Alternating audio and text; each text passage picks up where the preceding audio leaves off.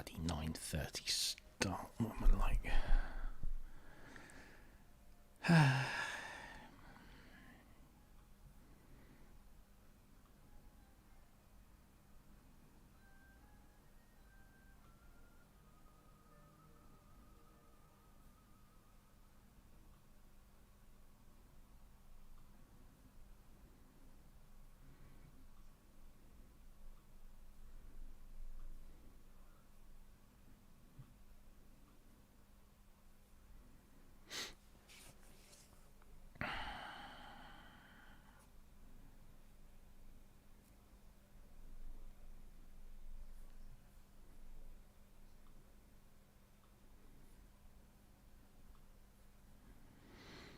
Hello, Bert.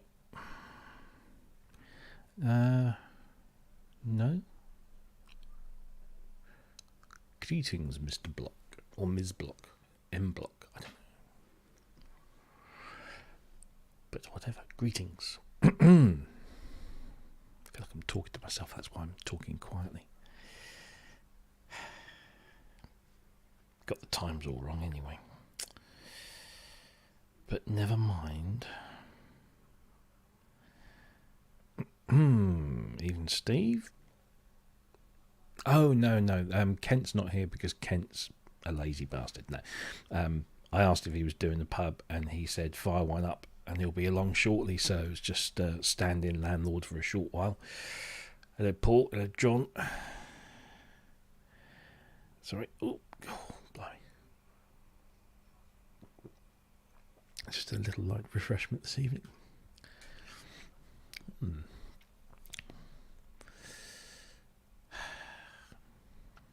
Hello. I can't pin the link at the top, so if it disappears out of sight,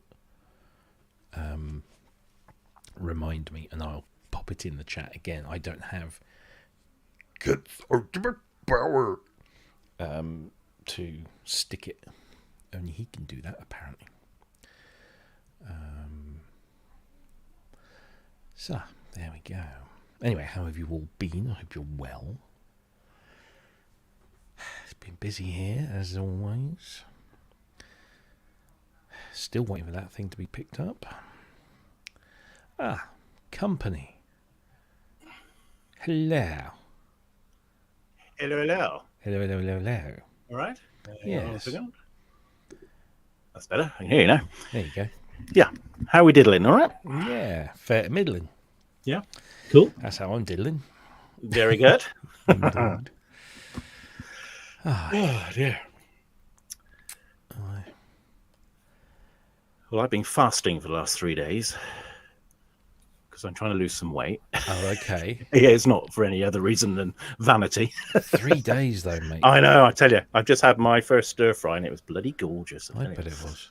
My missus does it 2 days a week. She does it on a Tuesday and Thursday. Yeah, that's what Sarah does. And it works for her. Yeah. I just, when I tried it, I must admit I haven't tried it for a long while, I just got too hangry. I was Yes. not I was sent to my shed. Perfect. Yeah. But yeah. Oh, well, like you say. Anyway, I am losing weight, but very fucking slowly. Yeah. I weighed myself before I went on holiday. All right. And I weighed myself when I came back, and I'd only put on 800 grams, which I thought was not bad. That's very good. And since then, I've gone back down again to almost the lowest I've been for a good number of years. Yeah. Can't tell visually, unfortunately. I had a haircut as well, so maybe that's it. Yeah. That's taken a bit off. Yes. So. Yeah. Okay.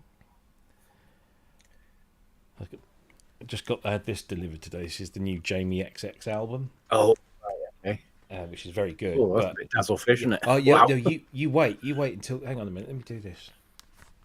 I'm going to drop it. I know I am. Oh wow. So as you my goodness. kind of got to do it slowly. Oh wow. Yeah, it's full of all of these. Yeah. Proper album. Yeah. So that's very good. Very good. And every time I keep looking over, It's, yeah, do like a bit of Jamie XX. Yeah, definitely. Definite. So you all ready for Synthfest? Yes, I think so. I've sort of. You are. Oh, good. Well, no, Okay. not really. So am Oh, I. I was lying. No, I've sort of tried it down a bit. So yeah. Well, it's not that I've got to bring. You've got the bulk to bring, but Yeah. Where are you parking in? Oh, maybe that's probably not a good thing to talk about in public. I don't know yet. Okay.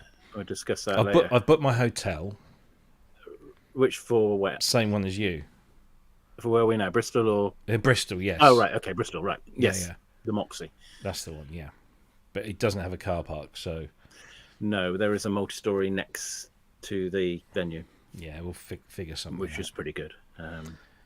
Jolly good. Yeah, but yeah, like you say, I won't be down there until 8 in the morning anyway. So yeah, 8-9 o'clock. No point going Friday. It's just no. Well, especially after Synthfest, because that's a exactly the next weekend. It's great to get them out of the way, but yeah, but one go. But yeah, I must sort my insurance out for yeah. I've got mine sorted out, and I was with the same insurance you were actually. Allianz. Yeah, Allianz. Yeah. I did it for a broker. I didn't realise, but yeah, no, they were very helpful. Yeah, there.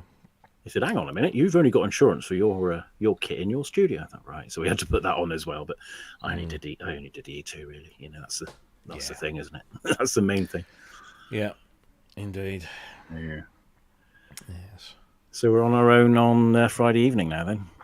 So we have to find something to do. Find somebody to join us. I see you put the feelers out. Yeah, usually people get together and do something because normally I miss most of that because I go on the sound on sound. Yeah, exactly. Curry, but they're curtailing that and splitting it. So some are going here, some are going there, and I'm thinking, do you know what? As much as I enjoy really good curry, and it's a really good curry in that restaurant, it's very big. It's one of these big, glitzy, modern Indian restaurants. Oh, right. With, that kind of mood lighting and it's very tall ceilings. Oh, right. And it's very busy, and therefore it's very noisy. And then you can't really understand the person next to you. Then you get 20 odd people, just pile in, and we all sit around this thing, and you invariably sit near people you don't really know, which is not a bad thing. But you kind of sat there going, and it's all a bit cramped and noisy, and I'm just getting old. Yeah, I know. And I know the feeling, mate. I love a good meal, but I like to not have to shout. Yeah. And my hearing's not what it used to be, and so most of the time I'm going, "Oh, good, what you just said." Yeah. What's it you're in with? Yeah. I would, and plus the fact on the Saturday night, Andy is booking FS again. Yeah. And he's booking it for 35. Well, he's going to need to, isn't he? Yeah. So that's going to be an interesting. But that's better because it's a smaller, more compact. Yeah. You don't have to shout. But yeah, we had one massive table, sort of like right across the middle of the thing, and then there was a second table, sort of like it was almost like the naughty kids table, but the second over there. So it'd be interesting to see how they accommodate us. But that should be good. Yeah, that's always a good laugh because the staff there are really good. Especially there's one of the waitresses. She's just so funny. She takes the piss, and it's very good, and the food. The mixed grill, I have to. You recommend that, do you? Yeah, it's very good. Very good. Okay, very good indeed. Yeah. So the Friday night, the Friday night at when we're loading in, then it's what happens there? Then do they let us in? Obviously got to let us in the hall to load up, and then they throw you out, or you can wander around then. And basically we all load in through the rear entrance. So you go, I think it's called Durham Street. Right. There's the Q car park on the left, and the Octagon is literally right there on the other side of the road. But there's a road, an access road, a short access road, a narrow access road. Yeah. So basically, if you can't get there, you kind of have to maybe drive around the block if Right. there's If people somebody in. else- But generally, it's a quick turnaround. So you pull up, you unload your stuff, and then you get your car out of there so that other people can get in. But then you go back in and you can set your stand up and everything. And I think they like everyone to be done by around 7ish, but there's 24-hour security there, and Right. they usually, again, I don't know if this is happening, but Sound on Sound usually give you a little token so that you can go to the bar and get at least one drink on the house afterwards, and then generally everyone sort of filters out and does their own thing on the Friday. So and you might get your man Phil Oakey doing the rounds. Mm-hmm. He generally sort of just rocks up. Cool. In the just so he can wander around and not get disturbed or anything. But then he will generally come over. Yeah. He's very talkative, nice guy. But he will always generally come back on the main event as well. But yeah, he's usually it's Phil Oakey hour, and then he comes. So. Got to be done. Brilliant. Yeah. So you park then near that venue then, and then what, Uber it to the hotel then, do you? Or? Yeah, or I mean, the hotel has got a limited amount of parking spaces underneath the hotel. Right. It's weird because when you drive into the hotel's sort of driveway, it's very narrow, very small, and there's a barrier, and the barrier goes up, and there's about 7 spaces in front of the hotel itself, and then you drive up to the gates, and the gate opens. It's a big, garage thing, and you drive in, and if there's a space, park in it, give them your registration when you check in, and then they'll charge you. I think it's like £15 a day or something. Yeah. It's not the cheapest. So, but the problem is it's quite narrow, and like I went in there last year and got a little bit of a ding on my bumper. Yeah, right along your car, isn't it? Yeah. And I was so it's. I mean, I used to stay there actually when I was working for the Ministry of Justice. Yeah. We used to do training in the Sheffield courts, and that was the hotel they stuck us in. And I didn't care because I had a company. Well, it was a pool car, so I didn't give a fuck. I just stuck it in there. And I generally always found a space, but the problem is if you don't find a space, then you're in 2 months. Do I come out and wait, right, or do I go and find somewhere else? Now there is a queue car park just up the road. Yeah. From the hotel where you can go and park, so it's just like you drive there, park, and it's probably a 5-minute walk or something back to the hotel. So you're not completely out. But what a lot of people do is they go to the venue, they load in, they stick the car in the queue car park across the road, right, leave it there, get wherever they're going, and then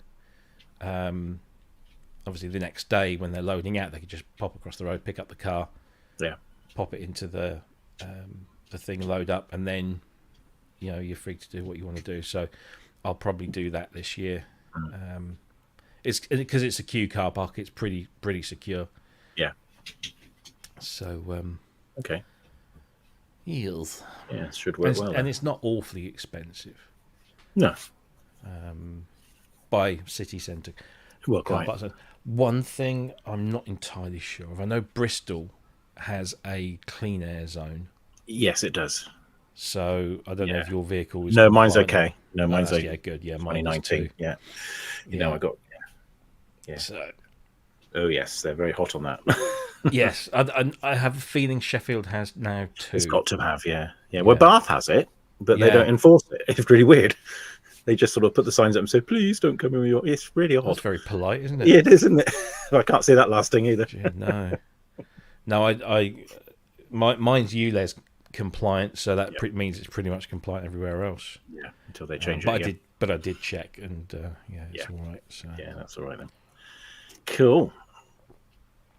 Is Longhurst going to Synthfest? I don't think he is, but he might show his ugly face at Pustronica. Although, saying that... Got short with a car again, isn't he? Yeah. It's a BM this time. I believe so, yeah. Dear. Yeah. 15 hours. Yeah, I saw that picture, and then the picture of daylight. I thought, oops, Yeah. that's not good, is it? Been there, done that. Yeah, me too. But It's not it's nice. terrible. Yeah, there you go. And So, yeah, Heston isn't exactly the right place to be. no, and then what he was at what were the services he was at? Is it Malmbury? The ones just outside Swindon. A memory. Membry, that's it. Yeah, yeah. He was there for 15 hours. I think that was the bulk of his. And I remember those services when I used to work at Zurich in Swindon. Yeah, yeah. That would be my first stop on the way out of Swindon, just to pick up something to eat or something. They're not the. Yeah, they're pretty grim, Memory. Yeah. Yeah. Very strange, but there you go. Yeah, so I got very familiar with the services on the M4 over those years that I worked there. Yeah, I miss that. Swindon was an okay place. Yeah, it's a bit of a metropolis now, though. But yeah, my friend polices it. He has a lot of fun. Yeah, but the same as anywhere, though, isn't it? I remember we went out on the Lash. I mean, honestly, I don't think I've been back to Swindon since the last time we went out, and it was like the end of project. It was like everything was being wrapped up, and we were all out of work. Right. They took us all out for this big, meal, and we went to this really posh restaurant, and I had rather a lot of red wine, and we went somewhere, and then we ended up at, I think it was a Walkabout, the Australian pub, and they'd got a DJ and stuff going on in there, and they had these plinths, and it was completely out of character for me. I was that fucking drunk. You were on the plinth, were you? I was on the plinth, busting whatever moves I could think of, and I went over massively and whacked my head. I was just full, and then I made it back to the hotel, but on the way, somewhere in between the Walkabout and the hotel, which was a brand new Holiday Inn Express. Oh, I know, yeah. Brand spanking. It literally opened that week. Yeah. Somewhere on the way between that pub and the hotel, there was one of these like information points, and it had a touch screen, and you could email. Yeah. So you could send emails. So I sent Jackie this email. I bloody love you, sort of thing. She showed it to me when I had no recollection of doing this. Got back to the hotel and collapsed on the bed. Now this is brand new, literally had opened that week, spanking new. All the bed linen was that pure white bed linen, and it was all it smelled very lovely and new. And I woke up at some ungodly hour after I'd passed out on the bed, and I'd vomited in my sleep. And luckily, I mean, it could have been awful. You could have been on your back, couldn't you? Yeah, I've never done that before. It was I was that bloody, and I vomited, and it was all on this brand new quilt, and it was all red wine and whatever else, and I was like, oh shit. Well, I was still really drunk. So I kind of scooped everything up into this quilt and just threw it into the shower. I thought, I'll deal with it in the morning, not realising that's probably the worst. Well, I mean, there was no way I could improve that situation, really. No. But I could make it a heck of a lot worse. So I put it all into the shower. And I remember it was quite chilly. And so I slept under this towel, but it was a hotel towel. It wasn't like a proper big bath sheet. Yeah. It was like, so I was just like, ugh. And I woke up with the biggest hangover. And I went into the shower. And, oh God! I remembered what had happened that night. So is you right? And luckily, because it was all paid for by the company. So I was like, let's get my shit together. I really probably shouldn't have driven, but I went down, and it was one of those hotels where the reception area reception is behind the bar. So, and I just went up to the person behind the bar and said, just checking out this room there, and just boom, legged it. And I still feel guilty as hell for the poor woman the poor person that went in there to clean up that room after me. You mustn't imagine what they must be like day to day. Well, I'm sure it's not the first, but and I bet there's probably some person in Swindon that my first night, my first shift at this new hotel. I walk into the shower, there's a massive pile of vomit. Anyway, yeah. Oh well. Never mind. Yes, I've never got that drunk. I really, that's probably the worst. I can remember one other time I got absolutely fucking wasted and passed out. I think it was my 19th birthday, and I got taken out to the local nightclub here in Stowmarket, and people were just buying me drinks. Well, yeah. Like all sorts. And at the time, I was DJing for this guy. He owned all the gear, but he couldn't DJ because, get this, he only had half a tongue. Okay. So he couldn't speak properly. He was always like this, and so I mean, this was in the 80s, right? And Rick Astley was big on the scene. Can you imagine him go? He can't say his S's. He can't say his L's. So he used to employ people and to do the talking. So I was his DJ at the time, and he lived in one of these like static caravan places just outside Ipswich, and he had this very domineering wife, very large, brash lady, but always wore inappropriate sort of outfits for her size. Not inappropriate, just didn't look right. Fit. Just they were just no. But anyway, I got absolutely wasted. Got taken back to their caravan, so they, just so I could sober up and stuff. And I'm asleep in what is essentially the living room floor, because it's a static caravan. People have to move around, and there's not a lot of space to move around. Right. I remember waking up feeling, oh God, no, this is not good. And I gently opened my eyes just as said wife was stepping over me, and she was wearing this nightie that barely covered. Oh, I know where this is going. Right. Okay. And I was like, oh, it was, yeah. So 2 or 3 times I got that way, but no, most haven't for a long time. Yeah. Oh well. What does pseudo? What do you say? You're going. I need a favour. What do you need, pseudo? Because I might be having a favour done for me if I can negotiate a deal. Oh, wow. Yes. Got to spend this money somehow, haven't I? Well, exactly. Well, the tax man having it. Well, exactly. Yes.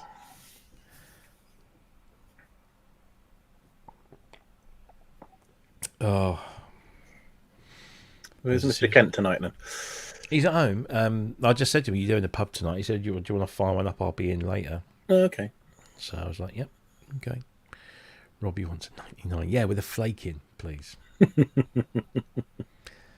With a big chocolate flake. 2. Yeah. Do you remember? I remember in the 70s, we used to have 2 ice cream vans that came round. One was a Walls ice cream branded van. Right. The other one was like a Mr. Whippy type thing. And we always liked Mr. Whippy because the Walls one was scoops of ice cream. That's right. Or a square job that you put in. Yeah. Square cone job, yeah. Whereas the Mr. Whippy was the proper, swirly stuff. But the good thing about the Walls one is instead of chocolate flakes, they had fudge. Oh. And it was like a finger of fudge, but it wasn't ripply. It was just like it was a smooth stick of fudge covered in chocolate, and you put that in there. So you kind of alternate. 1 week you'd have the Walls one, and then you'd have the Mr. Whippy one.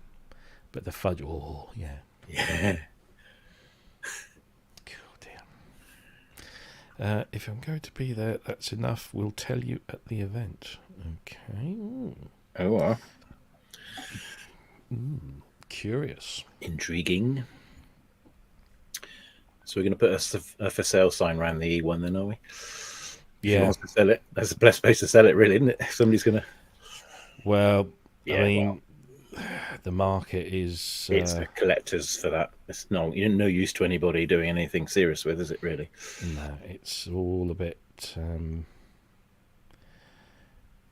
hard at the moment. Things are... Yeah. And from what I understand... the price is pretty non-negotiable.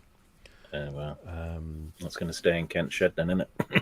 Well, it's going to stay in this one here for a while. Well, yeah, exactly. Though I will need to take it back to Kent because I need the space. It's getting a bit silly in there now. We cleaned it all out, and then within like 3 or 4 weeks, it's all back. It don't take long, does it? No. I've just ordered my shelf. That should be coming next week, so I'm looking forward to that. The that one. metal ones. Yeah. Which will sort out the other room. Cool. Yeah, they're very useful. Oh, it does. Makes it look like you haven't got so much kit. Yeah. Mm-hmm. No, that should be good. Oh, excuse me. Oh, blimey. Oh, yeah. Well, is anybody else going? Oh, I haven't put the link in the chat. Let me put the link in the chat. Put that back. I can't pin it. That's the problem. I can't pin it. Oh, okay. Because although I'm a mod in the YouTube chat. Ah, there's the chat. Yeah. I didn't know where the chat was. I found it now. Oh, brilliant. Yeah. I can't put it, even if I put it as myself or Kent, it won't let me pin it. So if anybody wants the link and the link has gone past, shout me out in the chat and I'll put it back in there. Until Kent comes along and he can pin it up there. So.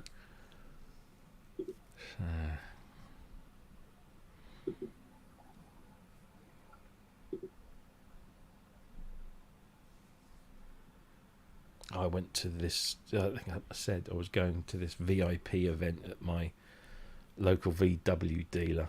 Oh, I've had one from the Nissan lot. Yeah, you get this thing. It's like, oh, it's a personalised invitation. Yeah, right. Personalised my ass. Just want to sell you another car, don't they? Exactly, yeah. But I thought, well, I'm sort of like 2.5 years into my contract, and like it's probably a good time to start looking. Yeah. So we went along, and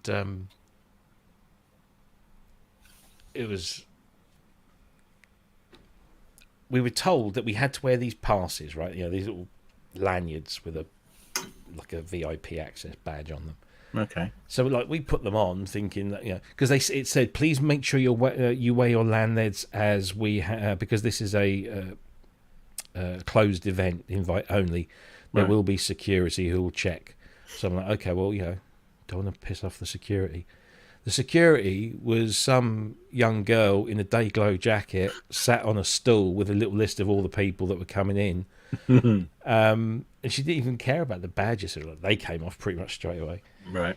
And then they'd set up this little red carpet entrance. But the red carpet entrance was about 6 foot long. And had some flashing lights. And then they had cardboard cutouts dotted all around the showroom. Like there was... And it was bizarre. They had a Cillian Murphy.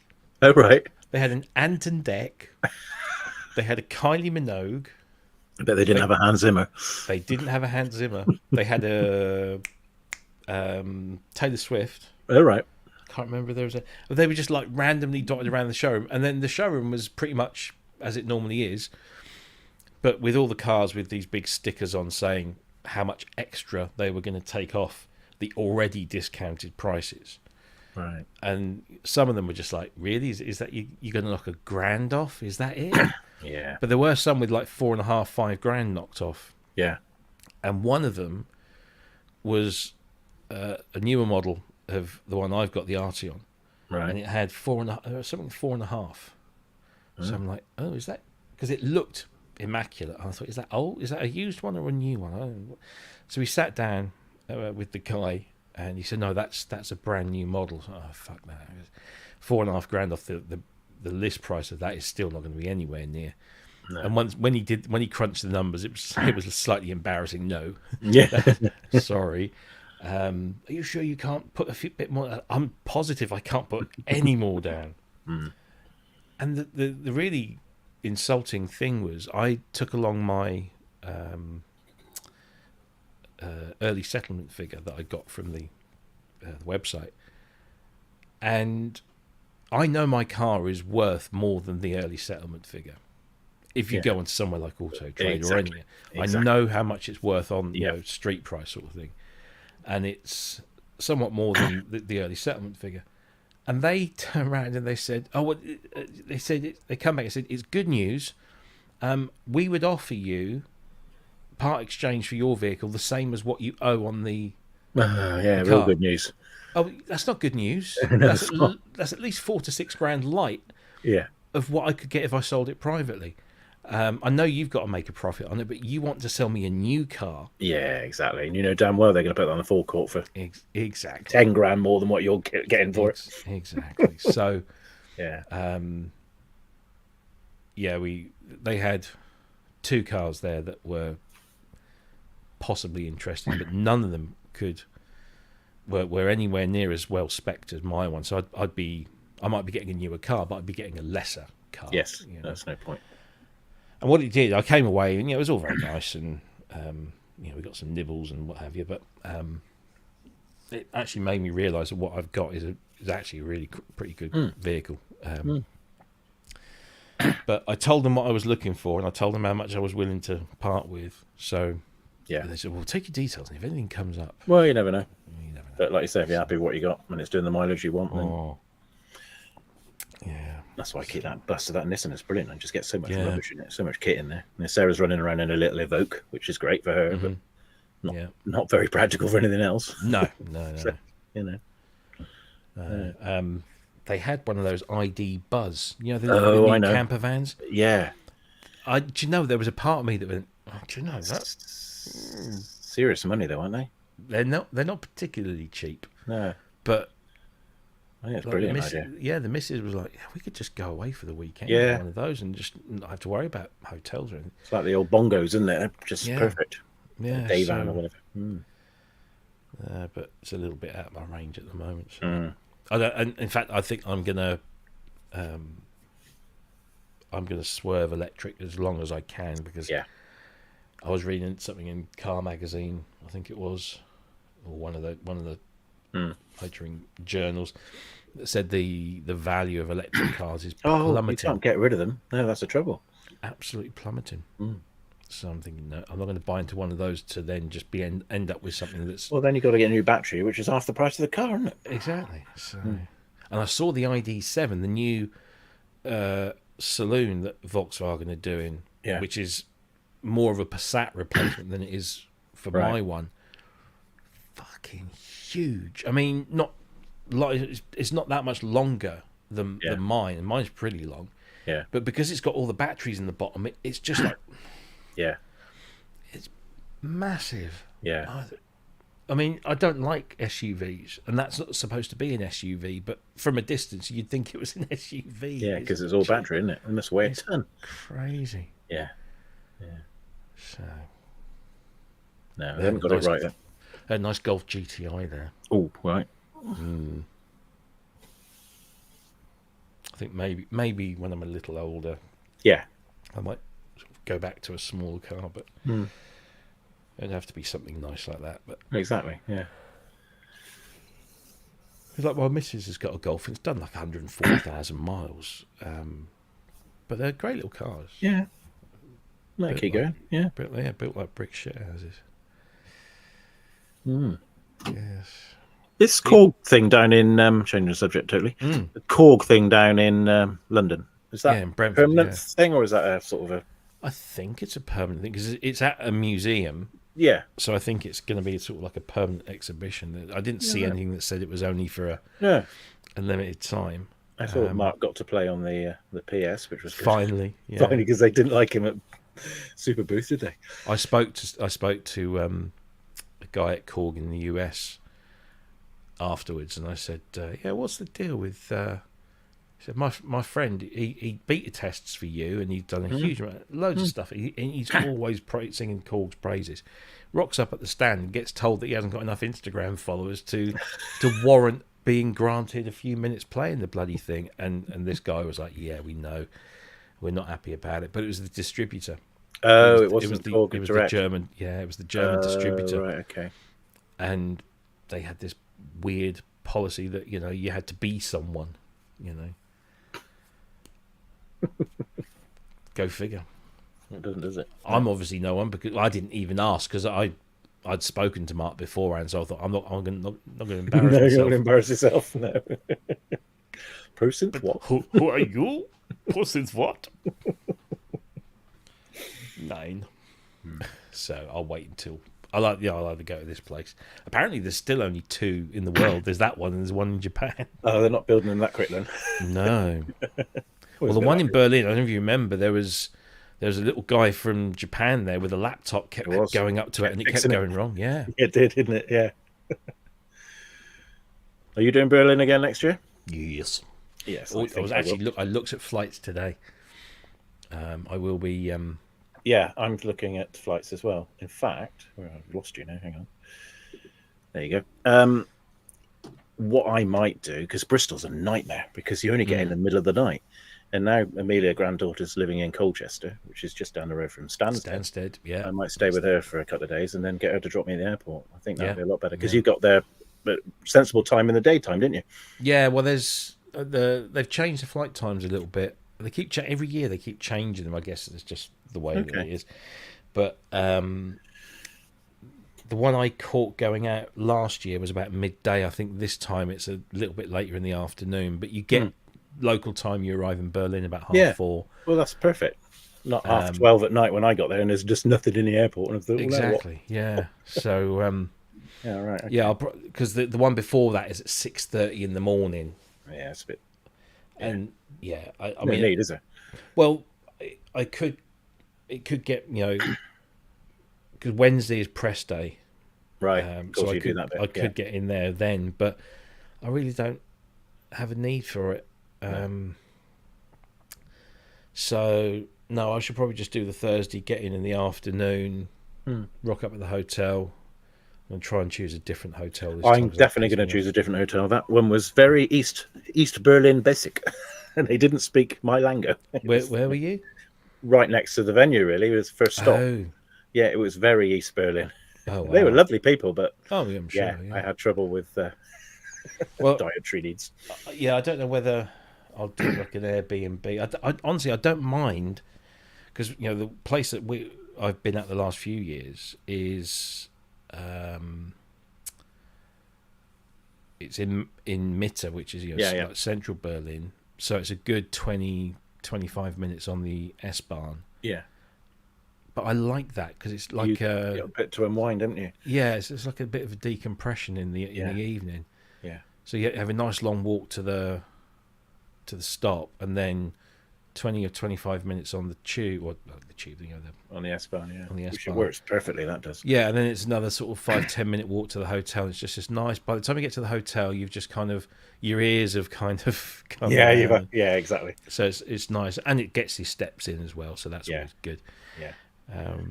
And then if you want to go out in the evening, then you're not too far from anything. You're right in the middle of anything, aren't you? Yeah. No, I'd probably do that then, because this one the hotel was great, but there was nothing there. There was no bar. There was no nothing. It was a case of then there was a little opposite where I went. That was all I had everywhere. Well, exactly. Yeah, their middle of the little was a bit different to our middle of the little, but yes, because it's dildo. It's the middle of little. We're German. We're very broad-minded. Yes, quite. Yes, I'll probably do that, definitely. Yeah. I'm not sure whether I'll stay at the same hotel because of what happened this year. Oh, with the trying to get a meal with you, and just shut the restaurant with no warning whatsoever. I mean, I could rock up there and just say, right, okay, tell me now, are you shutting the restaurant down any of these nights? I still wouldn't trust them. No, because it's obviously a spur of the moment thing, wasn't it? Yeah. Bastards. And it's all bloody Metlay's fault. Oh, is he coming to Synthfest? Synthfest, I don't think so. I know that Kim's going to be there, and Diane, from Bukes, but I don't know if Mike will make it. Manny was going to come over as well, but was he? Yeah, but he's got a trip to Japan shortly after. All right. So he was thinking about squeezing it in, but I think he's talked himself out of it. Right. Ty's coming. Yes, I know he is. I said to him, you've got to pick one of the days, and that's the one he's picked, one of the weekends. So yeah, that'd be good. Yeah. Well, I mean, Bristronica's nearer for him, isn't it? Sure. Yeah, but that's the weekend he has his daughter. Oh, of course. So they have to. Well, normally Synthfest is the weekend that he has birthday. Yeah. But something's got changed. Yeah. No, it should be good. Oh, it should. Yeah, looking forward to it. Although I'll be very fucking tired. Yeah. I seem to be so tired these days. Just. Well, I must admit, doing this fasting has made me a bit sharper. Well, yes, eating the old apparently. crap and things, but Yeah. we shall see. Aye. Well, where bloody Kent is, fuck's sake. Jeez. No. I'm on double time now. Oh, yeah, definitely. Oh, dear. Oh, Matty not coming on? No, I see he's in the chat. Yeah. Mr. Bristow last week was brilliant, wasn't he? I sat back and watched that on the replay, and I watched it again because you could talk to him for hours. Yeah. He's got some stories. Oh, absolutely. Yeah, brilliant. Yeah, no, it was a good one, that. Yeah. Be a bit of a come down this week. So. Yeah. Well, like you say, you'll have to get him back and talk about, next phase of whatever he did next with Emu and what have you. Yeah. I'm not sure if Dave's going to be there the Sunday. It doesn't look like it when you look at the listings. I think he's going to be there the Saturday. So somebody asked earlier on the Faceache, so I said, yeah, Saturday definitely. Yeah, looking forward to that. Yes. Yeah, that'll be another tick. Yeah. So. Yeah. Very much so.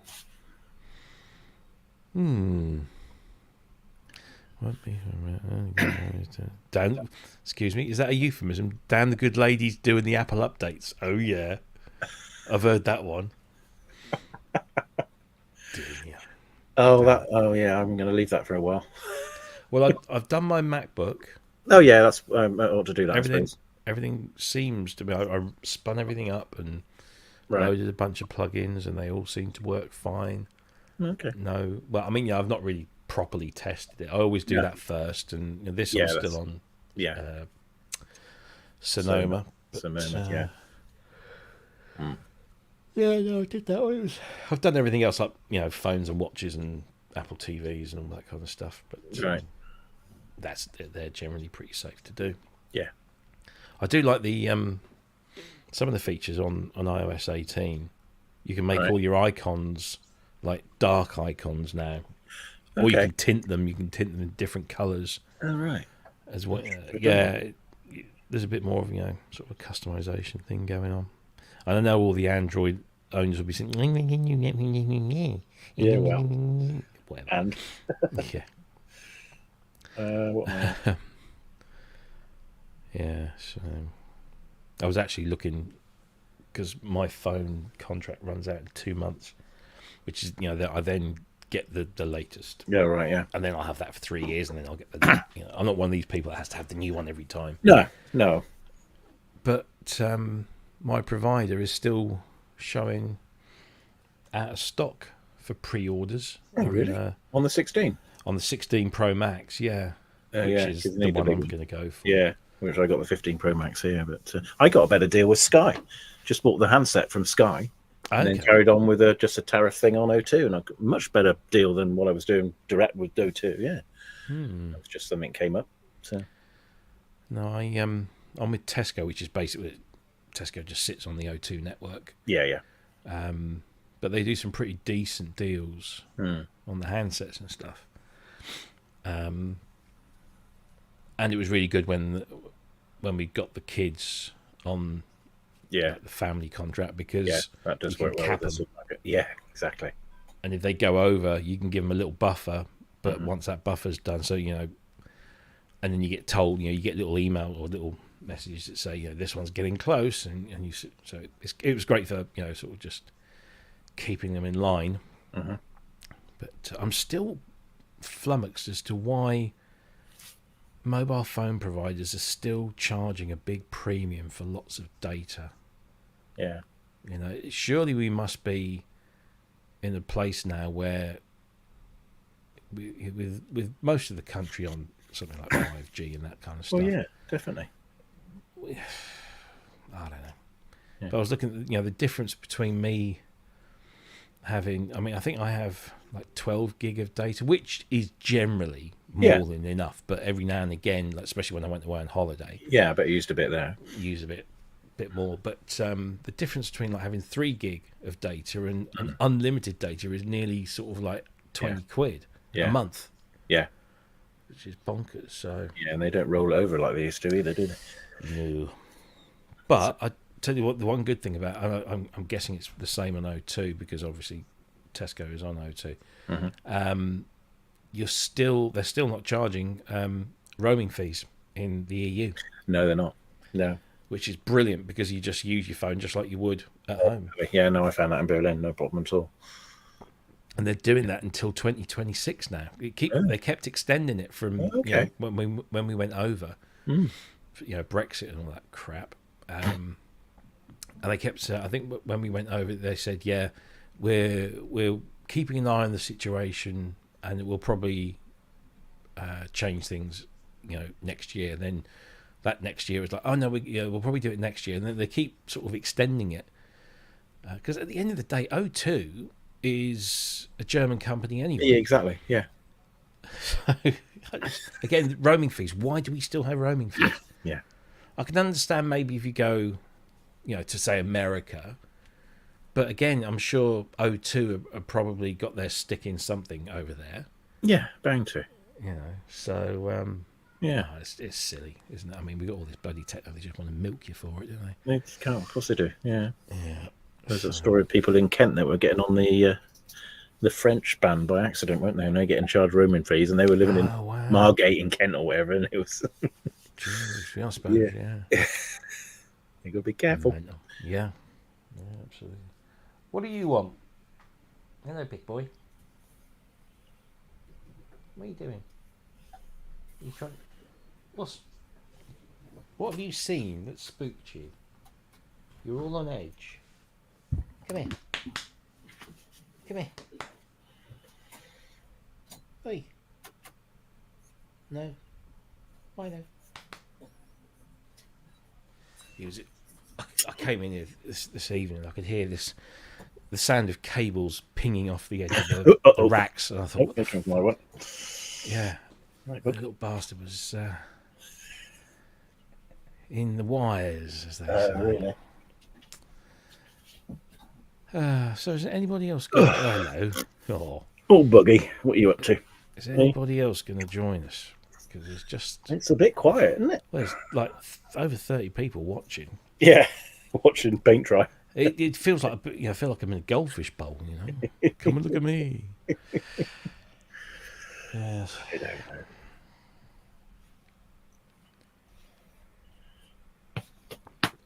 know. Aye. Can't believe it's bloody end of the week again, isn't it? I know. Flies by. Soon Christmas. Yeah.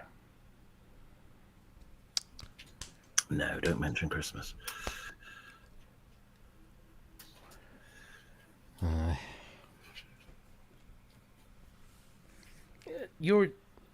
Have you seen in some of the emu Facebook groups? Mm-hmm. There's a guy somewhere in Europe who's doing these little boxes that connect to the RS-232 port on the back of the and then converts it to USB. USB, yeah. Have you got one of those? No. I was thinking about buying one because he seems, because you could buy wasn't it somebody else's idea, and he said, "Oh, I can't make them for you and sell them," or something. It was some weird thing going on, wasn't it? Well, the person that came up with it said, "Here are the plans to do it. Here's a Don't make money or something. Yeah. Here's a list of the materials you need. So there you go. Have at it and build them. But you're not allowed to build them and sell them." Right. Which I thought was a bit odd. Then some people were doing that, either building them and then selling them and saying, "Oh, I built this, use it. Now I don't have the synth anymore," and then selling it. But I'm sure that probably wasn't the case. But this other guy seems to have come up with either a similar or identical concept. But he 3D prints the cases, so he does them for E2, Emax, Emax 2, and it's like 120 euros, I think, for this little box. But it would be a real bonus to be able to do that, because then I could connect the Emax to this, rather than dig out that chunky great laptop that I've got that runs Windows 98. It's still got to be native format Emacs files, though, hasn't it? Yeah, but you can use EMXP. Does that work? Oh, are you running it with your? I can run a Windows VM on my Mac, you see, and then run it in that. Yeah, but right, okay. Because I'm running it on an old Windows XP machine now because it didn't want to work on 10. No. But No, actually, no. Have I got it working on 10? I can't remember now. I'm sure I did. Sure I did. But yeah, okay. I've got some. Yeah, that laptop's not 98. It is XP. But Right. it's a big. I mean, it's a proper like industrial laptop. Yeah. Oh, here we go. And then number 3. Justin. Good Greetings. T-shirt. Good Thank T-shirt you. or Thank very you. good. vest Yes. or whatever it is you call Fair it. white vest. I'm good with a vest. Yeah. Yeah, I did that just for you, Robbie. I got a Thank you. DX7 one too. Nice, nice. Yeah, let's try and find a picture of that. Yeah, and for that sort of money, it's worth investing in to see if it's any good, isn't it? Well, the guy seemed like pretty legit, and he wasn't charging stupid money to No. ship it. Let's find it. There you go. Laszlo, his name is. Okay.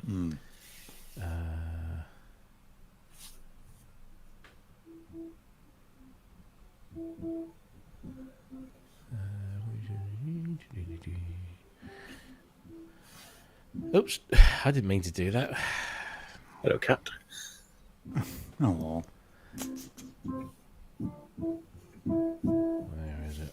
It's not that one. Oh, don't tell me it's done it in... Oh, there it is. There you go. So here you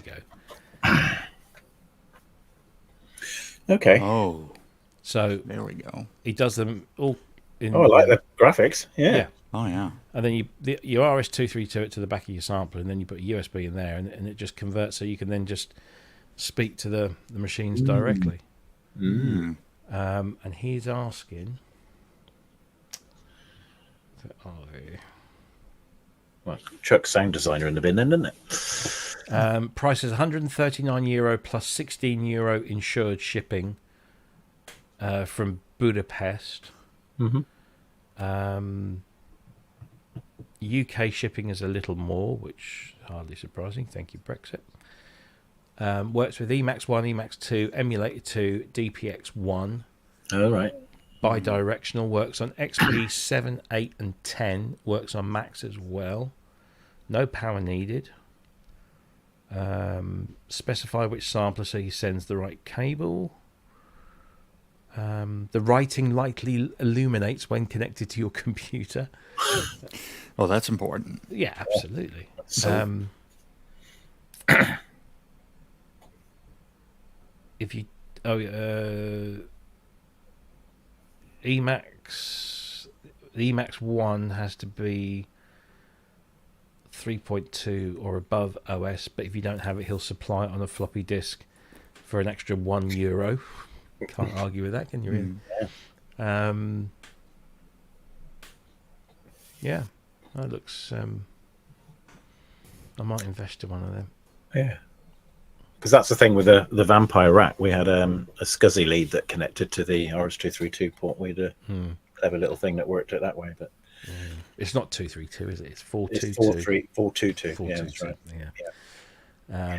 Originally, it was 232 on the emulator, but then they upgraded that Yeah. later on.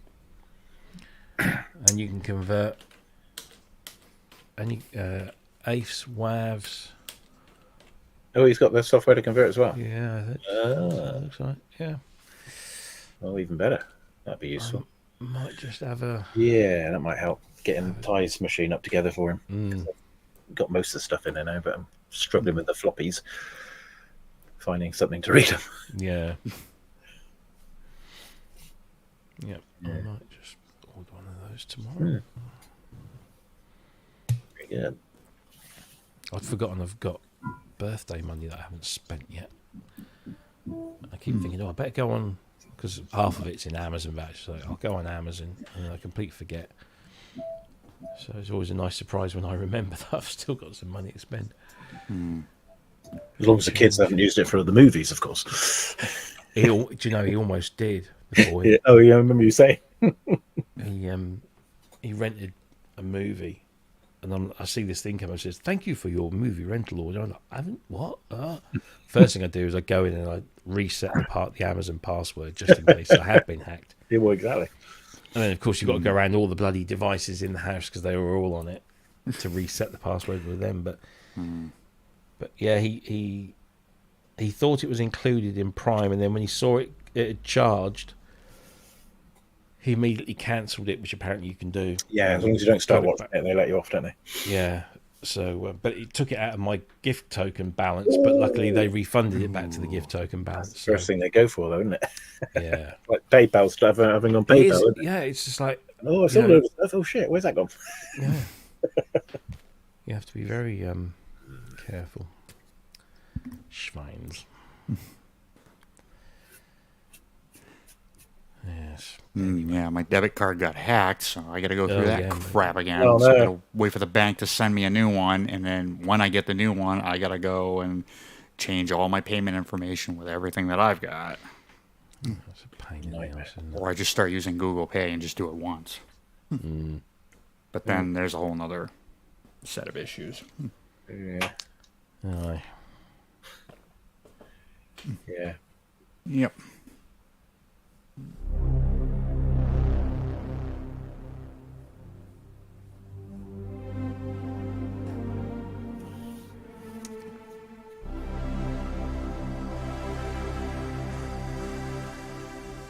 So, how do you then pipe that into StreamYard? Do you have to have StreamYard to be able to do that, rather than just have the microphone? Oh, to pipe this in? Yeah. There's a couple ways to do it. If you're on a Mac, you can use Loopback if you can get it to work. Right. Okay. Wink, wink. What I do is I use an XR18, and what Right. you're actually hearing is you're hearing a pair of monitor sends. Okay. So what I do is I send the QS Right. to monitor sends 5 and 6. I am outputting 5 and 6 into inputs 1 and 2 on the front of the XR18. Right. And then all of my faders on the main bus are down. So in a way, I'm monitoring what you guys are hearing as well. Okay. The only thing that's not fed in there is my inputs 17 and 18, which is my computer, which is where I'm hearing you guys from. Right. I see. 20 years of recording Yeah. and too much time on my hands. Yeah. But because I'm on a PC, I can't use Loopback, obviously. Right. And I don't tried want to. finding an alternate, but no, Well, there is. this- What's the one for Windows? I don't remember. I thought there was one. There is. There I'm sure is. there is. I don't know if the Black Hole. I don't know if that's Windows. I know it's Mac, but because that was born. Black Hole came off the back of Soundflower, which was a similar sort of thing. Oh, right. Okay. Oh, I mean, I just plug everything into my audio interface because I've got Yeah, loads of fucking inputs. And then with software, I used to use the loopback, but for software instruments, I just set the outputs of the software plugins or the DAWs to a separate pair of USB inputs, and it all just goes through and comes out the same way. But yeah. So with the XR18, I kind of do the same thing. I'll output my DAW to instead of outputs 1 and 2, which is where it defaults, I output it to 15 and 16, which again my main faders are down, but auxes 5 and 6 are getting sent to my stream to inputs 1 and 2. Okay. So it's you could say it's a manual outboard version of Loopback. Right. But I don't get any. There's no feedback. There shouldn't be any echoing unless I put my headphones right next to the mic. Yeah. Okay. But yeah, it's worked. It works here. It works on my my 2019 MacBook Pro that I just got for like $400 because I wanted a portable setup. But because the XR18 uses the core audio engine on the MacBook Pro, it's just plug and play and it works great. Right. Okay. Oh.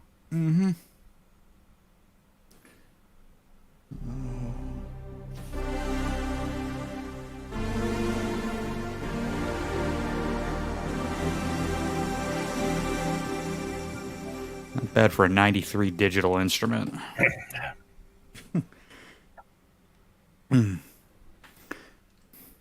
Yeah, this thing is super underrated. And then I found the tracking generator, and now I need to play with that.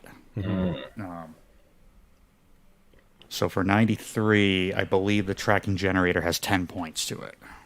Okay. And I think the montage, I did a review on this on my channel, shameless plug, but somebody commented that compared to the montage, which I think is a 7 point, and I haven't even seen it, I can't find it. For 93, there was no other instrument that could do what this does. And I think the tracking generator, you can have, I don't know, I'd have to go through and see what the input sources are. Yeah, yeah. But I'm sure you can do all the envelopes, all the LFOs, all of that stuff. Which I think, if I were to go back to the default preset here, let's see, which is...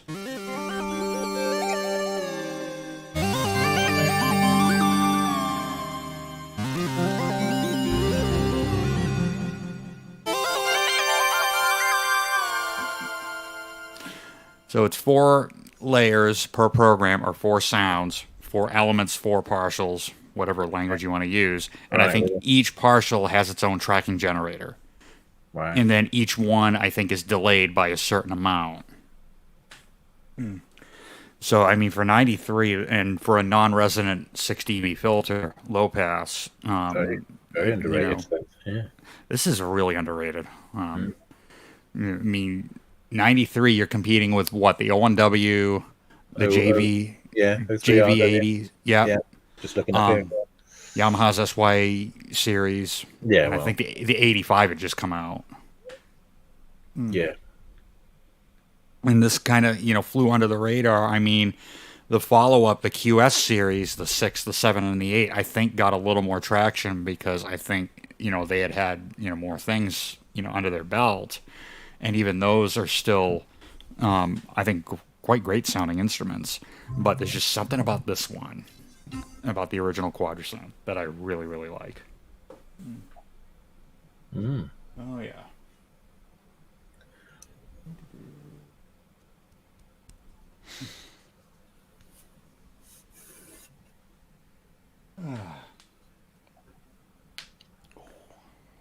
Somebody thinks I'm bringing good karma. Yeah, I get it. Oh, I am, in the form of an original Quadrasynth. I bought my Alesis Fusion back in from the garage the other day. Oh, yeah. Nice. Not that I'm going to use it, I just threw it on the shelves. You got a spare shelf, I know. Well, yeah, because they still haven't come for that yet, the Key Lab.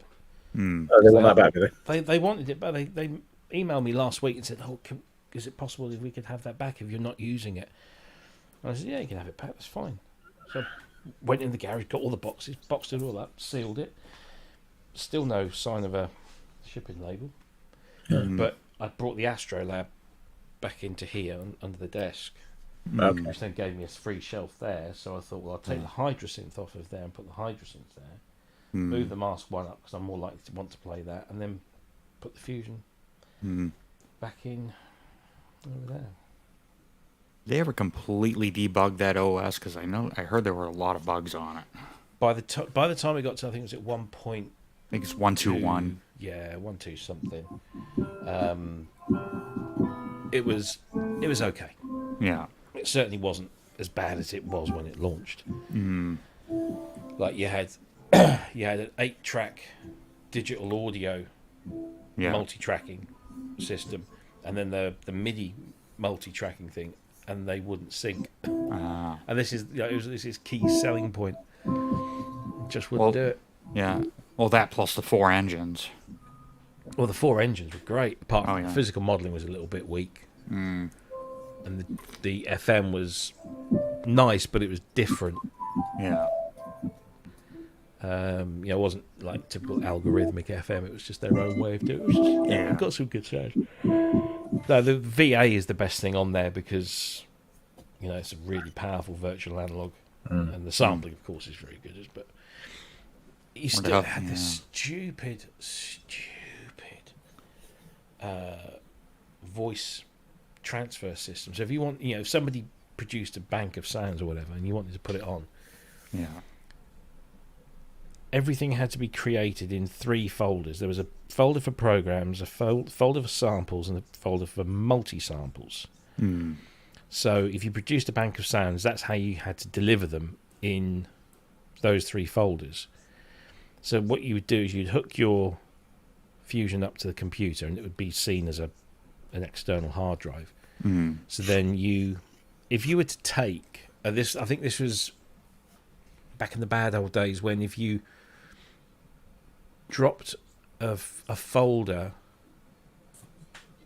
with a name, say in this case it was called volume, and you dropped it onto that drive, and that also had a folder called volume on there. Back in the old days of early Mac OS or OS 10, it would not merge them, it would delete the original and put the new one on. So you've got your volume drive on your Fusion with tons and tons of sounds in, and people were going drag and drop. Oh dear. Yes.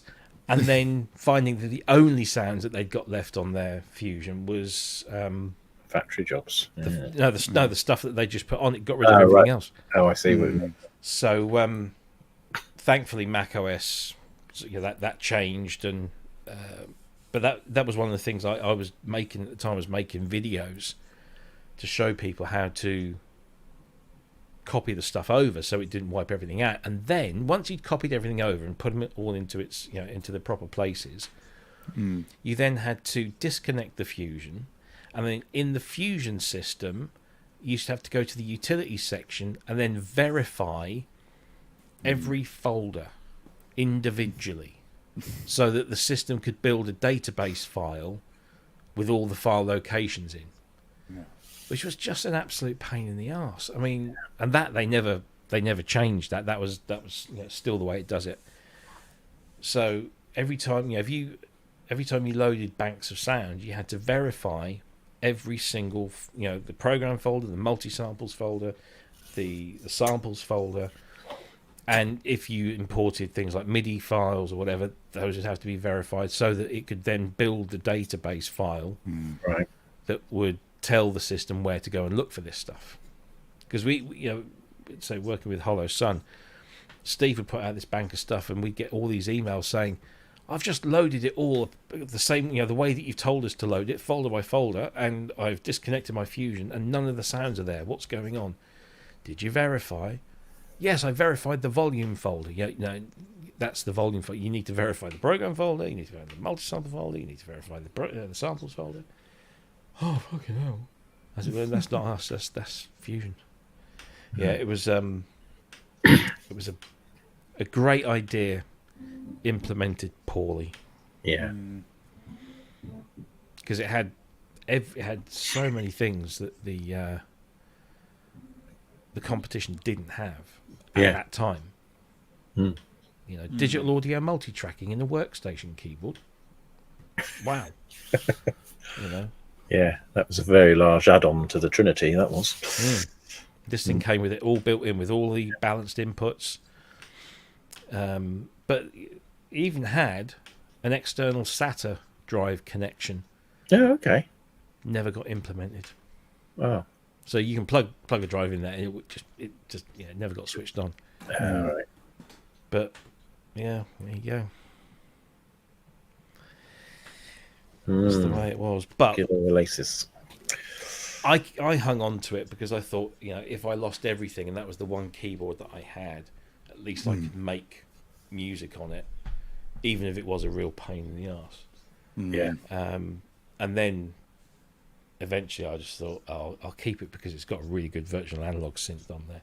And there was a sentimental thing attached to it. But yeah. No, thank you very much.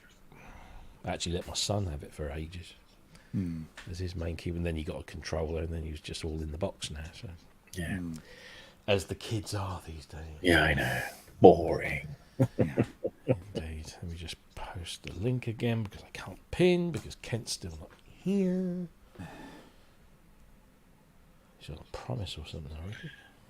Hey, Tracker Jack. Where's Kent? Yeah, well, Lily probably ate the Mac. Yeah. Oh, well, yeah. She ate his headphones. I saw Yeah, that. yeah, I saw the Synthesizer comment. Bonkers out. That dog. It's been very expensive.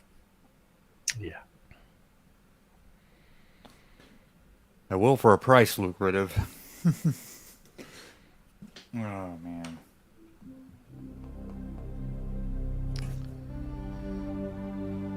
There comes Andy. Aloha. Aha. Hey, Andy. Hello, you magnificent bastards. How's it going? Oh, yeah. Very well, yeah. You're talking about Fusion. I can't bitch about it because I don't have it anymore since it was stolen. I never got to have problems with You it. lucky bastard. Yeah. I tried, I leave mine outdoors overnight, nobody takes it. Well, that's what's so funny about it. It's literally the heaviest thing, and in Yeah. a big Because case. you had Maybe the they wanted the 88. wheelie case. Well, you Because got it was the a big one. wheelie case for Right. a portable piano controller thing with weighted keys, Mm-hmm. and that thing just barely fit in there because it was extra long. Yeah. And it was like 50 pounds or whatever. It's a heavy motherfucker, and those guys really Yeah. wanted it. I said, all right, whatever. Wow. Take one of the dumbest things I have.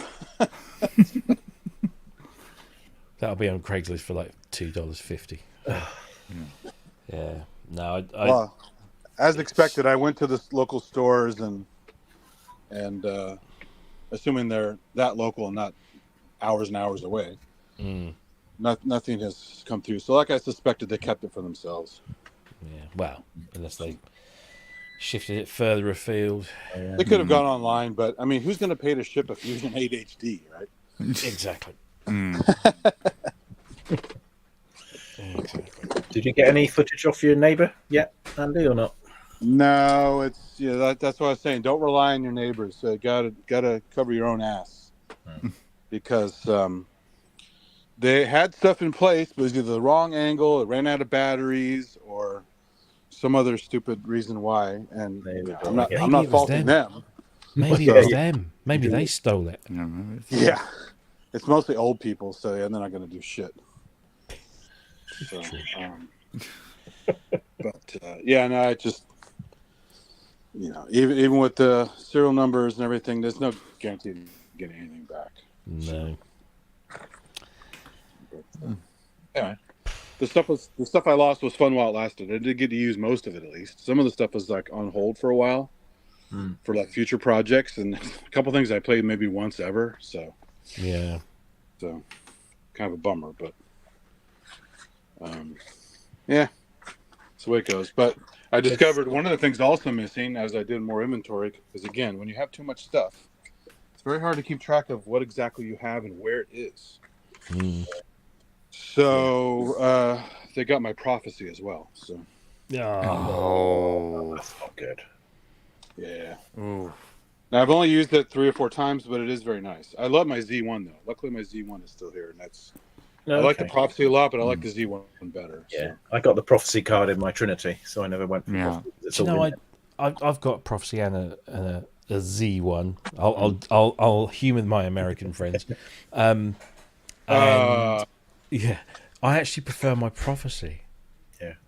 Even though the Z1 is a magnificent beast and has some great sounds on it, some of the model sounds on it, they just don't sound yeah. as authentic as the prophecy ones do. Yeah, that's right.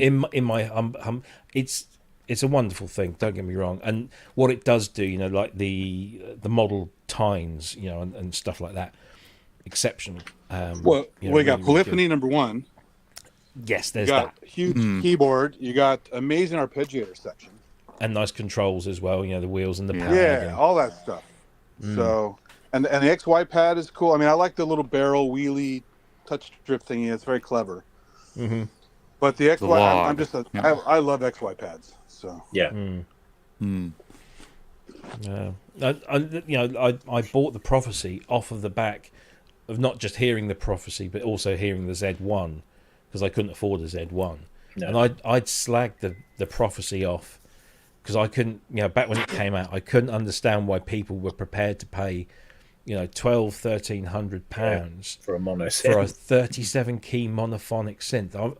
Back in the 90s, we were living in the world of, every synth had 64 or 128 note polyphony, 16 or 32 part multi-timbrality for the same price as a Prophecy. My naive nature, I couldn't fathom out why anybody would pay that. Then I played one. Yeah. And my mind was changed forever, and it was just like, Oh, I yeah. gotta have this. Yeah, yeah. Gotta. And when I played it, the first time I played it was at the Z1 launch in London, and they had outside of they had one of these little like an indoor marquee thing, and we all went inside, and they did the whole presentation. It was fantastic, and we were all going, "Whoa, this is amazing! How is that not a real thing or whatever?" And then outside, they'd got all these other Korgs. It was like Silver City. Yeah. Because you had, Trinities and Prophecies and Z1s and, it was. And I remember saying to who I was with at the time, I said, "Yeah, get a load of this. £1,300 only plays one note at a time." I was a bit of a Jack. Jack Lord, the guy who played. Have you heard that story? You know the guy who played the Artful Dodger in the Oliver Twist film, the classic Oliver Twist film? Yeah. Was it Jack Lord? Jack Lord, yeah. Yeah. Keith Emerson's one of his first mini-mogs, he bought off of Jack Lord because Jack Lord bought it and said, "It's broken, mate. Only plays one note at a time." So I was like, "Yeah, have a listen to this. Let's have a laugh." And so, it was on Prophetic Steps, patch 1. Yeah. Bong. And it was like, oh, Yeah. that wasn't what I was expecting. And then you patch 2 is, I think, Studio Moog or something big. I mean, it's like bass sound, bong. It's just, Brought out Prodigy in you, didn't it? yeah. And then I was just like, ba-dum, ba-dum. Each patch was like, whoa, this is amazing. And got to the trumpet patches and using the mod wheel to change the amount of breath going through. Yeah. That was whoa. And then pitch bending. It didn't go because if you pitch bend in the trumpet, you don't really. No, you get partials. Yeah. Like different. Yeah. And it did that. And then the trombone, rub your finger across the strip. You do the whole trombone slide thing. Just I was like, whoa. The horn fall offs are great too. I love horn fall offs. So. Yeah. It was just. Of course, it also worked exactly the same in the Trinity because you had all that touch strip. Jack Wild, thank you, Jack. Jack Wild. Lord. Yeah. Jack Lord was Hawaii 5-0, wasn't he? I think. Book and Deno. Well, it's funny you complain about people complain about monophonic for that much money. I mean, Moog for $3,500 monophonic. Come on, right? But yeah, Prophecy was their version of the VO1, wasn't it? The Yamaha. Yeah, I remember that, and he had to an extent. He had a wind instrument that he played through that VO1, and it was incredible. Then they were about $4,500. And also the Prophecy, even though it had it was silver and weird shaped, a bit like the Fusion. There's something about the Prophecy. It's just everything about it. An absolute arse to program. I don't think I've really programmed that much. I've tweaked a lot, but I've never really programmed. But then I managed over the years. I managed to get because when I bought mine, I bought it as I think it was end of line. Got it for half price, and there was a card in the box that said, "Fill in this card, and we'll send you some more sounds." And what they sent was a 3.5 floppy disc, and I'm like, "Well, there's no fucking disc." Where's the slot for that? Yeah. So what you had to do is you had to put this on your computer and then sysex. Sysex it over. But of course, by sysexing, you had to wipe one of the 2 factory banks. And I'm like, "Oh, but I'd like those sounds. I don't want to. Oh, this is a pain." So the only way to get around that is to have the card that goes in the back, the SRC. Well, they did those sounds on cards. Yeah. So there was one called Modern Models, and the other one was Analog Vintage or something. So you had these 2 cards that you could just swap in and out the back. But there was only one. You could only have like one bank of sounds from a card at any one time. So you try and get those cards online now. The actual official cards with those sounds on. They're very rare and they're usually very expensive. But you can occasionally pick up the SRC 512, which was the blank card. Right. that you can. So I managed to pick 2 of those up and then copy all the sounds over and store them on that. So now I don't have to worry about. So I just Right. Isn't that the same blank card that goes in the wave station? Yeah, Yeah, it Yeah. is. but don't make the mistake of buying the SRC 256 Yeah, you want the big one. because I looked at the file size and I thought, oh yeah, they'll all fit on there, and they do. All the sounds fit on there. Prophecy just doesn't read the 256. Yeah, I thought I used got a 256 cards for a D50. Yeah. But the SRC 256, I bought one from a guy in Spain or Portugal. He was on Reverb, and he sent it over. I put all the sounds on, put it in the Prophecy, and it's just nothing there. It just wouldn't, it's just card slot empty or whatever it was. So then I took it to Synthesized in Cambridge a few years ago, where Tony, the guy that organises it, brought his Prophecy down, and I said, "Oh, can I try this card in here?" And he said, "Yeah, fine." Put it in there. Didn't reckon, just wasn't reckoned. So then I knew it was either a faulty card, or it just wasn't working on the Prophecy. What did I stick it in? I stuck it in another Korg machine, and it read it, and it was absolutely fine. So clearly, luckily, the guy who I bought it from, so he was in Spain. Yeah. He said, "Oh, that's fine. He gave me a full refund. Bless him. Don't often find people as decent as that." So, yeah. I wish they had the tech back then to make them without batteries, because you go back to 1 year later and the fucking battery's dead. You got to reload everything. Yeah, it's the first thing. I've got a couple of the 512s, and but I'd love to get the originals, just simply from a collector's point of view. Yeah. But at least now I've got all of those sounds, and there's a bunch of banks out there. There you go. Like I said, I've got them all on my Trinity because it goes into the Prophecy card, but they're all on floppy because, of course, you can put them in the Trinity that way. Yeah. It's the way around it. But say now the plug-in, which I assume that's what you're playing, Justin. Yes. Yeah. Yep. Plug-in. The plug-in, the first version of that Prophecy plug-in was a little off. When I say a little, I mean quite a fucking bit. There was a lot of sounds on there that just And you don't get the controller. You want that log wheel.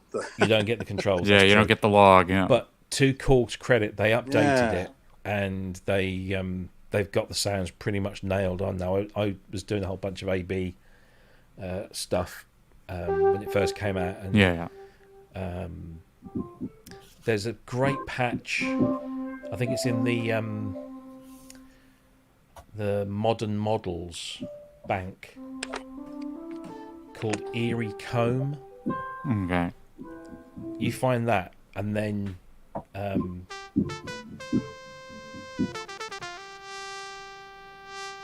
Right.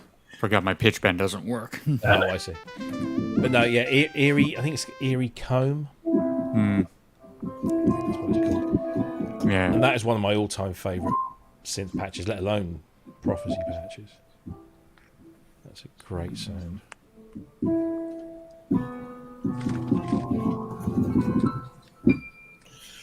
Yeah. Yeah, it's on. And it's on PHC 12, which was the Modern Models. Right. 12. It's the first one. A00 Eerie Comb string. I think that's it. That's just such a.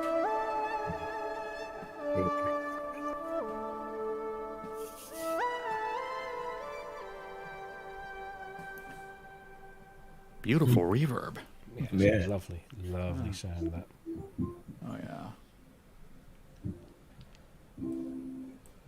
Yeah, I guess. I mean, you can control the log wheel in the ribbon, but you'd have to assign something to it. Yeah. But it's nice. That's what I like. Again, it's another thing I love about the Prophecy is that on that left-hand panel, you've got the pitch bender mod, which you can like rest the heel of your hand on, and then your fingertips are on the log wheel, and you actually sort of learn to sort of pitch bend with this part of your hand on there, and then use your thumb for the mod, and then your fingers on the log wheel, which goes up and down, of course, left and right with the power, and you sort of develop a little technique. But the thing I loved about the Prophecy is that you could play it because it was monophonic. Yeah. Monophonic synths are more forgiving for people like me, not people like Justin. People like me who can't play for shit. Yeah. because it can actually sort of make you sound Yeah. sort of like you know what you're You doing. can't really do a bum note, can you? Yeah, that was jazz notes. But yeah, so I always like the fact that it made me sound loads better than I actually was. Still does. Still does. Right, I was going to visit the little boys' room. Okie dokie. I don't know where Mr. Spong's going to put in an appearance, but Getting on. yeah.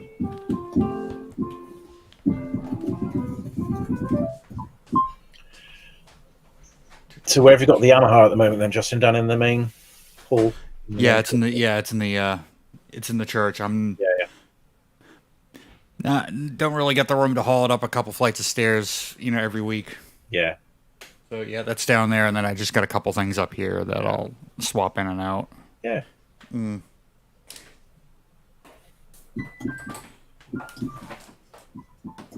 Like somebody mentioned the Karma. Yeah, it's sitting right there. Oh yeah, see that, yeah. No, I got rid of my Karma because the M3 had it all in, so I thought there was no real point keeping it. But yeah, nice machine. Oh yeah. Yeah. Well, I got this one just to get the Triton engine. The Karma part was kind of more of a bonus because I don't really use it that much. No.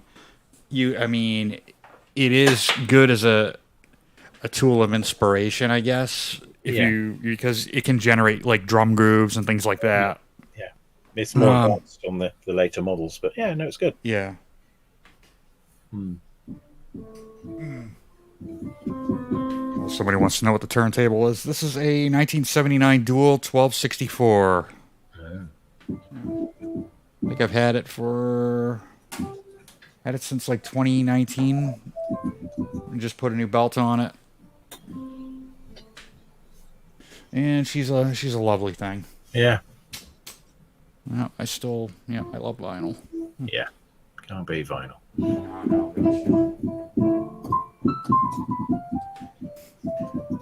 Yeah, man with beard. I like the look of this, the Karma. I like the red part of it. It's it's muted, I would say, and it's less present compared to, say, some other manufacturers who charge an exorbitant amount of money for a red paint job. Yeah, exactly. Yes, Mr. Nord. Yeah. But then that's Scandinavian for you. Yeah. Yep.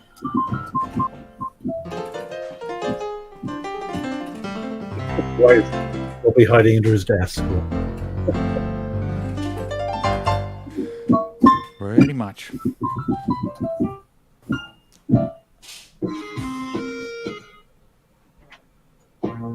I'll be hiding under his desk because I'm here and I'm playing. Yeah, just sort my loot back out. Well, another comment on my... Oh, that's on the quarter cents.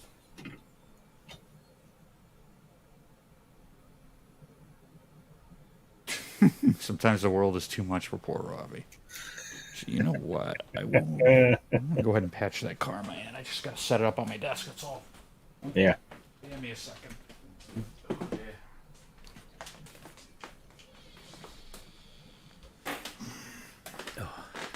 Come.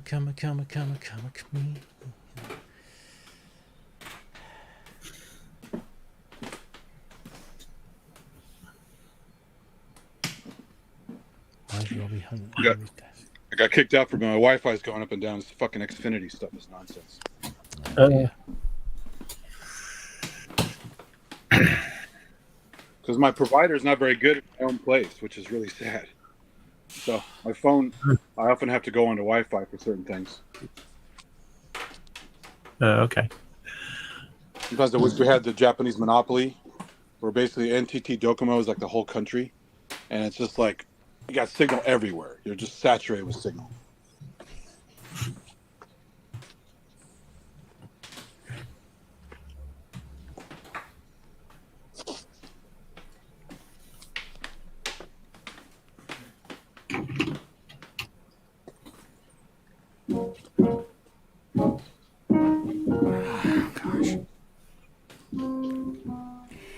Yeah, I had a prophecy in like 2011, 2012 that I bought for a mere 250,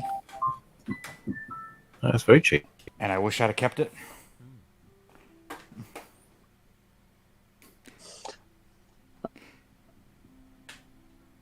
But I mean, I think at the time I just wasn't using it enough.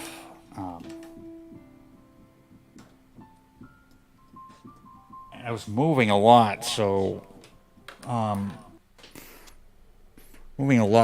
really couldn't be carting around, 12 or 13 keyboards. But I feel like I'm planted now, where I don't think I'm going to be going anywhere anytime soon. So I figured now I can kind of Fill your boots. Yeah, pretty much. There's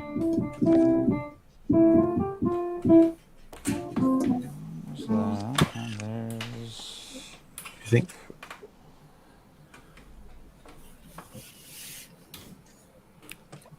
And there's that. Do you think Kent's still updating his Mac then? I updated mine, and I haven't had any issues. I hope he's not. But That's a long... yeah. But I don't run very many things on it. Like, I just run Studio One and Notion, and neither one of those have failed. Fair enough. Yeah.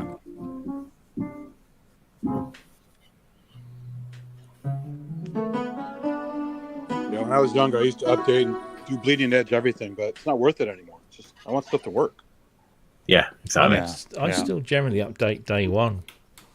I'm not doing it on the main one at the moment, although I've That's done what I it mean. on As long as you have MacBook Pro. accessory systems, that's fine. But some people do it on their main system, and that's crazy. Especially halfway through a project. Yeah. That's not always good.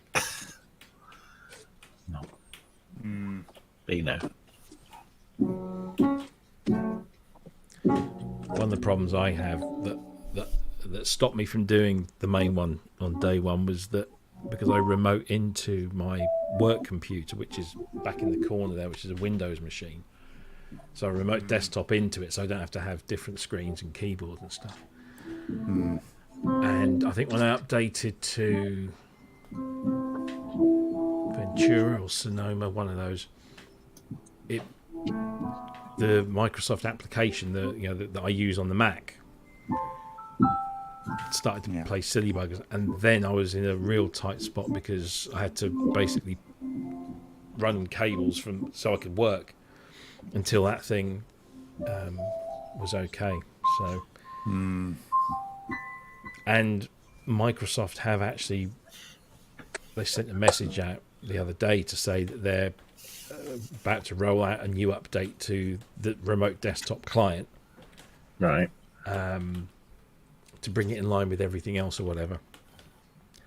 So I'm like, So get ready for that to break for a while. Exactly. Yeah. Yeah. Exactly. So I'm like, I'll get it from both sides. So I'll we shall see. I'll try it again. I'll try this. You say it's handy having a second system. You can just try these things on and Yeah. change when you want to. Yeah. I've never had a Mac update, even when I was doing QA testing with weird versions of the OS. Totally bring my system down. I've had glitches, weird stuff, whatever, but these Windows updates that come out periodically, they can literally take you down and make you re-image your computer. That's fucked up. They just don't beta test anymore. It's terrible. Yeah. The thing is, And they get away with it because they're so big. Yeah. Yeah. I mean, what really kind of flummoxes me is Apple update their OS once a year. Yeah. Every year. Yeah. Generally around the same month, and usually the same week of that month. Yeah. They seed beta versions well in advance. And I know that beta versions are not golden masters, and there's going to be things that happen in between and stuff, but it's not as if they don't provide enough warning and information and all this stuff for the developers to get themselves sorted by the time that OS gets the OS update gets released. And yet every year all the plug-in manufacturers, all the other software manufacturers don't upgrade yet. We haven't fully tested it. Well, how much fucking time do you need? Yeah.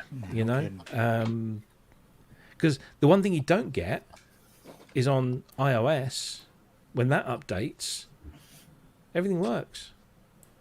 Yeah, it does. Yeah. I've never had an app on an iOS device that after an update to the latest version goes, fuck you, I'm not working. Never. Oh, I have, because it depends on when it was written. But yeah, that's a different story. So. Yeah. But yeah, I mean, if it's an old app, but like, it just doesn't happen. So why can't the manufacturers, I don't know.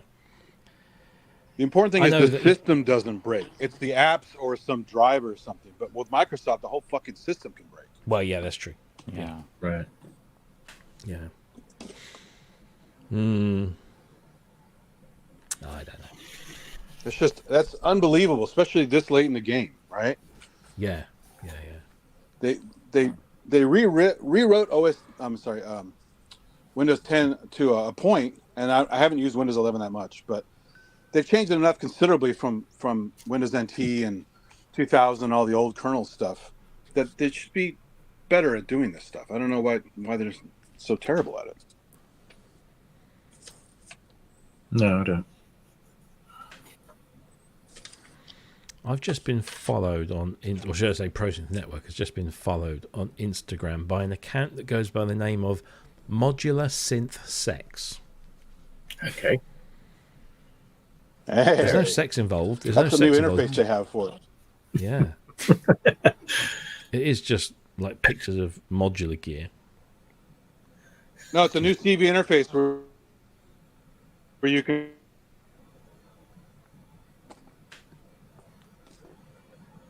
Hello. He's gone again. Did we lose him? Yeah. I mean, Oh, look. The graphic looks like a Range Rover. No, he's gone. He's gone. Do. Yes, there's lots of pictures of modular, which is boring. Yeah.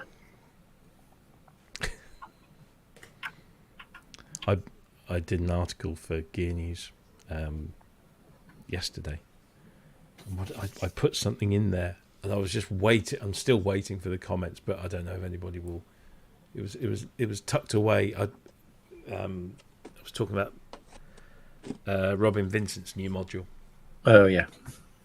The Molten Bypass, which I think sounds like a dodgy ring road around some remote country village. I'm just going to go the Molten Bypass. it's a new coronary bypass routine. There you go. He's back. Yeah, but I put something in the article. That's it, because the Molten Bypass bypasses effects in the modular system. It allows you to bypass effects. Right. And in Robin's blurb, he said, most synthesizers, keyboard synthesizers these days have the ability to bypass their effects just by pressing a button, but that doesn't seem to exist in the modular world. So I kind of paraphrased that and said, yes, those of us who play proper synthesizers are blissfully unaware of this fact that you can't bypass effect, or words to that effect. So I'm still waiting to get jumped on.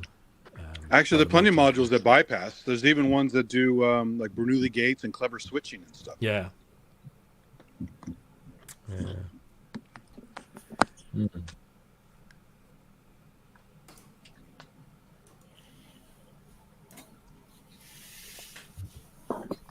In fact, the depth first sequential switch is pretty clever. The Mylar Melodies made a cool video years ago with that, with some other modules, and getting variation in your stuff by using the sequential switch.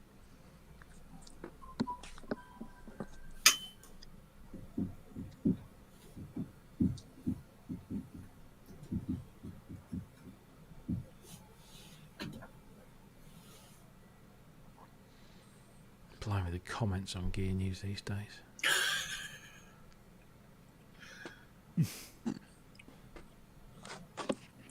Well, they got to be better in political comments. These are Virgin. They're Virgin on the. They're getting there. Oh dear. Yeah, ridiculous. The thing is, there's one guy on there. I say guys, one individual on there, who is clearly not very bright when it comes to spamming comment sections, because he actually in one post he was having an argument with himself under two different names. So, whenever you post a comment, you have to put your name and your email address. Yeah. And he was having this. He was slagging this one persona off, and then that persona was slagging his other persona. It's basically him. And the reason I know it's him because it also logs the IP address. Oh, okay. And it was the exact same IP address. Oh, wow. Hey, look, schizophrenia is the bitch, right?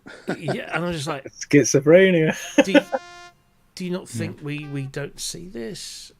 And when I called him out on it, he's like, just goes quiet, and then he starts off on another thing. Yeah. What about your favorite Geno's 2 guy? Did he disappear? I guess. Oh. I've not heard anything since. Let's see. He's a Geno's 2 snowflake. Yeah.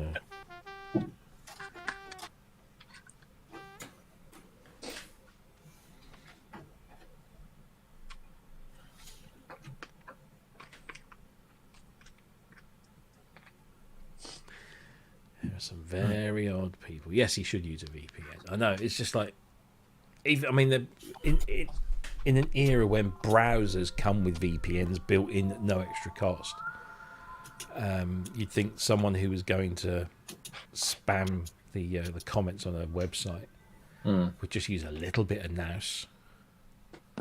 Yeah, you would have thought so. But no. It's almost is like the they same- reply all in the workplace where I realize Yeah. Yeah. Classic, that one, isn't it? The thing is that's not as much fun these days because so many of us now work from home that normally if somebody did a reply to all and we were all in the office, we'd all stand up at our desks and point and go and shame them. But now we're all in our little home offices. It just doesn't have the same effect. No, it doesn't. So Yeah. Let's see.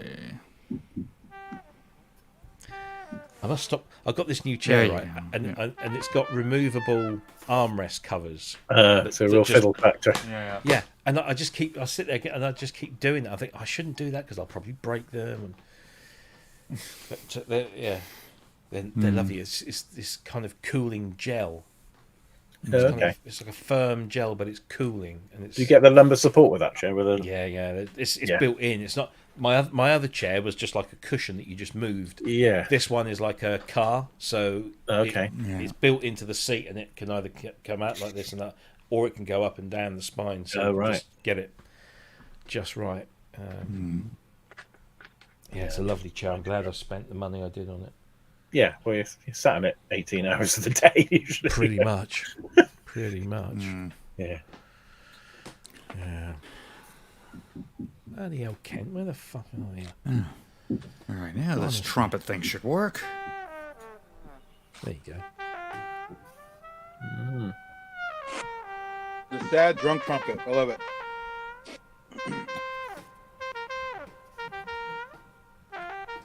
Yeah, proper. That's one thing that the prophecy lacks is a breath control input. Yeah. That's the other thing too. When it does vibrato, it's more like a tremolo, right? So it's just proper. But still, for what was it, 95? Yeah, 94, 95. Yeah. At that price as well, because the Yamaha was considerably more expensive. Oh, the VL was something else, wasn't it? Well, there's also the WSA one that nobody really talks about. It's pretty cool though. Yeah. Yeah. It's interesting, but it's not quite the same. You know, it's kind of Technics one, you mean? Yeah, Yeah. the Technics. Yeah. Yeah, but it's not the same. But even Manny wants to get one because even though it's not his favorite, it does some cool shit that other people do. And the control surface is unreal. I almost bought one. You got these ball controllers and Yeah. Which was very reminiscent of the Yamaha. The SYs. Yeah. But even the VP, I think it was the VP one, had a Didn't that have one? spherical some Yeah, sort it did. I thought it Yeah. did. yeah, but this has three It's a pitch bend and 2 mod wheels and 2 Yeah. ball controllers on Yeah. top of that. Mm-hmm. One's spring loaded and one is a positional. You just put it in place like a joystick. See, I And, almost it's great. bought one because back in the day when you used to get Sound on Sound delivered, in the middle of Sound on Sound was the turnkey catalogue. That's right. Yeah. Little Always had some insert. bargains on the turnkey And catalog. on the front page every month guaranteed, they would have a whole bunch of crazy deals, and they were they'd end of life the WSA one, and they were selling it for 400 and it was less than 500. It's like something 469 or something like that. And I remember looking at this thing thinking that's huge, but it didn't have the internet. So I tried to find out some information. It said it was physical modelling, and I sort of looked at it and I was like, oh, that's a lot of money. You know, it certainly was back then for me. And should I? And then what stopped me was pure snobbery. Yeah, I think the fact that it was the Technics. Yeah. Technics. Home keyboard, home organ. Exactly. I'd grown up, with friends whose parents owned Technics home organs, and I thought it's like buying it almost had the Casio thing about it, where you didn't want to buy a Casio synthesizer because it was cheap and it probably wasn't. I mean, of course, that was mostly incorrect. You can say something about Gem though, and Gem was amazing. The S2R with polyphonic aftertouch and shit. Oh gosh, yeah. Yeah. Their Pro Mega 3 piano was just like amazing. Yeah. Well, Technics pianos are good. Well, Crystallo used the PX1, didn't he? On the that was a fantastic machine. Yeah. And that's what stopped me from buying it. And I've kicked myself ever It's since. snobbery, isn't it? Yeah, you're right. Because now people sort of know what they're worth, and although you can probably still pick up a used one for around that sort of £400-500 mark, they don't come up that often. No, people because there aren't a huge amount out there. That's right. But because it's not I say tradition. It's not proper physical modelling like the VLs and the Prophecies. It uses samples, doesn't it? Yeah. Somewhere in the mix. It's a weird hybrid of stuff, but it's still whacked out. You can do crazy. Oh yeah. Whoa. And that's really the point. You don't just want to get a physical modeling just to imitate stuff. You want to go crazy. Oh yeah, exactly. Yeah. Buggy, what are you doing? Spinning. So there's a WSA1 keyboard on eBay. He's got an itch, not a Klingon. They want $1,200 for it. 1,200. Wait. Wow. And then there's a WSA1R rack mount. They want $1,900 for it. They've gone up. Yeah, those are more rare. I got one of those for $50.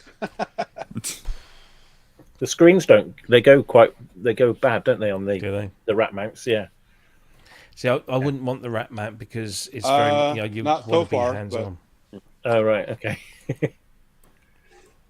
I think it's too much of a hands-on thing. Yeah, the rack mount, you're missing some of the controls. They kept some of the weird controls on the rack, but obviously the all the extra pit mod. Yeah. He's dropping and gone again. So Reverb's got one for There you go. 600 900, keyboards, 300 rack mounts. Oh, okay. Not a lot. Reverb's got one for $900. Another one for $1,500, and another one for $2,500. No, I'll wait until the bargain comes up and then I might pull the trigger. But Oh, I gotta show you this. Wait a minute. See, boom. I love this caption. Not.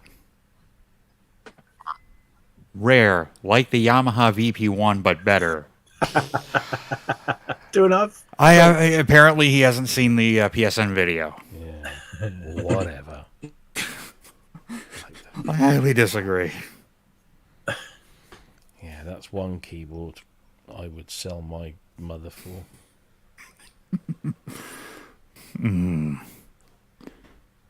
However, you saw what a pain in the ass is to edit it. Oh my god, that Mac program he had. Don't care. Oh, I know. It's just, but Okay. even Mandy was struggling with it, and he knows that shit. Yeah. So. Oh, yeah, exactly. Yeah. No, well, if I had enough money to buy a VP1, I'd have enough money to fly Manny over and have him as my resident VP1. Yeah. Program it, monkey. Yeah.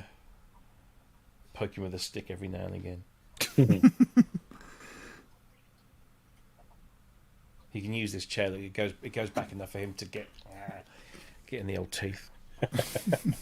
Nah, it's one of those things that I mean, I just want to play one. I've never been in the same room as one. That's right, yeah. But then it doesn't bother me too much because like 99.9% of the planet hasn't been in the same room as one of them. Because I think the numbers range between 9 and 13 ever made. Yeah. Which is just mental. Now, Keith says only 600 WAC ones made and only 300 rack mounts. So, yeah, those are pretty rare then. pretty rare. Low numbers. Yeah. Yeah, I was gonna Freeze up? Yep, you did. He's gonna Talk what? like a Dalek. Gonna what? He's just gone again. Andy, I don't know if you can hear us, Andy, but you say about 3 or 4 words and then you've gone. He sounds like Norman Collier, doesn't he? I do that on purpose. So. Yeah. Is it better now? Well, yeah, we heard that. For now. Yeah. Probably have to go outside. Yeah, that will help a little bit. These fucking providers, I tell you, man, it's just unbelievable. Is this a wired connect? Is this like a landline connection?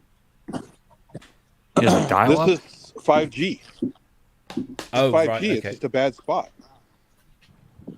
And my Wi-Fi's down because motherfucking Xfinity can't get their shit together. Of course, yeah. You said. What else is new there?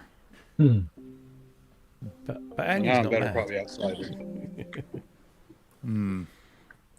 Yeah.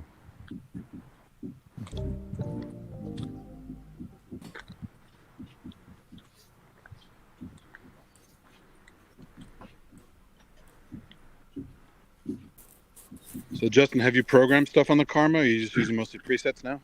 I'm mostly using presets. I'm doing a little bit of tweaking, like with some of the pad sounds, but I don't play out with it as much as I used to.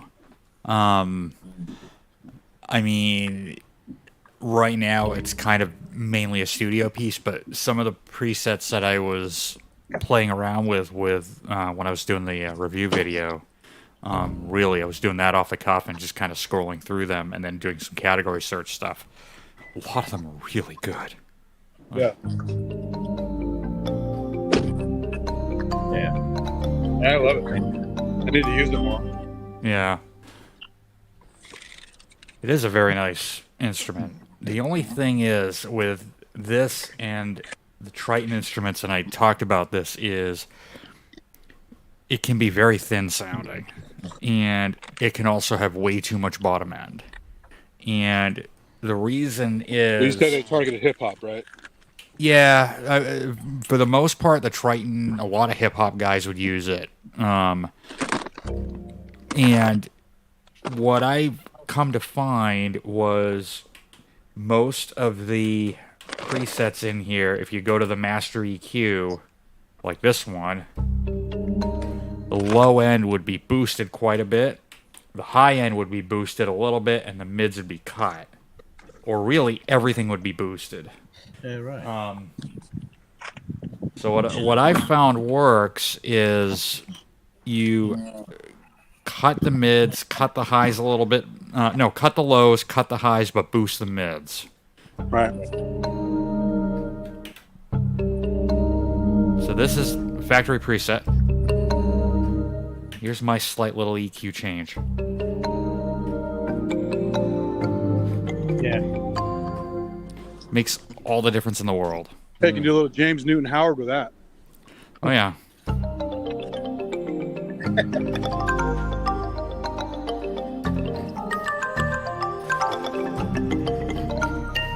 Or Very Rudis. much of its time, isn't it? Yeah, Yeah, pretty much. very much so. But you got the full Triton engine in there, though, haven't you? Yeah.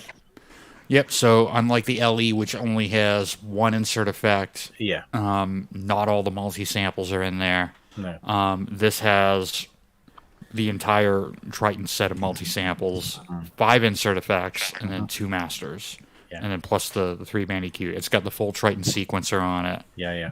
and then it's got the Karma engine, like I said, which I don't really use much. I mean, if I No, popped it on this yeah. preset here,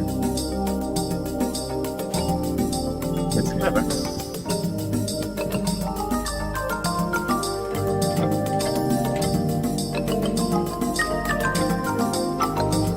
and then it's got the 4 chord triggers on here too. And only reason I would ever use those live is I need my right hand to play something, but I want to play a chord on here that requires Right. 2 hands to play.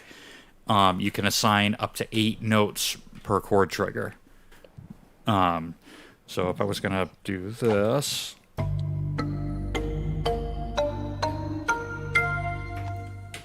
put that on pad 1. So it's pretty easy to set up. You just press the assign button, hold down one note, and then play the rest of them. And then press your pad. So really, I could do something like this. 1, and then... I think chord memory on the D50 is kind of like that too, if I remember correctly. Yeah. Put that on 2. Let's see. I'm probably getting these chords wrong. Robbie would certainly know.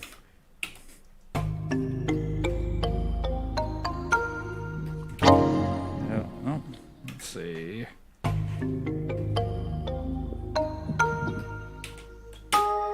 Yeah. Let's see, that's...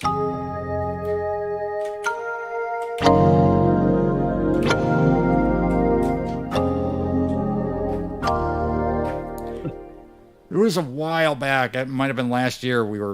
You were playing those 4 chords, and we were trying to figure out what they were. Oh, yeah. I can't remember the song now. Slave to the rhythm. Slave to the rhythm. Okay. Yeah. Yeah. Of course, the M3, you have more pads to choose from. That's Yeah, the what M3 you have 8, and they're Yeah, that's right. nice big rubber pads Yeah, too, yeah. which really hit, and they're velocity sensitive as well. velocity. I don't think they were pressure. I think they were just velocity. No, you get but, loud. Yeah, that's right. but it was certainly easier to program because it had the touch screen. Yeah. The thing is, after a few years, the touch screen would fail. Yeah, I've been lucky because the Trinity's still working as well, I've had that since '91. Well, the Trinity's got a different. Yeah, I suppose. Yeah, the M3 has got a completely different screen though, and I think Right. it's the digitizer that fails. 'Cause Yeah, I I've have the TR rack. I think is the TR rack the same as the Trinity engine, right? Yep. Right. Yeah. It's yeah, got two. It's got 2 more banks on it. Yeah. Yeah.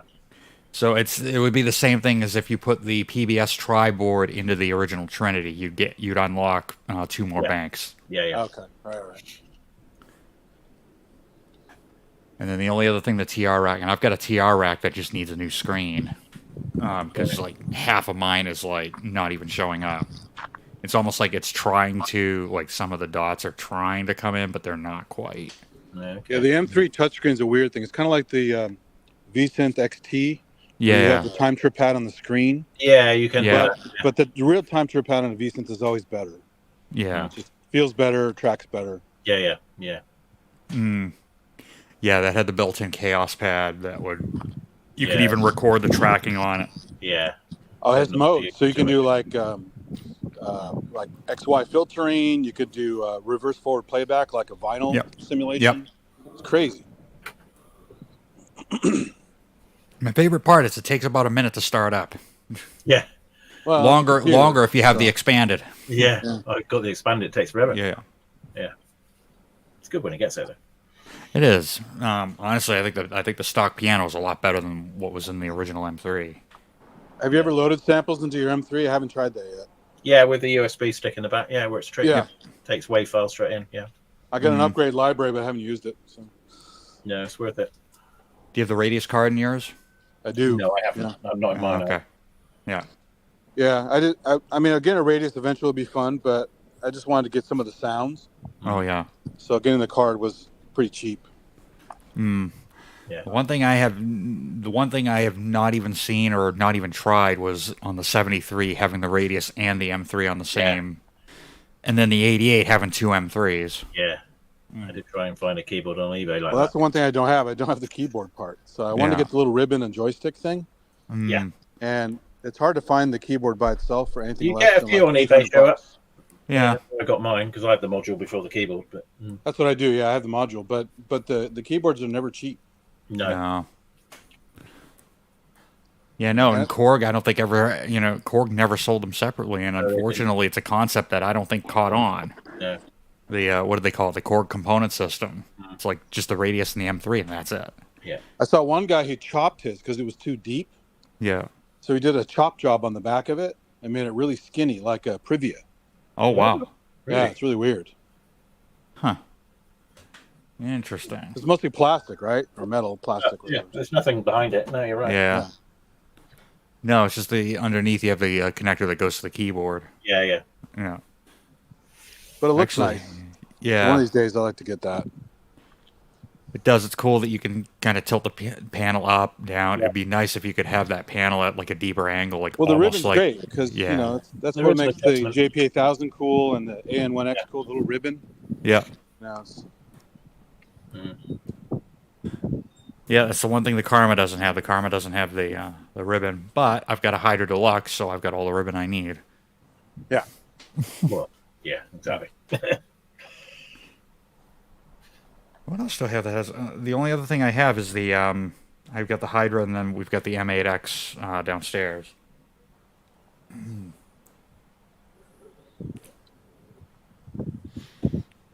Prometheus Also, if you can find it, asking, get a Kurzweil expression made, add a ribbon to anything. Oh yeah. Prometheus asking in the chat, apart from rolling racks, since are there any others that are good for cinematic stroke ambient pads? Right here. Where Yeah, but that's not a rack, is it? No, you want It's wrap. not. You can get the rack. Right. The TR rack is good. The Trinity Yeah. rack. TR rack's good. Motif racks. Yep. Motif. Yeah. Korg M1 rack. Yeah. Korg M1. Yamaha TGs. O3RW. I love the O3RW. That's got some serious. Or, kit. yeah, the D- TG500s. And D550 is cool. Yeah. Yeah. Yeah. Yeah. So The 01W rack is amazing. Yeah, 01 RW. Yeah. Yeah. But this guy comes in a rack as the S4, and then you can also get the QSR, and those you can get for like under $200.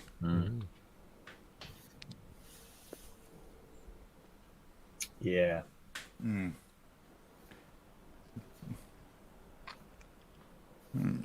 Did they make a rack mount JX8P? Was that one of the MKSs? Well, it's not really. It's people call it that, right? But it's not really supposed to be equivalent. Yeah, I no. remember. No, it's not, is it? I forget what that was. What was the rack mount JX10? MKS80? Yeah. Well, that's a Jupiter 8. MK. Yeah, but it's not really Jupiter 8, though. Not It's- really Yeah. Jupiter, right? No, is it? Yeah. No.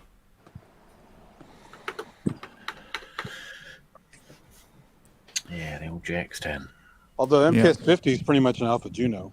Yeah. Yeah. It's kind of weird that they couldn't do the same with the 80. Yeah, no.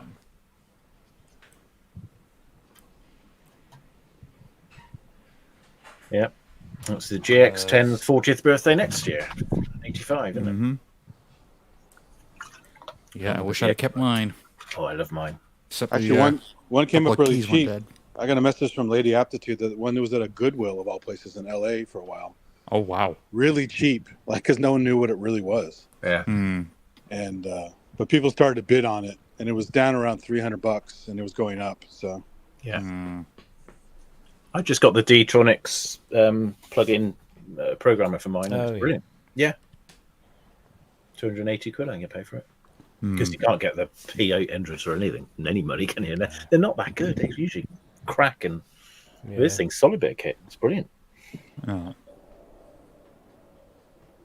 Yeah. Roland's last true analog Wow. synth. Well, that's what- Lyle Mays used one for years. Yeah.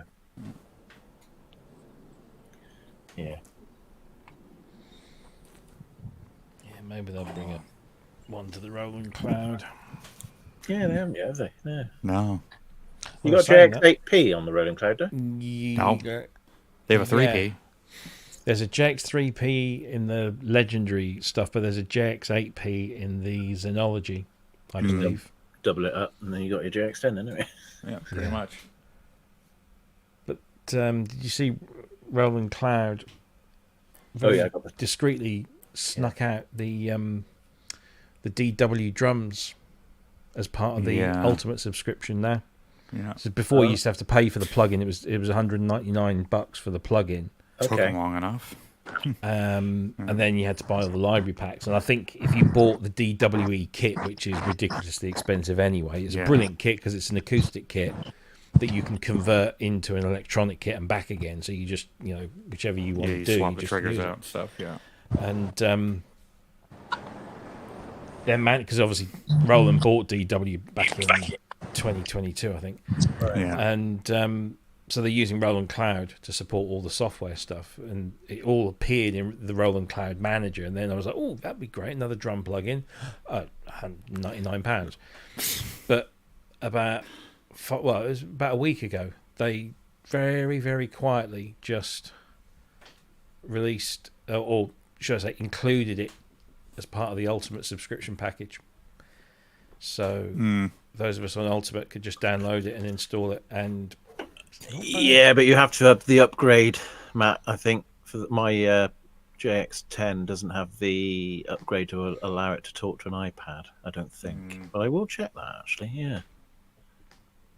Good point. Yeah, I've got that IPG 300 because I was looking at buying Dom's JX3P, which I think is still available. It's still around, yeah. Yeah, I saw that was still there. I'm still not 100%.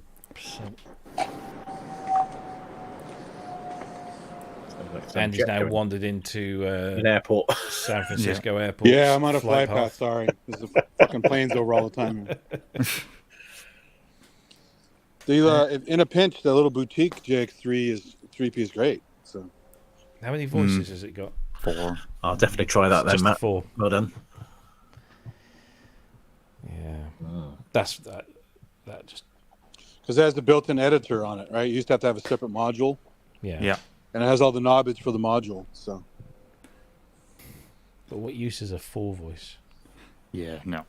Well, like when I got real menus 8 and greater. When I got the Jupiter 8 one, and it says on the box, it says on the side of the packaging, Jupiter 8 was this amazing 8-voice analog polyphonic synthesizer, and you get this fucking thing out, and you put it down, and it's 4 voice. Yeah. And then they have the nerve. They have the nerve to say in the instructions. They have the nerve to say that it's one of those damn great paper things that folds up into and that's it. And there's something in there, I can't remember exactly how it says, but it says something along the lines of, for the full Jupiter 8 experience, why not daisy chain 2 of these together? What, buy another one? I've just bought this.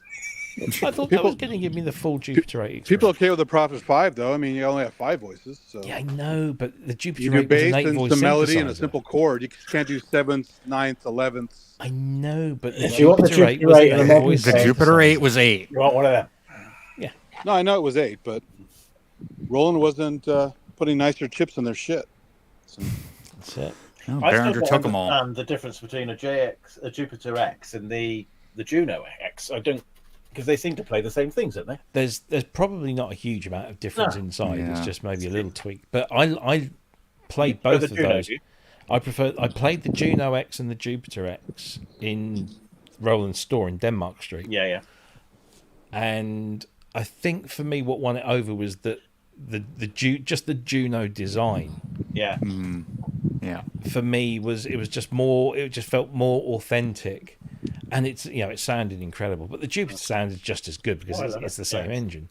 On the System 8 with the plug outs, it's great. You get the full polyphony, you get control surface. It's wonderful. Yeah. Only 4 octaves though. Yeah. Yeah, and it's not aftertouch, but hey, what do you want? Yeah. So. Aftertouch is what we want. Wow. I know, but They haven't figured it out It's an Ira product. Ira stuff didn't have any bells and whistles on it. That's true. Right. No, yeah. If I had to, make a choice, I'd probably go for the Juno. I would too. Slightly cheaper anyway, isn't it? This thing's built like a tank. Weighs a ton. Yeah, I played one at 3-Wave Music when I was there. Just briefly touched it and really did like it.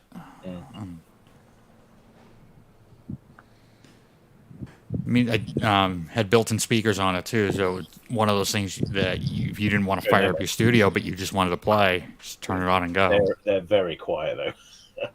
Well, I think if you're by yourself and you just kind of want to play along and you want to practice, then that's fine, because the ones on the CK88 are kind of quiet. I mean, they work in a classroom, because I help teach music here at the school.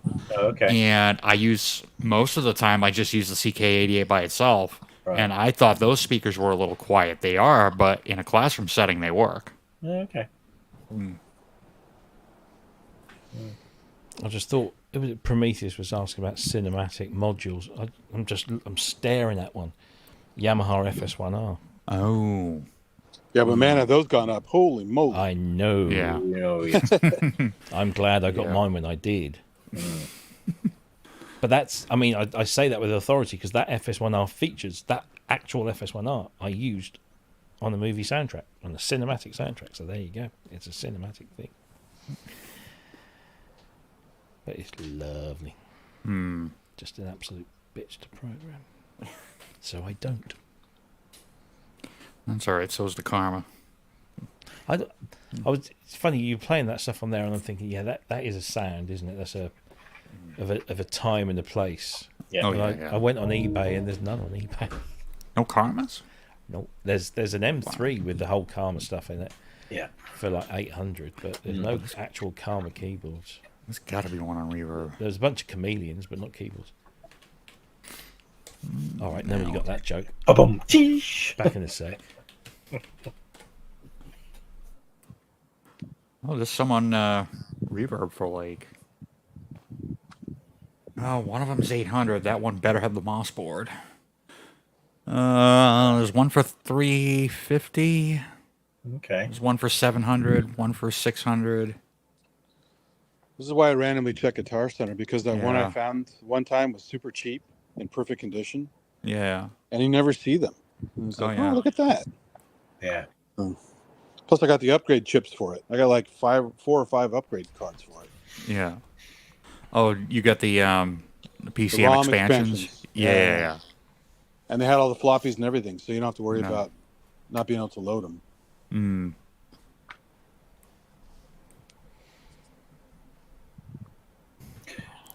Yeah, the Yeah, 05RW is good. Yeah. Yeah. Not as good as the 01, though. The 01, Yeah, no. Yeah, if you want that. The 05RW is pretty much the X3, or the X3 is the 05R with the sequencer.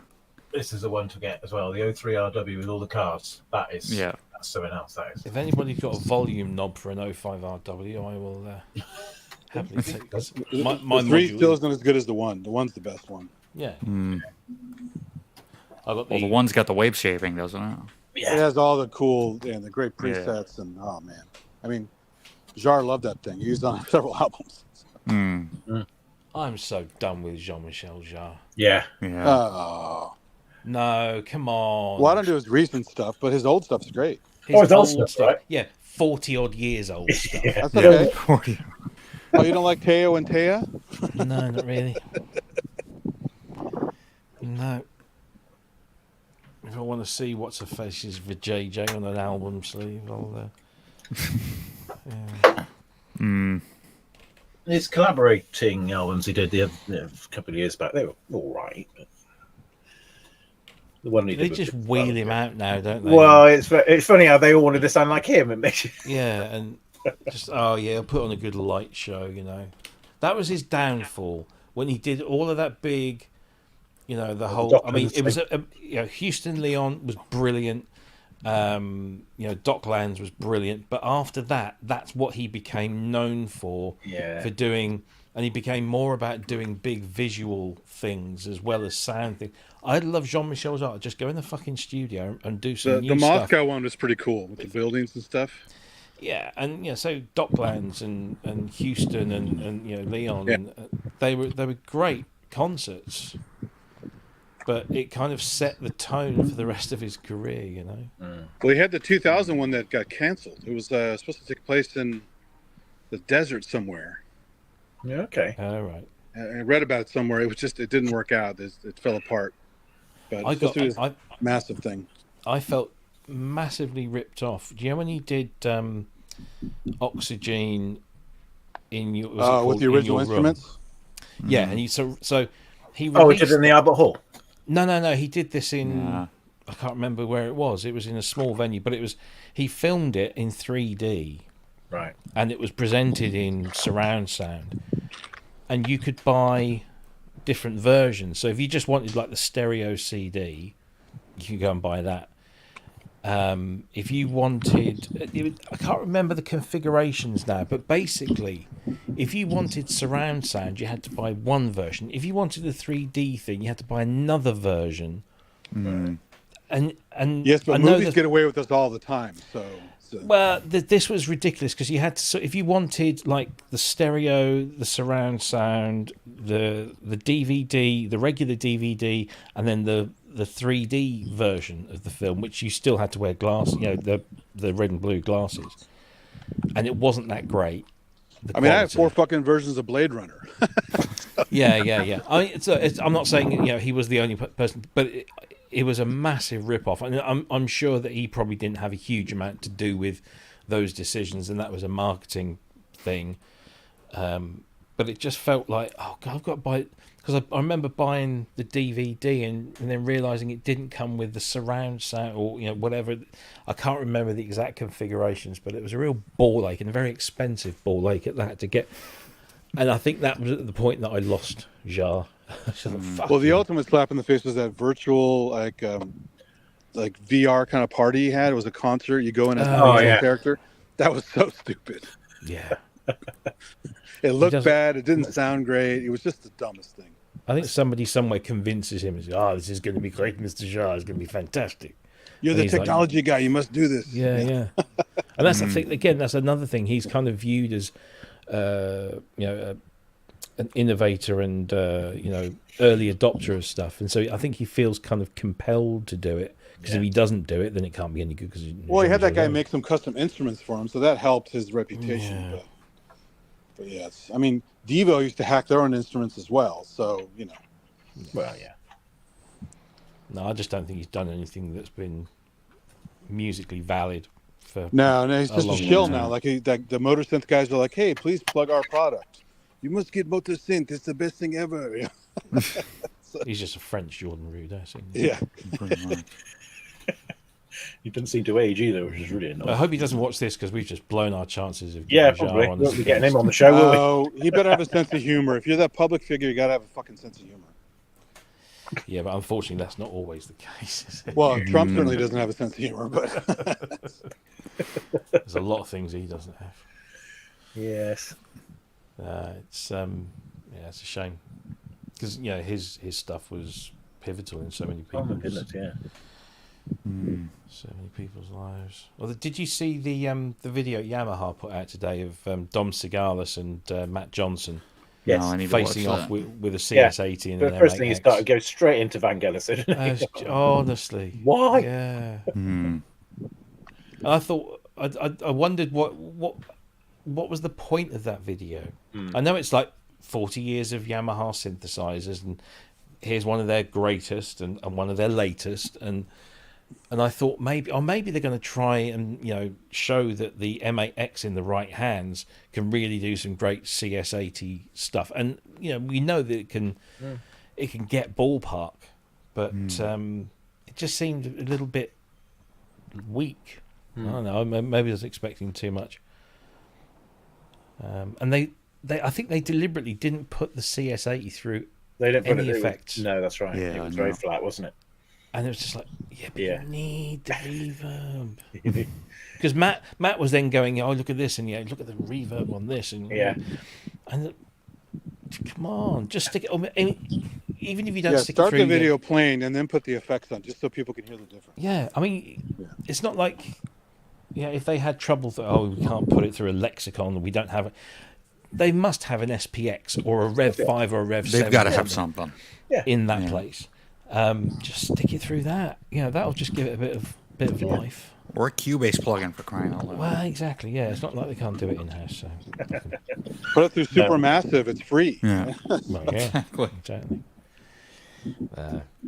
I was a little bit underwhelmed by that, which was I a was. shame. But I did send it to Kent and say, what do you think? But I think you must have fallen asleep. Is this a video from yesterday? When did it come out? It came out this afternoon. Yeah, I saw okay. Or this morning, your time. So I'll check it out. I'm going to see if I'm trying to. God, I've got a friend. You know this whole Rafa Saez thing that's been going on. Oh for a boy, while? he still Do you know says Rafa?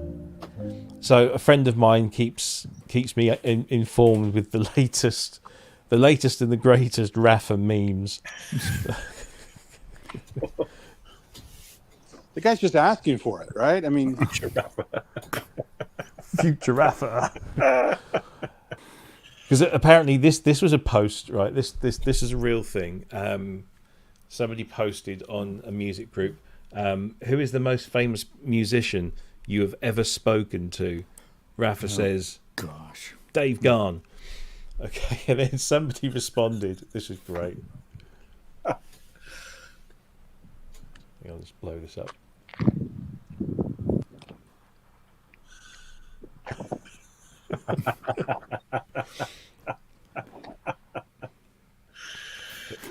He gets absolutely well. I mean, he deserves. well, the problem with Rafa is he claimed he did all this stuff to get his own music out there. But if you go to his Instagram, never it's puts all any- little demos and no real music. Yeah. He's just doing synth demos. And So where's the fucking music he's trying to promote? exactly, he doesn't make it. Yeah, And so that was all a big lie. Is he the guy that was posing in front of other people's gear? Yeah. Because they got He- Fairlight at one point, didn't he posted a picture of one of my Fairlights, passing it off as his own. He said something like, look what I've just got in my studio. I think that's my Fairlight in my room. So, and I've said this before, but I'll say it again.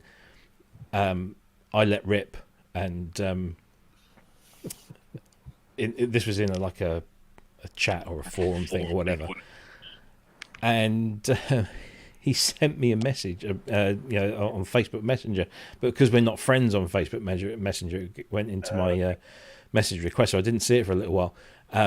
And this is another mark of the man. He has multiple accounts, and they're all Like 5 slightly or 6 different. at least. Yeah, Yeah. so there'll be Rafa, then there'll be Raphael. Raphael, yeah. Yeah, but because this account has been deleted now, okay. But this I guarantee this was from him, because it says at the end, sincerely Rafa. He says, "Hi Rob, I apologise for my past behaviour, and I am now ready to make amends by coming on as a guest on the Pro Synth Network show. Oh yeah. Let me know when is convenient for you. So you're going to make up by inviting yourself onto a show where fuck off." He wants to show more pictures of himself in front of gear. Innit? Oh, honestly. And it's not just the pictures of him with the gear, it's the face. Yeah, It's always this, like a stone face, right? yeah, it's weird. And sometimes you'll hold up a record and it's just him and weird. Yeah. But I have seen him put up a couple little synth noodles or demos or whatever, but nothing's music. It's all just pictures or little demos. I've watched a few of those, and his fingers aren't playing in time with the notes. Now, I don't know whether that's just bad synchronization. I don't remember that. I don't know whether it's bad synchronization. That's even better. Yeah. Necessarily in the right order. His pantomime is off. There's a bunch of videos and pictures of him with a PS3200, I think it is. But I don't even think that's his. I think I did learn somewhere that he's friends with a guy who sells vintage gear, and that's it. He made this this story up about how he visited some place in Strasbourg and went into the cellar and found this cool PS3200. I'm not saying, I mean, that's possible, but it's highly unlikely. But possible. He's just full of shit. He's just absolutely full Yeah, of it's shit. basically it's like stolen valor, right? Yeah. No, Kent's not awake. That's me posting as Kent because I'm in. Yeah, I'm posting the link in the chat because Kent has. He's pinned it. Well, So he is around then. Because I didn't pin it. Okay, there you go. So Kent must be around somewhere because he's pinned that message at the top of the chat. He's busy responding to Rafa about some stuff. Yeah. Yeah. Right, I'm going to call it a night, gentlemen. Sorry? I'm going to call it a night. Okay. So I'll see you all soon, no doubt. Yes, indeed. Yep. Cheerio. Do you like that? Cheerio. All right, if he pops on and half a CS80 is missing, we know what happened. Yeah.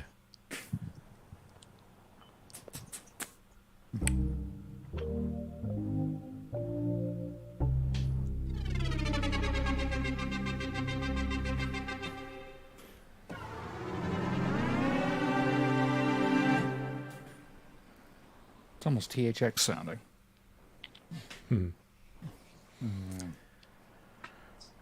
Yes.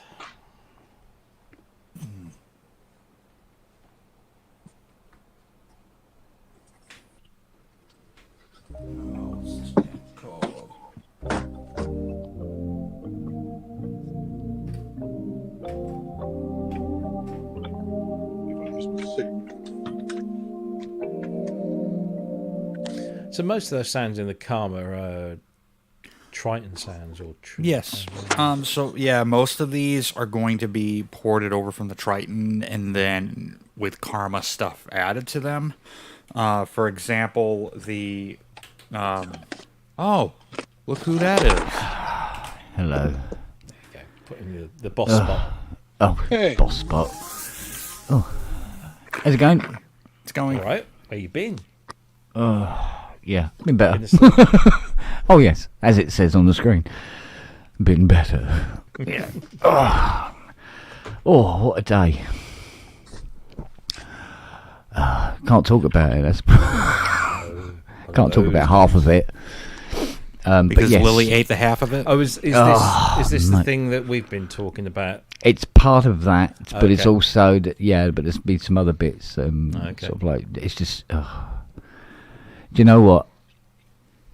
Round about 3:00 today, I actually turned to Fiona and I said, "Do you know what? I'm kind of glad I don't live in America because there might have been like a hand pistol in the drawer and I could just use it on myself and get it over and done with."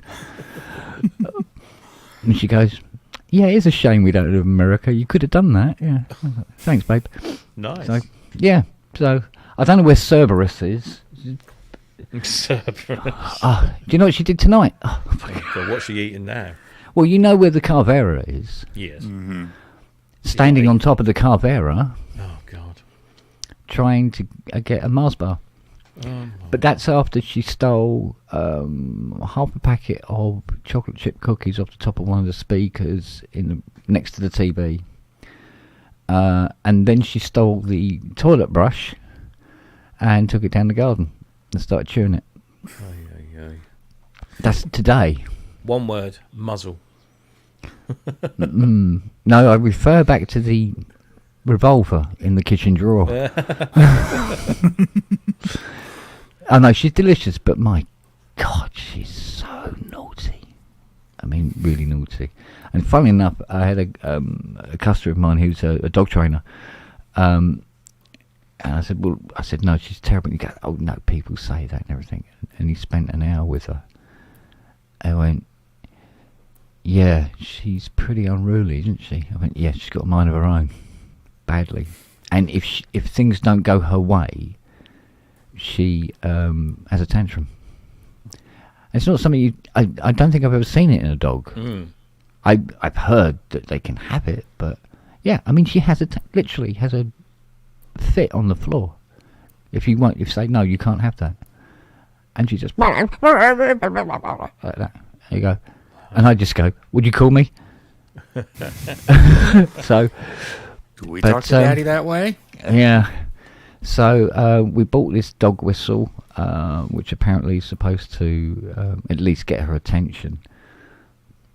and that appears to be working. And we're trying out some different techniques and some training techniques as well. But she has destroyed so many different things in this house. It's just unbelievable. Push a button, and then the doggy goes, what? Yeah, that kind of thing. We needed, because what Fiona did, this trainer, Carl, his name is, fucking brilliant bloke, but he said, he goes, oh, you've got these dog intelligence puzzles. I went, yeah. Fiona just wanted to see just how smart she was. And he goes, oh, no, you don't do that. He goes, you've made her very, very, very smart, haven't you? I go, yeah. Apparently we have, because she knows how to work. There's this bin that Fiona puts the tea bags in, and it's a push-down lid, and it releases it, and you put the tea bags in. Boom, boom. She's figured out that she goes, and it opens it, and she steals the tea bags, the used tea bags out of it, and chews them on the settee. But she only eats the paper and leaves the tea all over the settee. Oh, jeez. So, Yeah, you shot the doggy equivalent sorry? He's dropping in and out. of a Rocky. Is it? Yeah, he's got Ian's old better internet now? connection. Try that again, Andy. How about now? Is that better? I said Yeah, there you you go. shot the dog equivalent of the Rocky training montage. Yeah, that's what it needs. Oh, yellow. I want to do an old yellow on her. Take her out the back, couple of little tears, and then have it all over and done with. No, she's delicious. She's really smart. She's quite cuddly, but by God, you almost see on Noah's face in the mornings. She gets up and you literally see Noah on the settee go, oh, fuck, here we go. Because she will not leave him alone. She just wants to play with him all day. And he's an old dog. And you can see in his face going, oh, please, fuck off. So I have to try and shield him from her, mate. So... Oh, I'll tell you something happened the weekend that I thought was quite interesting. We got an email from a chappie. Fiona's reading it out to me. And she goes, oh, just had an email come in. I went, yeah. She goes, 110F. Tesco. I go, oh, yeah, what's wrong with it? She goes, no, you've got one. I went, Oh, you've told me, yeah. yeah. But he got more and more interested. I'm going, there is no Tesco 110F here. But this guy, he said, no, there's a Tesco one there. Okay. Do you know where that was in the garage? Right at the back. Right at the back. Yeah. But what was interesting is what was next to it. And I've got... 240. Was it 240? No, there's two SX400s out there. That's it. Right? But next to this 110, which was right at the back, there was this, like a cloth, like a blankety thing, sort of like. And I pulled it away, and there's a complete CS60. And I managed to wedge it open and everything like that, and yeah, all the boards are in it. I'm going, where's that come from? I can't heard it. CS Fairy's been again. Yeah. So I'm going, that can't be right. That can't be right. So I don't know. And I seem to have one more Prophet 5 than I had before. Mate, I don't know. Put the cats to bed. Hang on. We tucked them in and read them a little story. Pretty much. Yeah.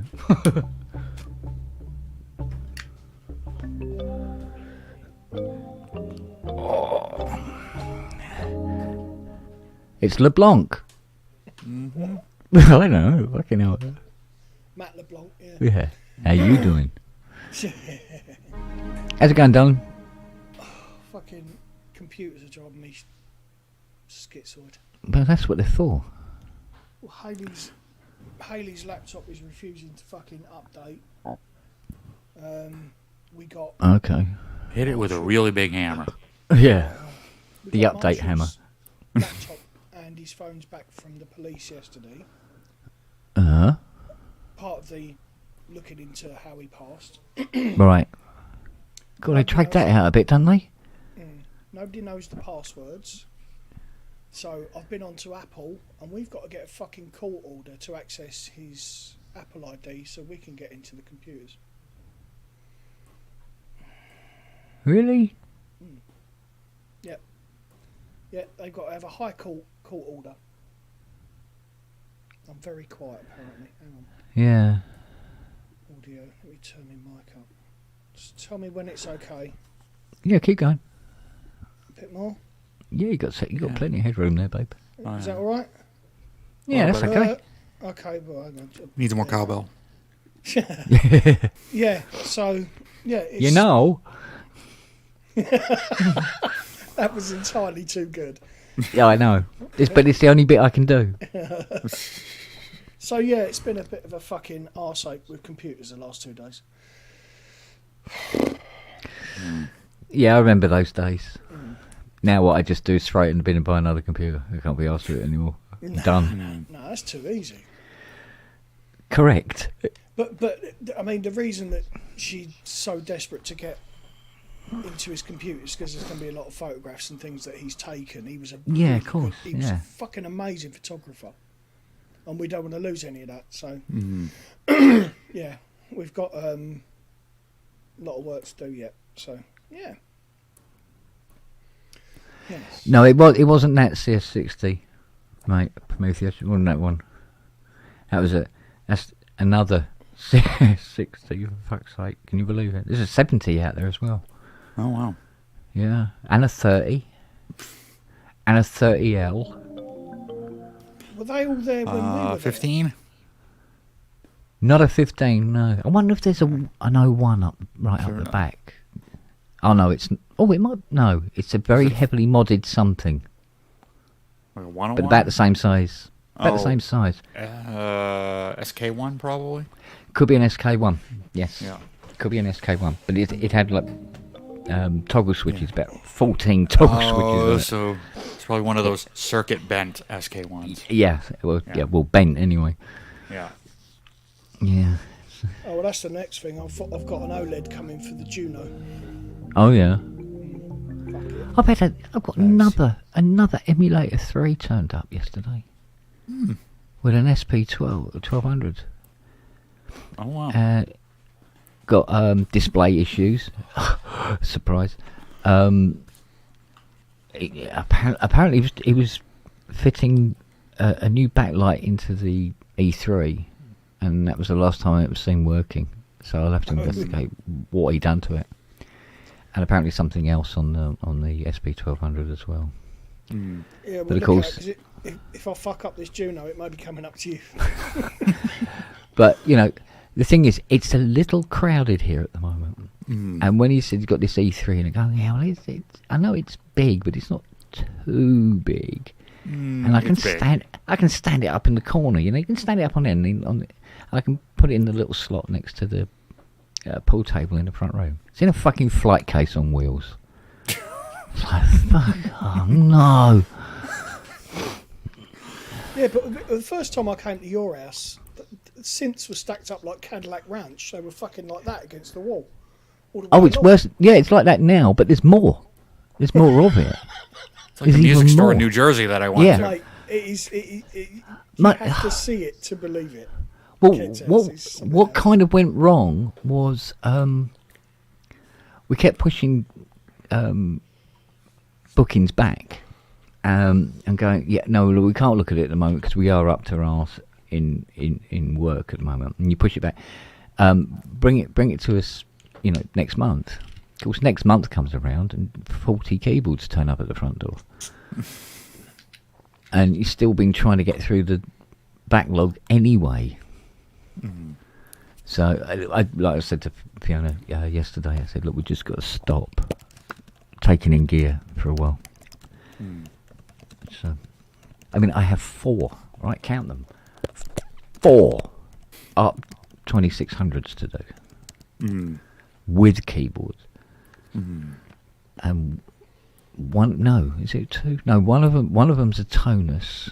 2 G clefs and a Mark III Black and Orange. And the tonus needs so much done to it. Do you want us to feel sorry for you? Is that what it is? Yeah, feel fucking sorry for me. No. Now, what have I got coming in? A 3C. I go, where the fuck am I putting a 3C? Get your fucking sympathy from somewhere else. Ugh. I need to start a Facebook group. Feel sorry for me.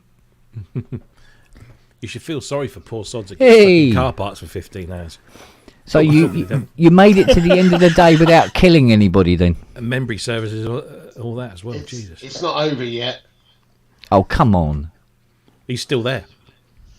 That's just like a fake background. He's still in his BM. The other thing is sorted out now, isn't it? Though? Yeah, it's a green screen. Which other thing? You know, the other thing. Oh, the one that I've got in my hall. Other thing. Yeah. What a you wanna see fucking the palaver ones? that. What a fucking palaver that was. Simple transaction, for fuck's sake. Simple transaction that, just what was it we said? No good deed goes unpunished. Yeah. Fuck Oh, me. come on, you've got to explain now. Fucking Can't. This is all. we can't. This is all under NDA. We can't talk about this until Right. until okay. when? Well, for a November. while, yeah. Yeah, For a for a while, few weeks. For a while, yeah. For a while, yeah. Yeah. Fuck it. You could write a book on this one. Oh, this month you could write a book on. Yeah. This month, yeah, and people would say, "Is your name Robbie?" Yeah, they would. I really don't know what's gone wrong. Something happened somewhere. Something in the universe is broken. Yeah, a god has been angered, or something has gone on because, like, even a simple job today. I decided I would do a simple job today because my head cannot cope with it, and I picked the Jupiter 6 that came in that had one voice not working. No, I beg your pardon. One VCO in one voice not working. Right?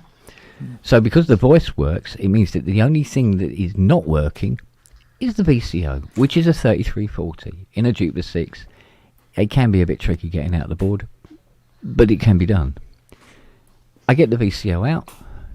I put the new VCO in. Doesn't work. Alright. I spent all day trying to get it to work. Then I get it to work because it decided, for some reason, that it couldn't auto-tune it. So I got it auto-tune it, got it working, gone to voice VCOB. It's not fucking working now, but it did this morning. So the other VCO went as well. So then I had to remove that one. Okay. Did I tell you about my keys? Go on. So I had to leave the house at a certain point to go and pick up my car, Yes. and I was waiting for something to be delivered, and it had been a little late, as we know. So then I went to go out the door, and I was trying to open the door for this delivery first, and I'm going, where the fuck are my keys? The fuck are my keys? And I've looked every fucking where. I've been down the back of the sofa. I've emptied out all of my camera bags, my coats. I've been under every surface, on top of everything, trying to find my fucking keys. And I thought, I know they're in the car still, because my car broke down, so they'll be in my car. So eventually, I just get to this point where I'm thinking, I can't wait for this delivery. It's not going to be here for another hour. That's what they said. My neighbour said, I'll give you a lift down to pick up your car. So I thought, I better go and do it. So then I couldn't find my keys, so I had to spend an age finding odd keys to lock different doors, lock the place up, which took forever. Got in my neighbour's car, got down to the garage, Yeah. and as soon as we stopped outside the garage, I got a phone call from the courier saying, where are you? And my house keys weren't there. So I got home cursing and shouting, and I did what I needed to do, and I've had a whole bunch of other stuff happen. Then my wife came home and said, "Everything all right?" I went, "Everything's fine." Do you know what? But hang on, but I can't find my house key. She went, "Oh, I'll find them. Don't worry, you'll have put them somewhere stupid." And 20 minutes later, she came in holding them. I said, "Here you go." I said, "Where did I put them?" She said, I, I, I put them in my bag. Oh dear. But, yeah. Where in the garden is she buried? Well, under the pond at the moment, but, that could change. Well, the thing is, I couldn't get to sleep Go on. I couldn't get to sleep last night for love nor money. I tried everything, trust me. But I did manage to slip off about 4:30. Okay? But the alarm still went off at 7:05, specifically so I could make a phone call to get the address changed so it went For to the your delivery place. about which That we're didn't talking. fucking happen until the afternoon anyway. Yeah, and it cost you a lot of money to get it for a specific time that I absolutely couldn't make at the place. Which Mate, it was 200 quid to throw it over the fucking fence. I know. Essentially. Did you get it back? Did you get the money back from them? No. Oh, bunch of cunts, really. Company policy. AA, absolute arseholes. Absolute. I mean, here's the thing. The AA, every single person that I met and dealt with was a gem. But fuck me, they couldn't organise a piss up in their own trousers, let alone in a brewery. Couldn't hit a donkey's ass with a banjo. Couldn't organise a fuck up in a brothel. Yeah. Welcome to the Pissed Off channel. Yeah, this has been one of the worst months. Fucking heck. But it's been good as well, because I managed to do some editing, because I wasn't doing that other thing. I'm doing it tomorrow. I managed to get a whole bunch of edits out of the way, get them put through, so the clients now, well, we'll find out if they're happy or not, but I think they will be. And I've managed to sort of mitigate everything else. So sometimes when you're under a lot of stress and pressure because you've got everything dropping at once, you kind of have to find a way through it, and it kind of works itself out, and that's kind of so far what's happening. So, well, I'm finding that it's, just a few random murders in the park is getting me through it. Really, more than anything else. Oh, was it you I saw in it? I thought, did I murder you or did you murder me? I can't. Oh. No, I'm doing you next week. Oh, right. Yeah, that's not murder though, is it? In the garage with the exhaust pipe. I don't know. How you look It's pretty violent. With the Lego brick. Range Rover as a backup. Yeah. I'm a proctologist. Do you think shall I examine him? Matt, you know I've registered Victorian Lego figure as a YouTube channel. I have, yes. I'm one of your subscribers. I pissed myself laughing when I saw that fucking lily moon. Yeah. Oh, what, the pause one? Yeah. Yeah, she bit right through the cable there, and then right through the cable down there somewhere, and these were destroyed, gone, right? I go, oh yeah, you can buy them separate. Yeah, cool. I can just put it all back together. So the cable, £9. The muffy bits, 52. Hey, I can beat that. So when I was in my car in Membry Services, and I reached up to polish my glasses so I could read my phone. Yeah, it was your glasses you were polishing, wasn't it? Yeah. I've been to memory Where services. are we? Well, there you go. I don't know if you can see it, but Oh shit! How'd you do that? this side is got the thing on titanium glasses. These are the most expensive glasses you can buy. They really are. Yeah. And that snapped off. So I've now got. So now I've got to go into the opticians tomorrow and spend 2 hours to try and get these fixed. It's not going to happen. I'm going to have to get 2 new pairs of glasses. Yep. And this month has cost me more than I can possibly tell you. And it's at a time when I really, really, really don't need to be spending any money. Can I make a recommendation for you? Yeah. You know my lovely 600 quid glasses that Nelly ate literally the next day. Yeah. Right. I got these, and they were these about 150 quid, sweetheart? Something like that. Yeah. Off a website. Gave them the prescription. They built them. Yeah, What? that's great. Except I need special lenses. Hi, Fleabag. Hi, Fleabag. I need special lenses, and they're optically correct for video editing and photography and Able to all find that it again? stuff. Well, record it. Can't. You can. Fifi. Do you know what the address is? Yes, I might. Oh, there. What? What address? GL what? For the film. Oh, USA Mass. No, I mean, can you take the address, copy it, and paste it and send it to Robbie? Okay. What? Send what to me? She's You can do that. It's on your YouTube. Oh, I don't know where it is. You can do that, darling. She found you a film on A YouTube. film. A film. It's film. A flim. A film. A flim. Yeah. Apparently it's Go on. what? Don't tell everyone. It's on YouTube. They might watch it, and then I can't watch it because you can only one person only can watch it. Oh, fuck off. Yeah, I've been. Only reading one it in- person can watch it at a time. I've been You really reading- don't know how the internet works. I've been reading it in the. Oh, the views are gonna go great. Yeah. Yeah, apparently it's Deadpool 3. She's found on YouTube. Somebody's upped it. Oh no, I'm not interested in watching that yet. Nah. I tell you what I did find on YouTube the other day was that Simple Minds documentary. Oh, yeah. Really? Recently came out. And I wouldn't bother. And Oh. I didn't think I should bother, but I thought, well, it's on YouTube, so I might as well, because it's not going to cost me anything. They barely mention Mick McNeil. Really? There's like 2 or 3 little references to him, but it's all about fucking Charlie and Jim. Okay, so we see how that camp is set out then. Yeah. Right, okay.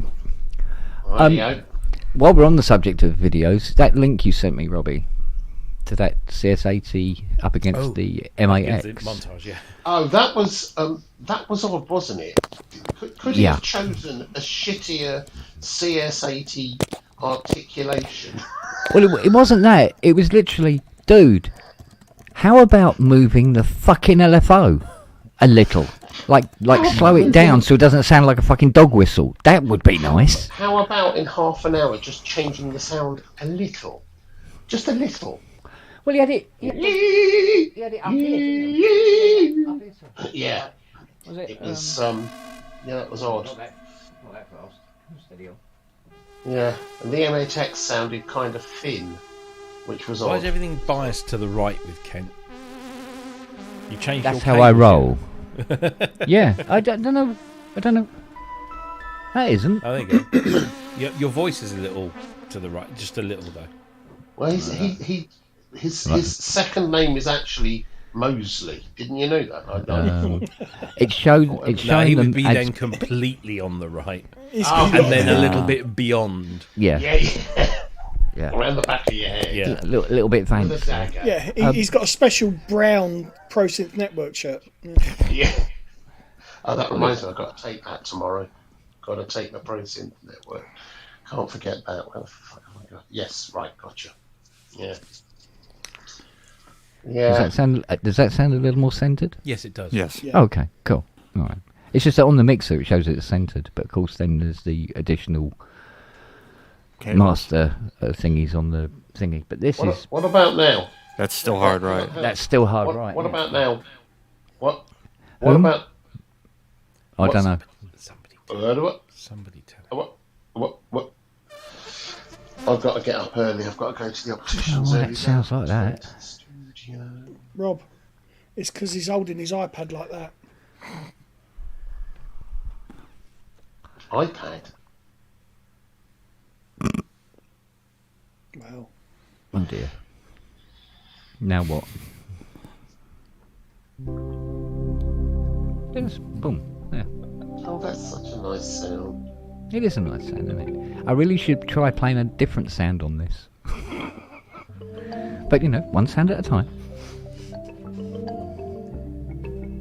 And a decade's not long enough to explore it, is it, really?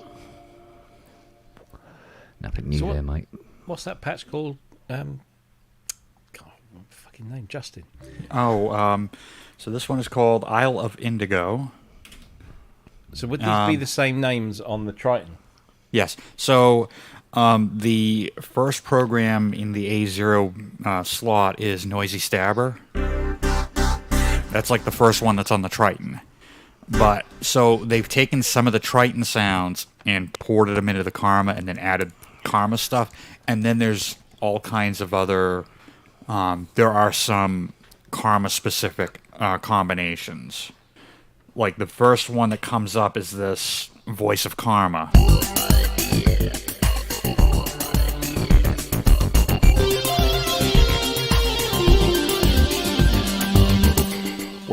So they've got some stuff that's specific to Karma, and then they've ported some of the Triton sounds over.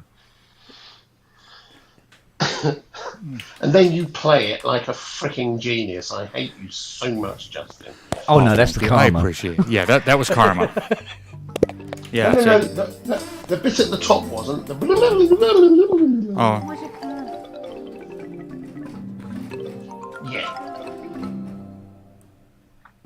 it's all right. Just 30 years of practice, that's all.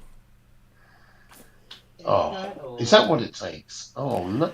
Well, that's Matt, what it took you me. said 30 minutes. Well, it depends what you're talking about. Oh, right. Now, all right. That's where our wires got crossed. Is she eating the cable? There's this one.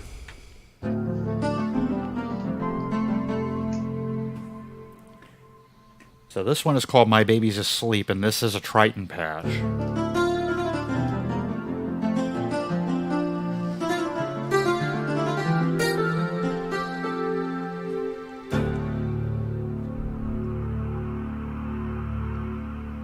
Actually, I demoed this on a couple of pubs ago.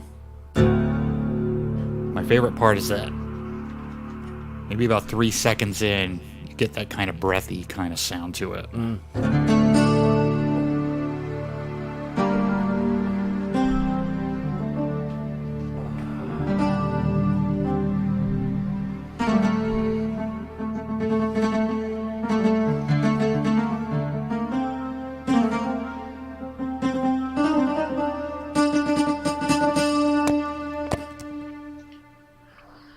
Stuff like that. Good. Thanks. That's what I say. Robbie, are you around tomorrow for a very quick chat around about lunchtime? Robbie is round every day.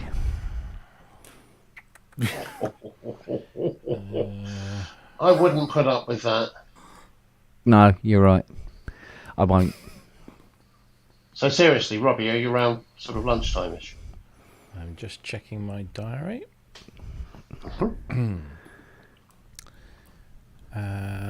I believe I should be, unless something comes up. Good. I'll give you a tinkle then. Got a couple of things to just talk through about the what you know about thing. Yes. So, yeah. Okay. Cool. Good stuff. Code. Code.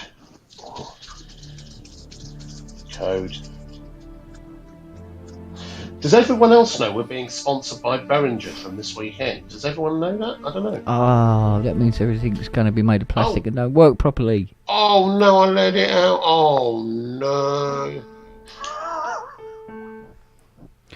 Never mind. I still can't believe that people fell for that April Fool's I did a few years ago. Which one? When I announced that on April the 1st that we had been acquired by Behringer. We were going to be called the Behringer Synth Network, and I did a logo and everything. And it and was the so- date didn't play a part in this in And any way with people. I got actual phone calls, Wow. particularly one individual who I thought he wouldn't fall for that. Absolutely hook, line, and fucking sinker. He was How very is angry. time? He was very angry with no. Okay. He was very angry, and I said, "Mate, have you checked the date?" And he goes, "Fucking cunt." Yeah. Oh, it was a belter. Oh man. I thought I'd left it to the last bloody minute, and I don't normally do it, and I thought, oh, I've got to do something. There's all, Facebook's full of stuff today. Oh, I've got to do something, and that's what I came up with. It was just like, oh yeah, that'll wind people up, but people will know that's a joke. Not everyone. Apparently not. That's brilliant. Next year's one, special guest Rafa Sayers. Did you? Is anybody a member of? I think it was Keyboard and Synthesizer group. I thought you were about to say AA. Which one? I'm about to not be. Yeah, which one? One of them. Are you talking about keyboard synthesizers and pianos? The one that's run by a guy from Tel Aviv. Possibly. The one who, any time somebody posts a picture of synthesizers in any Facebook group, he automatically posts underneath, "Please share this with our group." Possibly. No, fuck off. No, somebody put up a photograph of all their keyboards. They sort of like dismounted their studio, shall we say, and they had all their various keyboards, stacked up in the kitchen. And he goes, he said, "Oh, that's storing my keyboards in the kitchen while I'm making I rebuild the studio." So I put up underneath it my photo of the 6 Jupiter 8s on the kitchen floor with Siri sitting in front of them. And they copied Oh, us. fucking dear, that was a mistake. No, it wasn't. It was absolutely brilliant. Oh, that's why there's no bloody Jupiter 8s available. Yeah, 'cause you got them all. I'm going, and let's I go, no, none of these are mine. The dog's mine. Look at that. Look at that. For fuck's sake. I mean, how rudimentary, and yet they fucking fell right. Yeah. Wow. Brilliant. Yeah. Cracking stuff. Still not as good as Steve Sims' Chat GPT one of Longhurst and the Land Rover. That's you. Oh, I don't even know if he's seen that yet. Yeah, I have. Yeah. I thought. All right, hang on. Have you seen There's Steve? a lot more. I love Steve's one he put up on my page. Yeah. Steve has put up an awful lot of Longhurst memorabilia. Oh, listen. He done a fucking Chat GPT and me. My God, I didn't know whether to laugh or cry. Talking of Tel Aviv, anyone want to buy a pager? I pay good money for those pages, Dal. Do you know what?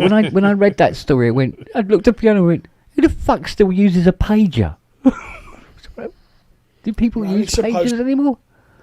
Anybody that owns a Fairlight. Oh wait, that's Page R. Not anymore. I think you'll find not anymore. No. Yeah, Rob, I've just sent you one. Go on. I can't find the one that. Oh, jeez, yeah. Can you send me the one that Steve did of? Yeah, I'll do that now. Hang on. Yeah, because I can't find it. 2 secs. I've got it here. Here you go. I'd expect nothing less. Hang on. Where did that go? Who the hell keeps doing that? Doing what? Oh, somebody done oh, Christ, where is it? Oh, I can't even fucking find it now. No, can't find it. Right, here's the one of Matt via Chat GPT.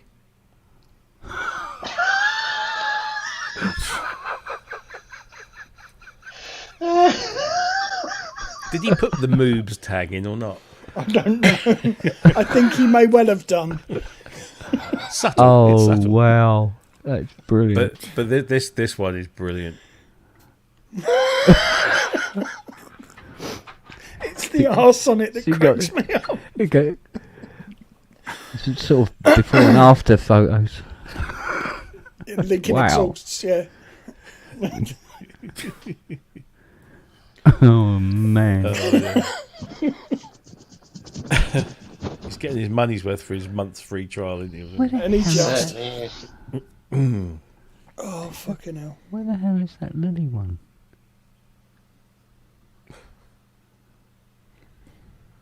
I know the one you mean. I saw that this afternoon at some point, or whenever it was. That's freaking brilliant.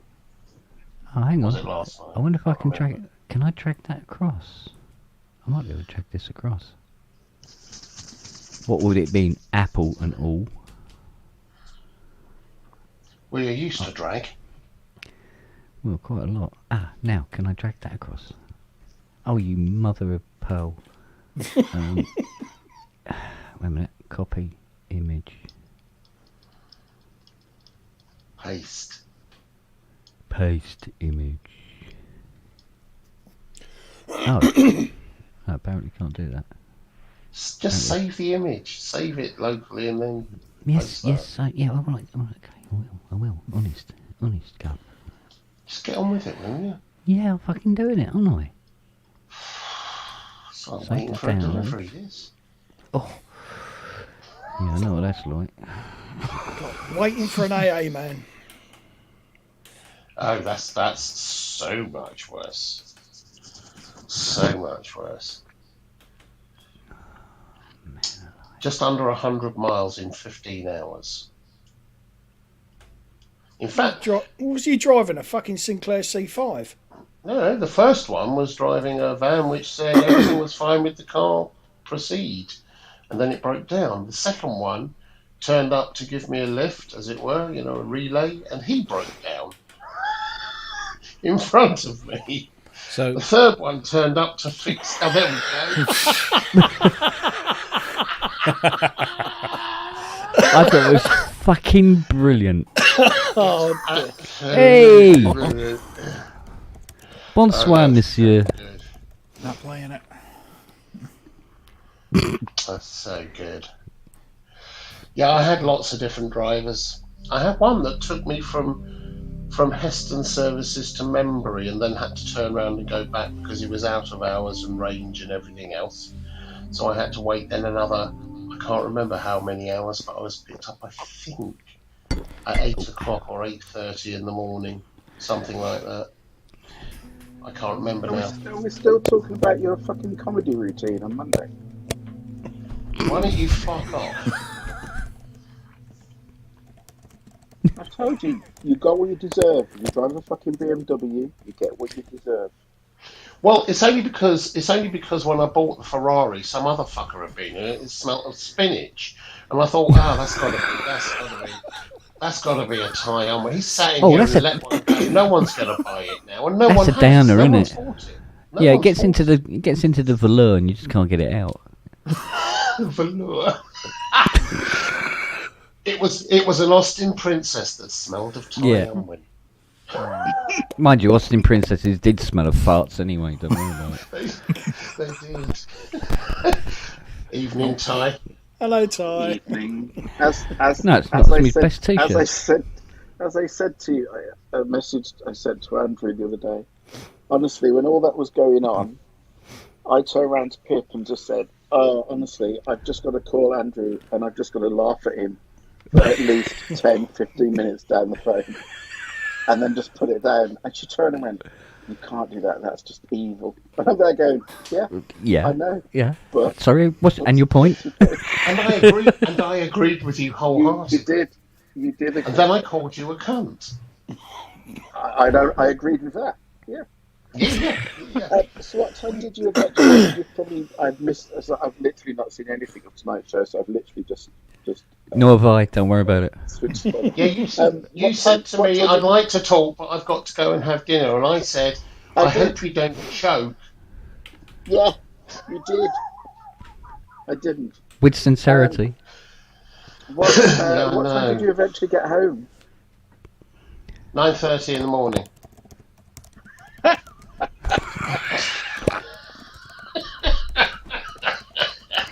Oh, great. Antifa. Did Hello, you manage to is get that any? sympathy or us? Did you No, manage? no, I No. fucking Can I hope not. point out? Can I point out you're talking to someone that owned 3 TVRs, so this is just a scenario that I'm unbelievably No. used to. Oh, it's just a So warm up. were they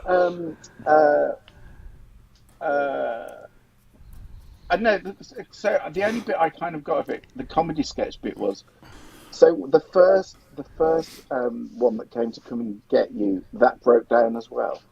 That's the Is second that one. right? The second one came to get me. He pulled up in front of me on the hard shoulder of the exit to the M4 from Heston Services, and as he pulled up, everything went out. All the lights, everything, the power, and he just went. It was fucking brilliant.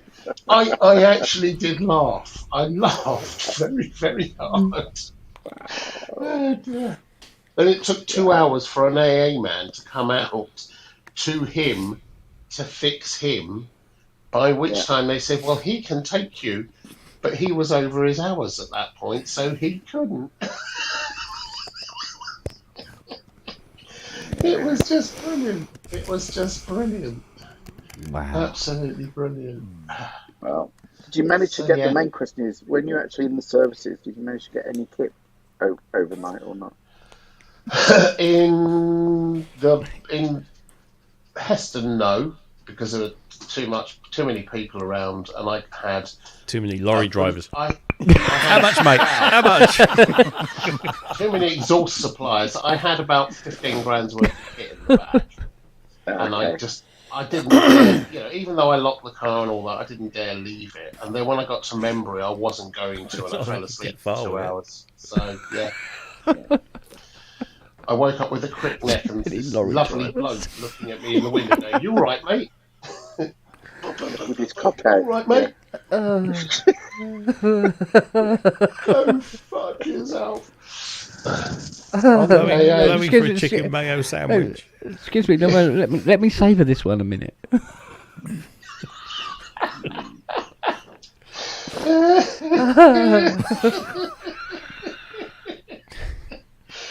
Oh dear. Oh dear.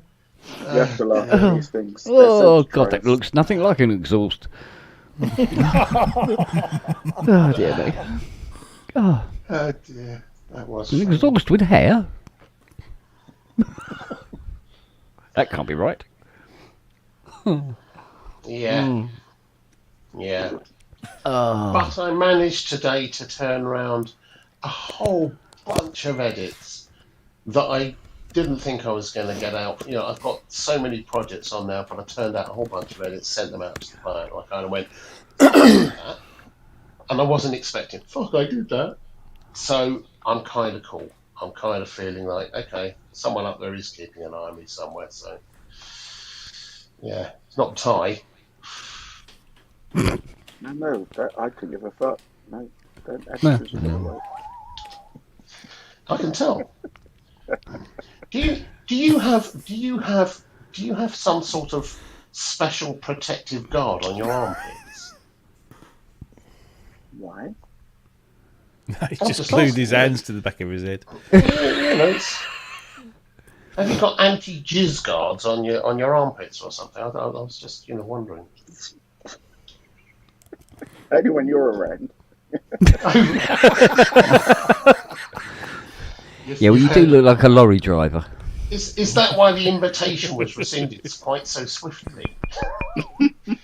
Come and see us. It'd be great to. Oh, hang on, I've heard about you and armpits. Yeah, I remember that. I spent most of my. Do you know what? Actually, I spend most of my life sat like this. Because when I'm working, I'm spend most of my time. What, you playing the keyboards with your dick? Yeah, well. That's why he only owns mono-sense. Very good. Yeah, I'd like to hang on. When somebody asks Ty for a cheesy monosynth line, it physically is. Yeah. Very close harmonies. That's all I can say. Very close harmony. More like clusters. Clinkers. No, I spend most of my time just You'll love my new listening. track. It's the full bollocks.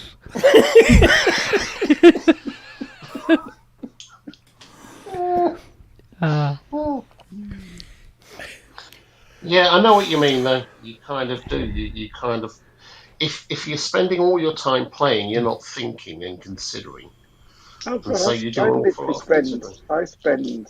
I spend so long just listening rather than playing. I spend more time these days just walking away.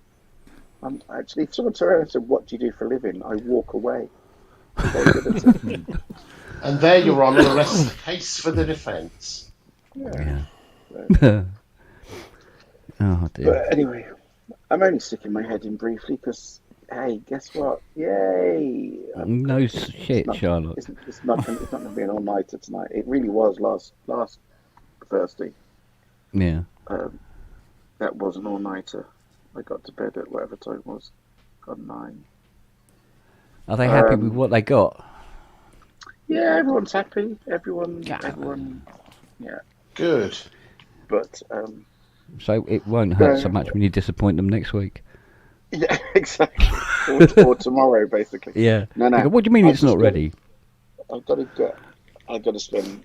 I'll go to bed about 2, something like that. I've got to get. But sometimes you're just on. You kind of find you're on a deadline, and you find a thread, and you just have to follow it through to the end, and you know that it's going to end up finished. You don't know quite how necessarily, but you kind of, I'm going to do this and do that, and you just keep going until it's done. And so you end up doing an all-nighter, because if you stop, a lot of that will disappear, and you'll have to come back in it again. And So I totally disagree. Completely disagree with all of that. No, I do an fuck it, walk away. all-nighter. I do an all-nighter simply the fact that it's got to be done by whatever time in the morning. The days of me following the days of me following threads, in other words, being in the moment and in the mood, no, those days are long gone now. I literally just get to a point where I go, no, fuck it, bed, don't give a fuck. The only reason I did an all-nighter last week was the fact that I had no choice in the matter. I had to get the track finished, and but no, the days of carrying on with inspiration are long gone. No. Oh no, I don't carry on with inspiration. I just leave it until inspiration has to strike, or it's fucked, and it always does, and I just get it done then. Like today. Today was I don't know how I'm going to do this, and so I just started it. I didn't even think about it. Didn't think about creative thought in my head. Just got down to it. Did all the technical stuff, and all of a sudden it's all falling into place, and I just thought, I can't breathe, just in case I disturb the muse, and it just all fell in, out the door, thank you very much. Brilliant. Yeah. Has Robbie died, or I just want to check. It's not just me. Oh yeah. No. Oh yeah. Can you still hear me? Yeah. God, he can do that without moving his lips. Oh wow. Okay. He's examining his collection of clinkers. Wow. Strange. There. What, your clinkers? Have they got a liquid centre? Oh dear. Oh, fuck. Right. Oh, he's back. Well, he has heard that track. It's already leaked. No, God knows. Don't know. I haven't got a That's Scooby. That's what happens when you have a Mac. Yeah. Have you booked Everything was working. tickets, Everything was Robbie? Yes. Yeah. Yeah. Too. And I bought the vinyl, and I bought the Blu-ray. Oh, I haven't bought the vinyl. Talking of which, did I see that Hans is doing yet another new tour, and he's going to be over here at some point? He is doing He it. lives here. I know he lives here, but is he doing a tour here? Well, I thought so. he'll probably do the O2. I think he's due next year, isn't he? Come on, Ken. Free tickets. That'll be Free fun to ticket. see. Triple A's. Come on. Told you I can't get him over a barrel until he needs something. Offer him an exhaust from a Range Rover. See, this is where you want to get all Mossad on his arse, you see. Next time he sends a synth, you plant something in there that you can then just detonate at will. Are you talking about one of my standard repairs? Yeah, Yeah. Okay. standard service, Yeah. No. silver level. Well, you see, he's not touring with any of the big girls. That's the thing. If he was touring with the big girls, yeah, I'd be seeing him. But You have sense. What you mean, like Kim Wilde? I mean, Lily doesn't like him. Bella Remberg. She's eating his effigy. Oh, it's gone. Is it? Oh. Oh, yeah. She's eating him. Yeah. Oh shit! Not all of them. No, she's torn him up into tiny little pieces. But then she did an entire tube of what was it, cheese and onion Pringles, and half a packet of digestive biscuits. And a pair of headphones. And a partridge. Yeah, and the headphones as well. That was all in one day. And the tiles. Oh yeah, no, she it's about 4 tiles up the wall are gone over by the door. She's eaten them, destroyed them on both sides of the doorway. Are the headphones? Are they fucked? Or are they? No, I got new cables for them and new pads. For the tiles? No, for the No, for headphones. Oh, for fuck's Nine sake, £9 it's like for the living with cable Mr. Dementia. and 52 quid for the pads. It's like living with Mr. Dementia 2024. Mm-hmm. Fucking hell. Yeah. So nothing is safe. Absolutely nothing. And she has this habit. She breaks into the bedroom. She takes the ashtray off the bedside table and empties it on the bed. You sure that's Yeah, not that was good? good. She was a good buy. I'm sure you are very happy. Yeah. No, not really. But there you go. That's pets. Yeah. Train her. Oh, we got a delivery of the dog food for the month, and it took, I'm not kidding you, 2 hours to put it away. Okay, now, I mean, hindsight is a wonderful thing. Uh-huh. But What's that behind you? with hindsight, Yeah. would you do it again? Yeah, she's gorgeous. I love her. No, she's gorgeous. I love her. We just need to get her under control. That's all. That's all. We just need to get her under control, and then it'll be fine. But at the moment, she's very, very strong-willed. Oh, excuse me. Strong-minded, cantankerous little cunt. But we will beat that out of her. And she also had a really fucking terrible early life, didn't she? Oh yeah, I know that doesn't Which help. explains a lot of it. No, that doesn't help. Yeah, her voraciousness for food it stems from that. But she's beginning to understand now that she gets fed, regardless, and she's very slowly beginning to. Fucking sounds like it. Yeah, calm down. Yeah. Well, mostly Pringles and digestives by the sound of it. And headphones. well, Yeah, you get and tiles. it's just keep. I mean, to be honest with you, Nelly was wasn't anywhere near as bad as this, but she was quite a handful to start with, and she'd had that 6-year-old kid that was winding her up every bleeding day. So Huskies are very intelligent teenage men or boys. That's what they are. They're incredibly intelligent. And well, they just, I know Lily's just too bloody smart for her own good. I know that. She's too clever. Oh, hello. Meow. Gorgeous. Meow. What? I know. Well, that was. Don't you take the piss. I'm gonna head off because I've got to be up early. So not far behind. I love you all. Yeah, I love you all very, very much indeed. Very much. Good.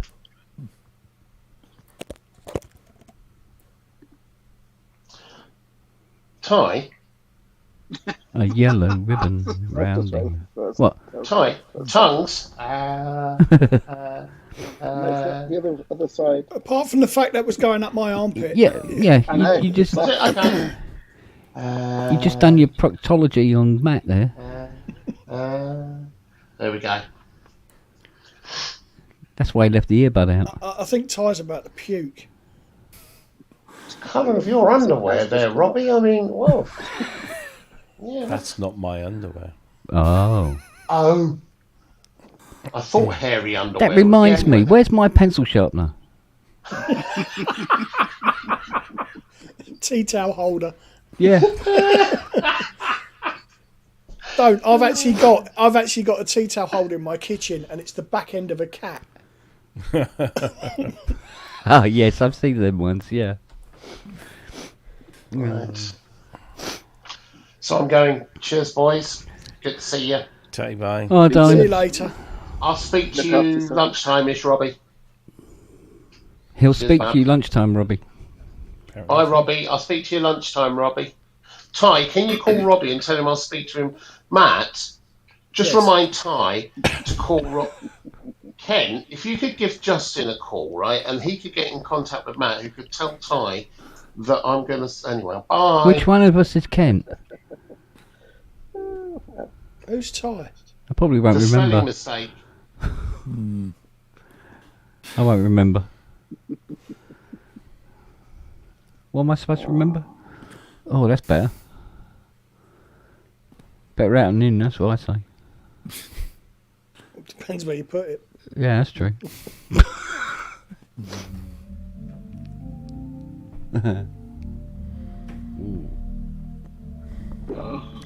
God. Is everything else going all right then, Tizzy? Oh yeah, it's just everything's just work. Yeah, everything else is good. Nothing to complain about. It's all just a bit full on at the moment. It's Yeah. all good. Although I do a tomorrow for this. What percentage would you say is, keyboard work, and how much of it is sample library? What do you mean sample? Do you mean? Well, I mean, What do you mean how much of it is keyboard? box? How much of it is, gear in the studio? 95% box. Yeah. So the usual, isn't it? Because it's so much easier. Oh God! Tomorrow I've got to jump off dinosaurs to do a thing for this inside our mind thing, the autism thing. Oh, the autism one, yeah. Well, there's nothing like breaking your concentration, is there? I've got to write a piece for it, and Yeah. the brief is a cross between Hitchcock movie and Stranger Things. Oh, So Hitchcock, so they want orchestra, like kind of, are they they sort of want obviously psycho referring to mixed some with sort of Stranger psycho Things. thing? Yeah, That's it. Yeah, it's all. yeah. So I don't. Yeah, I haven't really thought And then about want it that beaty, next month. synthy, like Stranger Things as well. That's That tomorrow's should be job. interesting. Yeah, there's two genres that just fit together like a fucking fit hand in a together. glove. It's a bit like turning around and going, do you know what? I think I might have some custard and Yeah. some broccoli. Yeah, Yeah, that's all that tastes like. and then empty it into a paint can and fucking drink it from there. So anyway, I'm not even going to think about that now. I'll think about that tomorrow morning. Yeah, I'm not quite sure where you're going to start thinking. Yeah. And then do that. Like, kind of play. Kind of play tomorrow. Today. Bastard, he set me off now. Sorry, just dinosaurs. Oh, by You the got way, that I all meant the to say, Robbie, did you end up? I'm still catching up on old shows, but I'm taking it that you didn't walk away after that with a new car after that special invitation. The amount of special invitations that I get, they always make you feel so special. You and the other 7,000 people that are invited that day, and all they're bothered about is just. It I was. think it was much the same. It was a pretty damp squib. They always are. The selection of cars that they had, I hate to admit it, but they had a Passat R estate, brand new Passat R estate, and I must say, having been a former Passat owner, I looked at it and thought, that's not all bad, but it's nothing like an Arteon shooting brake, which is what I really want. That's a proper estate. But anyway, no, I sat down with them. It was so cheesy. Like, they'd got cardboard cutouts of Cillian Murphy, Taylor Swift, Anton fucking Deck, just dotted around. And then they got some sort of like Tony Bennett stuff going on in the background, and they had non-alcoholic, drink, fizzy, bubbly drink type things like No Secco or whatever it's called, and some crispy bits. And then they sit you down and they insult you by saying, "Oh yes," because I gave them my early settlement figure on the Arteon, and they said, "Oh, good news. We'll be able to offer you exactly the same as what your early settlement figure is, so you won't be losing any." Mate, I could sell that for $6,000 more privately, $6 more, and you're offering me no. And they had two Arteons in the showroom. One was a used one was a new one. Both of them lower spec. Both of them way more expensive than I was prepared to pay. No shooting brakes, although they had assured me they'd got one, but they didn't. Apparently it sold the week before. Of course it did. Yeah. I saw the ID7, which I thought was fucking atrocious. It's. Say what you mean, Rob. I said earlier on. I saw you really feel. they had an ID Buzz, which is the little kind of the electric camper van. Yeah. And that was actually rather, for what it is, it was a rather cool thing. Yeah, it was a rather cool thing. Not cheap, but rather cool.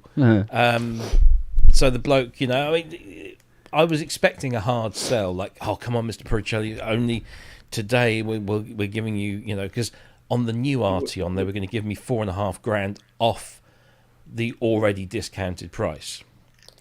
But when I looked at the spec, my car's way better spec, and I've literally just come to the end of paying the so-called luxury car tax.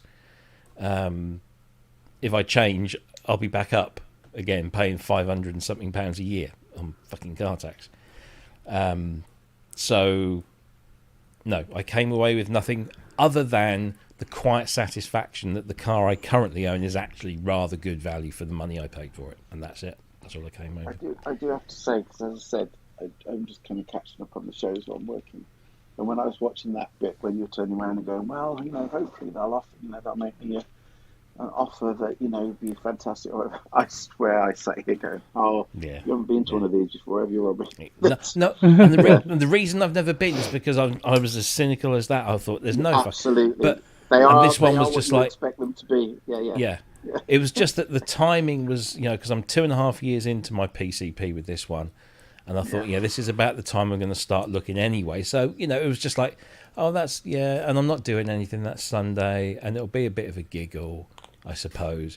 And it wasn't awful, but I just came away thinking, you know what, I've got a really good fucking car. That's good. And well, there you go. You got something to but what it did make me realise, other than the fact that my car is I'm pretty happy with it, is that maybe VW isn't where I'm going to stay, because the Arteon literally is only being sold from the factory in the UK now. They've shut everything else down globally as far as the Arteon's concerned. It's just the UK left that you can order brand new from the factory. And as the guy at the showroom said, he said, any day now, we expect them to go, that's it, no more, because it's coming to the end of its life. So the ID7 is not even going to think about it.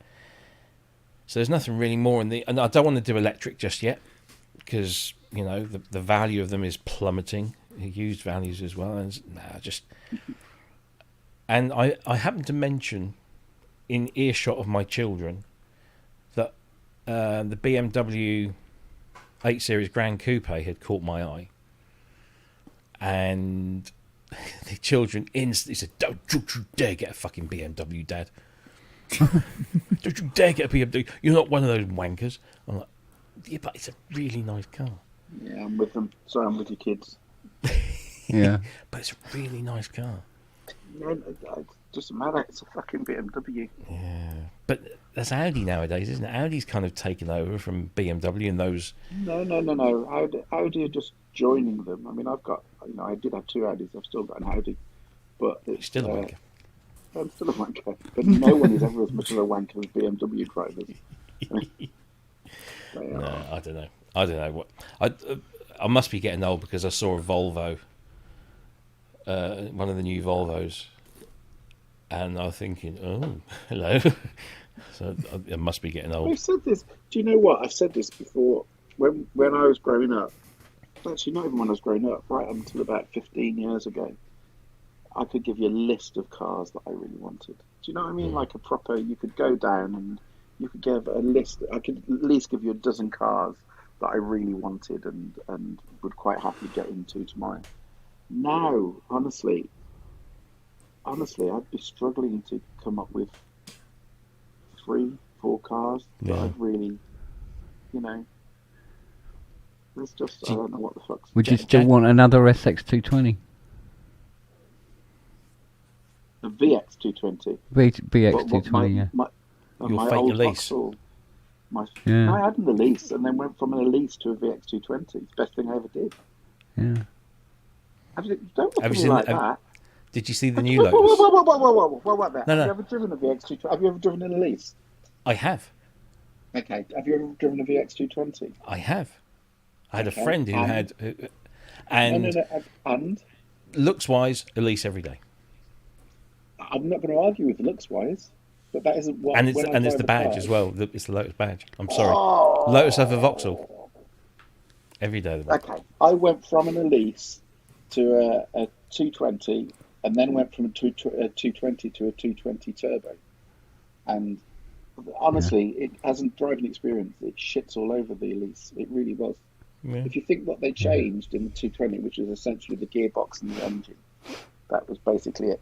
The 2 worst things about the Elise were the gearbox and the engine, and they both got rectified in the 220. And the 220 never looked as nice as the Elise, but to drive, oh my god, it was just like I loved I've already said this time again. I should have done it about 10 years ago. You could get a really good 220 for next to nothing, but now they're just going up again now. And the last time I looked, it was back into, you're there going, do I really want to spend 25 grand on something which is just going to get driven about twice a year? But no, if I had a choice right now, I'd go for that Alpine A110. Yeah, still okay, do you know what? I've said to you the other day, I can't argue. From a driving point of view, I cannot argue. From a living with interior point of view, I couldn't do it. But from a driving point of view, I think that's a good call. I really do think it's a good call. But again, though, it's not that pretty. It's not that pretty a car. It's not. No, it's one of those that I actually think he looks better in pictures than it does in real life. Every time I've seen one in real life, it's just. I saw one in my favourite colour as well. That sort of orange that they do. It was parked next to me at the Eurotunnel terminal. I just took a little walk around it, and if I had a box of Kleenex, it's gorgeous. I love it. I really like it. But no, Jackie keeps hassling me. He says, "Why do you want a big car anyway?" I said, "Well, every now and again I have big loads to sort of carry." Yeah, but you could probably get those in the Golf with the back seats down. And I'm like, yeah, but stop it. Seats down. You sniggered. I know you fucking sniggered. No, you did it first. No, I didn't. I was shaking my head when you fucking sniggered. Don't give me that.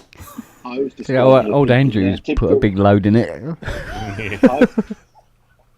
I was just sitting here thinking it's only every now and again. That's what I was thinking. Every now and It's again, not I even get that a these days. It's not even most of that. the time, it's a little drizzle. Yeah.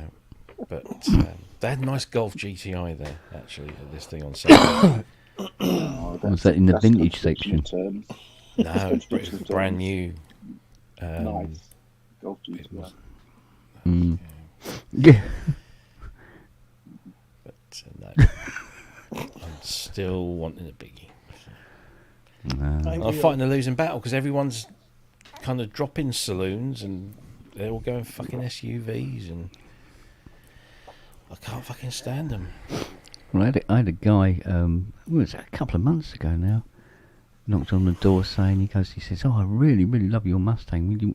Are you interested in doing like a swap or swapping a bit of money? I said, oh, what you got? He says, DB4. I went, ooh. He said, yeah, he said, I can get it up on a trailer and get it round to you. You got some photos of it? And he showed me some photographs of it, and I said, yeah, I wasn't planning on doing another 4-year restoration. Yeah. Fucking hell. This thing looked like it'd been stored upside down in a fucking river for 20 years. Christ, I said, no, I'm all right, mate. Cheers. Oh, it Thanks. looked like that Anyway. mini Moog. Yeah, God's sake, it was very, very bad. It was very bad. So, I mean, yeah, I get it, but I'm just not really into doing a whole car restoration again now. I think done. I've had enough of it. Never have the time. Gentlemen, I'm going. I will Well, see you all later. I'm going to seem really boring, but I've got to go because I really do have to work. The longer I spend talking to you lot, the more it's eating into work time. So I really do need to work. So. All right, gents. Okay. Right. Go on, you fuck off first, Matt, and then I'll jump. You take it easy. Look after yourself, Matt. And you guys. See you later. Yeah, look Good after night. ya. Nice. Take care, buddy. And now. Yeah, sorry, it's really boring, but I do.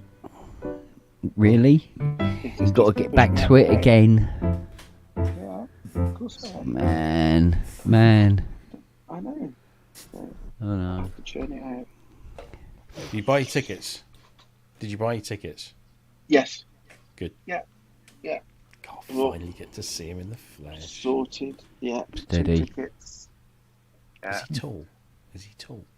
What? I'm not tall at all. He's, Five, uh, five I tell you, he was a nine, I'm lot not like taller this normally. than I thought he was. He looks quite short on video, don't you? Me? Yeah. I'm only You used to look 5'9", short I'm on not Sonic tall. State. I'm not tall at all. Well, you're not short. I'm fat. Well, I'm not as fat as Robbie, but it's all relative.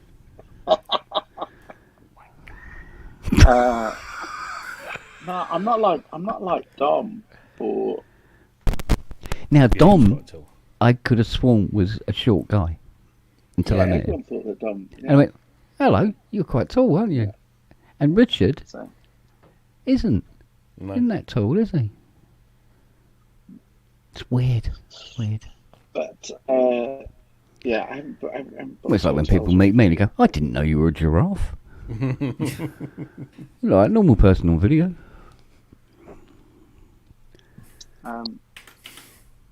But yeah, I've got hotels and things to sort out. But other than that, no, it's all dead.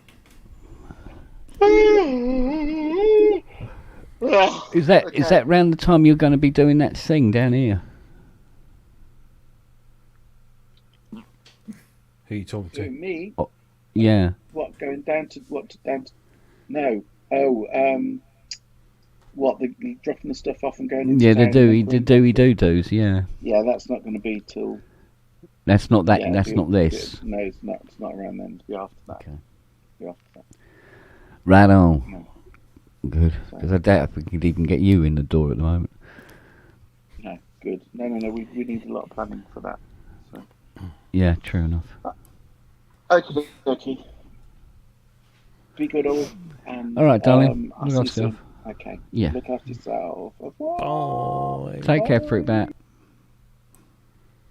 And then there were 3. Do you know what? As romantically wonderful as that job of his is, it's an awful job. I know it pays well and everything else, but oi. Some of those people he has to work with could probably quite happily strangle the fuckers half the time.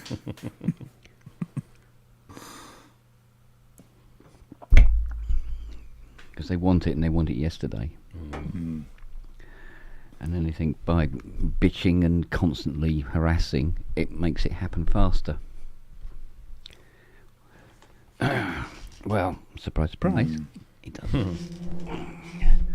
I've got to test this at some point. I'll probably have to test this tomorrow. Your cables haven't arrived, I take it.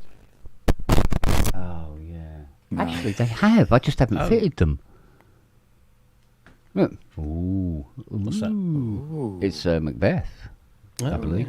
Is it Macbeth? Yeah, the Macbeth Micro Mac R. Ooh, you're right. A complete synthesizer in Eurorack. Yeah. No such thing. It was an absolute fucking nightmare to take this apart. I was going, Ken. So, yeah, I've got to test that. I had to fit two at Wish. It was supposed to be one switch. When I opened it up, 4 of them fell out. They just torn at the top, and was like, oh man. Lucky I bought a bag of 5. Right. So just test that, make sure that's working, then he can come and collect that. We're walking sideways to get out of the house, and that's what's finished. Jesus Christ. Even Fiona said today, she goes, when are you going to start on the big ones? Yeah, when I can get to them. Oh, dear me. I think I will do that emulator tomorrow. Only because if I get the emulator and the SP1200 done, the E3 is in a flight case on wheels, and it's quite big. And if that wasn't there, that'd be quite helpful. Because I had to bring like, was it 6 or 7 keyboards in out of the hall so we could get the dog food through. Oh, Jesus. Yeah, mate, it's getting mental now. It's. We're going to have to put a no more gear in till further notice kind of thing up on the website or something. Yeah, basically just a big banner saying, "Fuck off." That should work.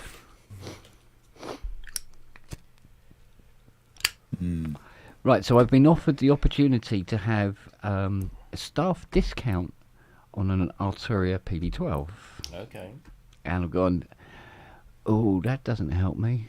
Is it a good discount? It's quite a good staff discount, I understand. So I haven't had the figures as it were in yet, but not that it matters because the shop won't have any until mid-October anyway. Yeah.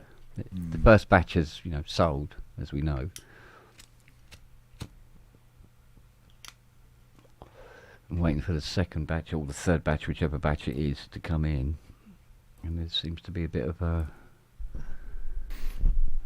hole in the PB market at the moment. So if anybody, if you see one being advertised in a shop, they're lying. I think Toman did have them. I suppose if anybody's going to get them first, it's going to be Toman, isn't it? I suppose. Places like Gear for Music and Andertons and stuff are going to be further down that priority list, as it were. So,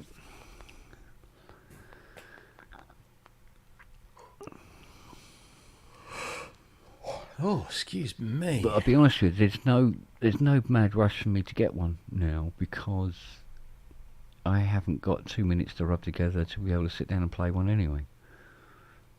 Why try and get all this backlog out of the way? No, Toman are down to 1 to 2 weeks. Oh, that's not too bad. Unless in 2 weeks' time I it heard still there was says another that. batch next week. I heard there was another batch Oh, okay. becoming available next week, but that might have already been allocated. But Yeah.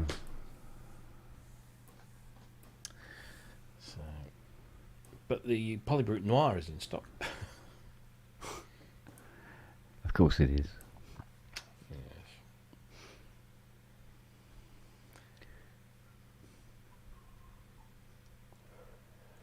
What else she's bloody destroyed? I see. I keep finding things that she's destroyed. Mm. You know, you go around. You go to take your cup. Oh, go and get that brush. And where is that brush? Oh, and then you find a bit of the handle. Like, oh dear. What's Keith waiting for? Polybrute. He ordered. Oh, I thought he had it. No. Oh, I thought he'd received it. Oh dear. What was it, Keith? Anderton's? Yeah, was it Anderton's?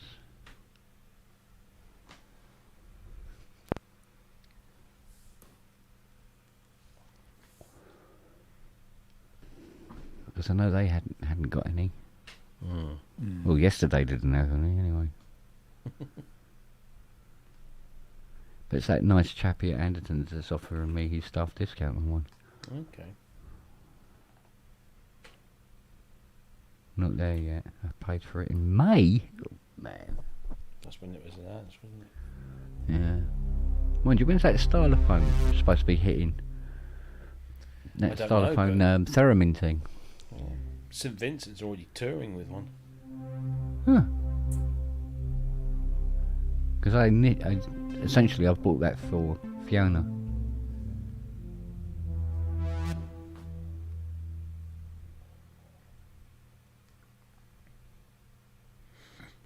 Hmm.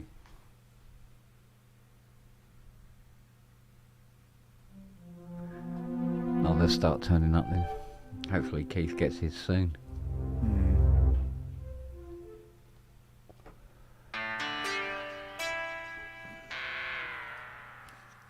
Oh, did I tell you about the DX1? Last Pulled the I DX1 heard, out. Yeah. pulled it out. It wasn't working. Oh, no. Distribution board. Oh, yeah. Yeah. Yeah. In the end, the main...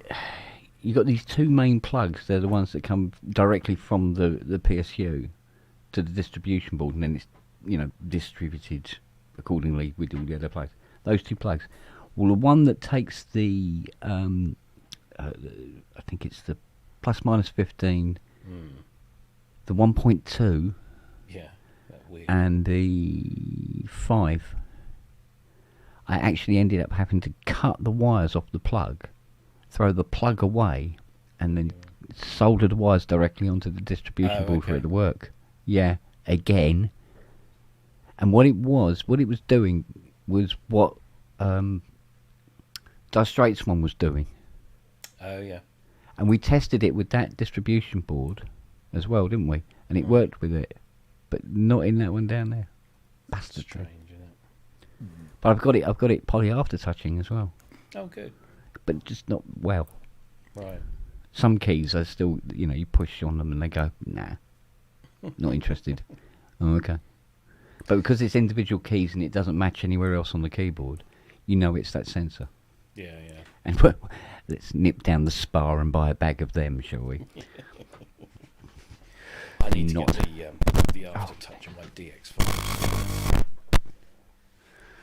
I need to get these cables sorted out, mate. That was another balls up I made. That's what you get for ordering something and not looking hard enough. What I thought I was buying was 1 meter XLR. It's female to female. That's what's weird about them. And what arrived was 5 meter. And I only need about half a meter. Oh, God. Fiona goes, oh, you could cut them down and reconnect. I said, do you know what? No. I'm 61, I'll be dead soon. I'm not bothering about that now. Just coil them up and stick them in the corner. Fuck it. Can't be arsed with that now.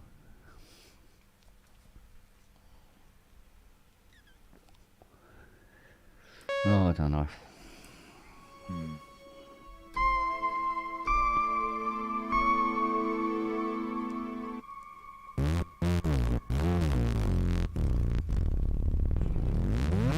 Well, better out than in. Yeah.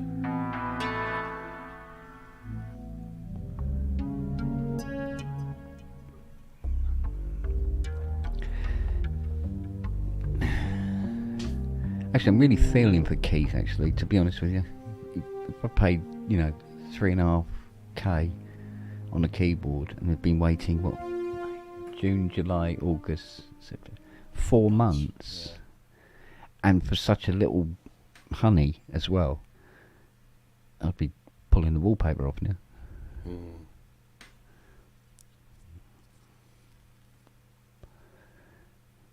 Yeah, do you know what? I had an idea about that, but then I changed my mind because what I was going to do was give Lily, because I've got a stacker box out in the garage that is full of cables, just absolutely full of them.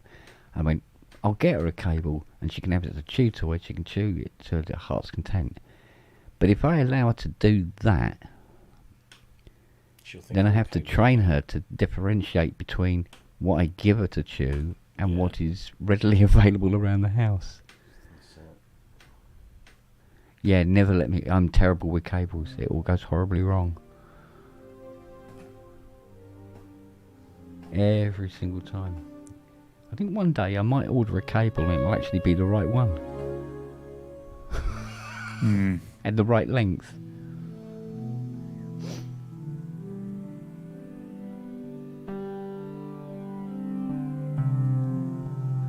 Yeah, I bet it has.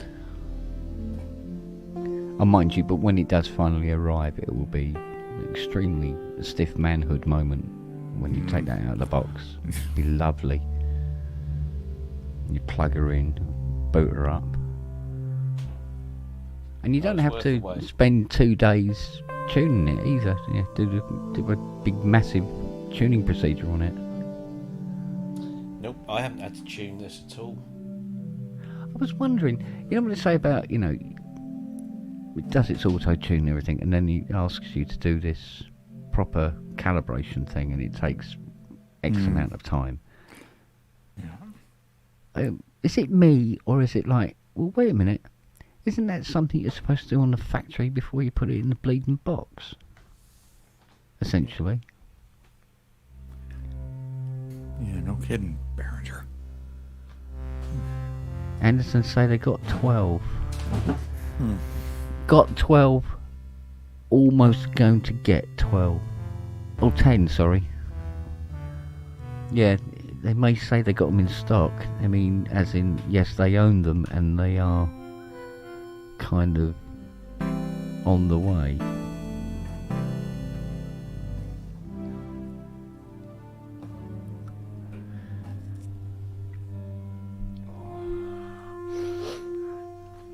I haven't touched these keyboards since Saturday. It's criminal. It's weird, isn't it? I feel really, sort of like, oh, man, I haven't played any keyboards since Saturday night.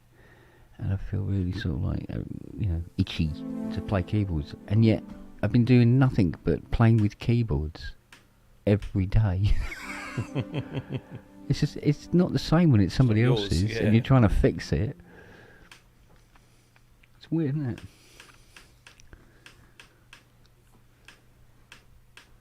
Mind you, there's a difference between sitting down and playing a keyboard and having one open in front of you and screaming obscenities at it, I suppose.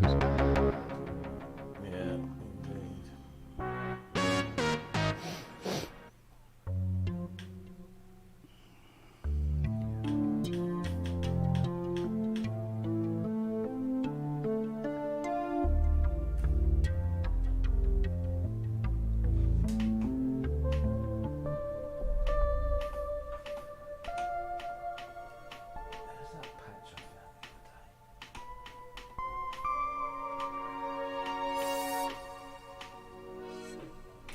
factory in stock. Ooh. Do you know what, John? Don't say that, mate. You'll make me want to go and phone up that geezer at Anderton Small. Go on then, go on. I really haven't got anywhere to put it. Can't do it. Can't do it.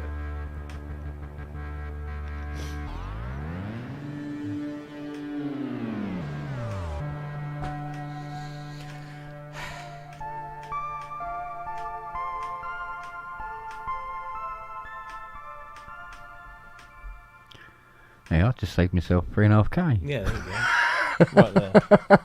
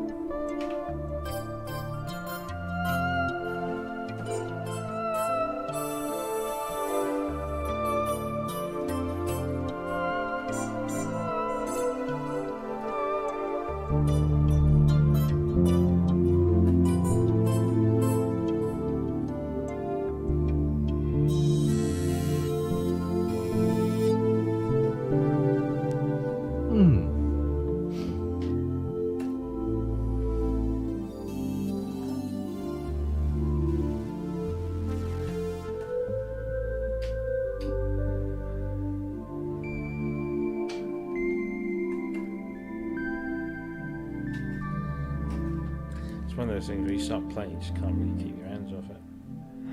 Yeah, but it has those patches where you go, oh, I can follow this for a little bit and wander off and God knows what. Oh, Anderton's now say there's 10 in stock tonight. Oh dear. Get ye behind me, John. Stop tempting me, boy. Stop tempting me.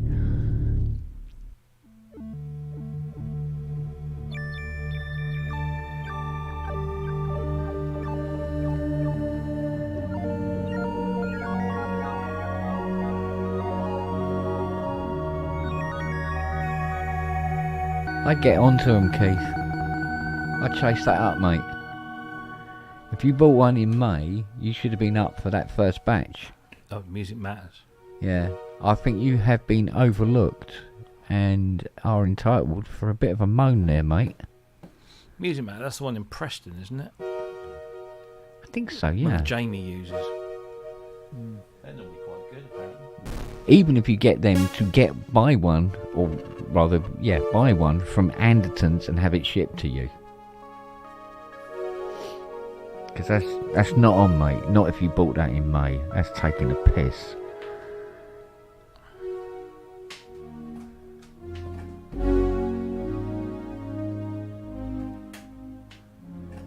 Well, I think, like I say, I think Music Matters need to get off their arse and go and get one from somewhere else and get it to you. It doesn't matter to them, does it? No, apparently not. All that matters to them is getting the money up front.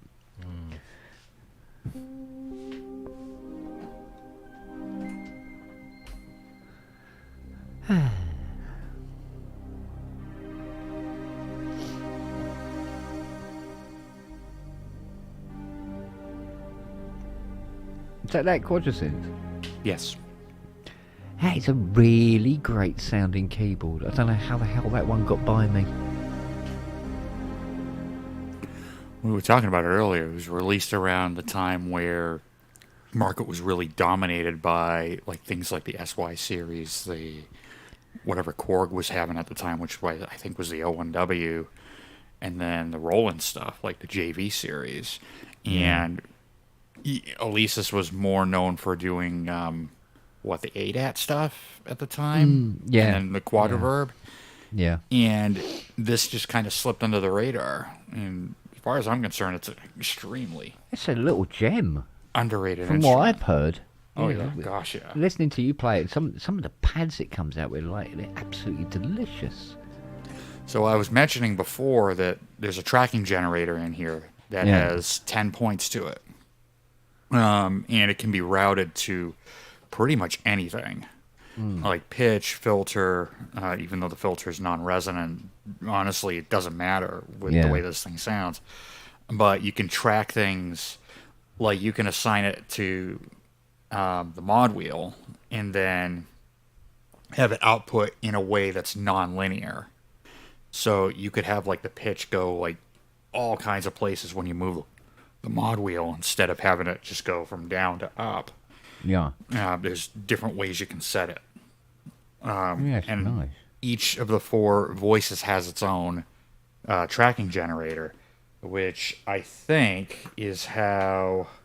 Let me see. I think that is how this...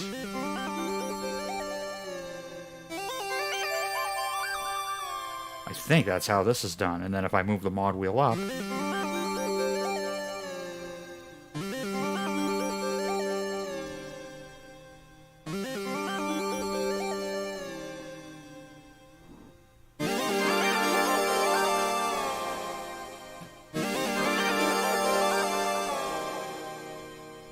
So depending on where the mod wheel is, it's giving me a different chord. Yeah. It's like I said, it's non-linear. Yeah. It really makes it an interesting instrument, and the effects on here are really, really good. Yeah, because that's for they're sure. well, they're the quadriverb 2 effects. Yeah. That live in here. Nice. Yeah, Yeah, so it's a pretty nice machine all right. But I mean, you know, I've heard, I like my pad machines. It's one of my favourites. You know, any machine that can do proper, really decent, soft, warm pads. But that's got it in buckets. Oh gosh, yeah. Kidding me? It's absolutely brilliant. Oh, yeah. You actually had me looking for one. Actually, a couple of weeks ago, I'm looking around going, is there one of these knocking around? Yeah.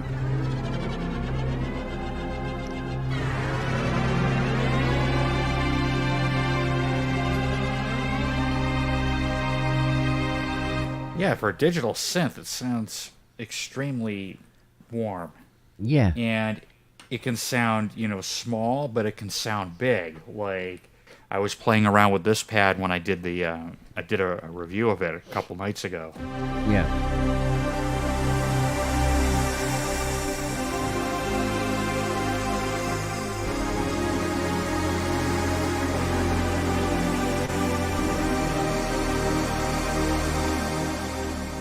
I love that. That's one of my favorites. And then I've got one in here. Oh, the Dawning. What's this?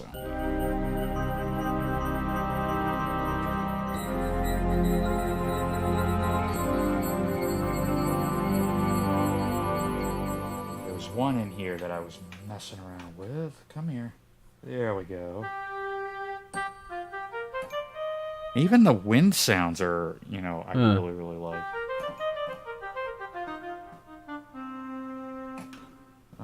If I go to program, where is it? Very Kurzweil-esque.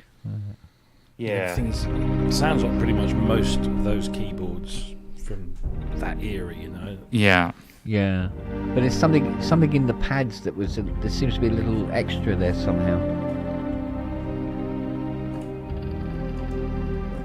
Probably because of the 4-part thing.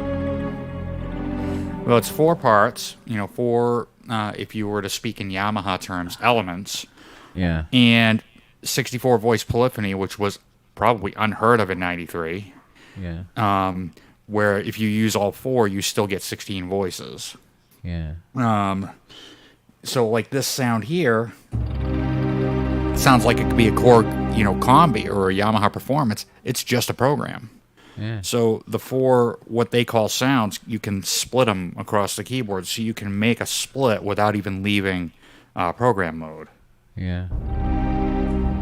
Because most of the machines of that era, you'd have to go into combi mode and have, 2 layers. Oh, yeah.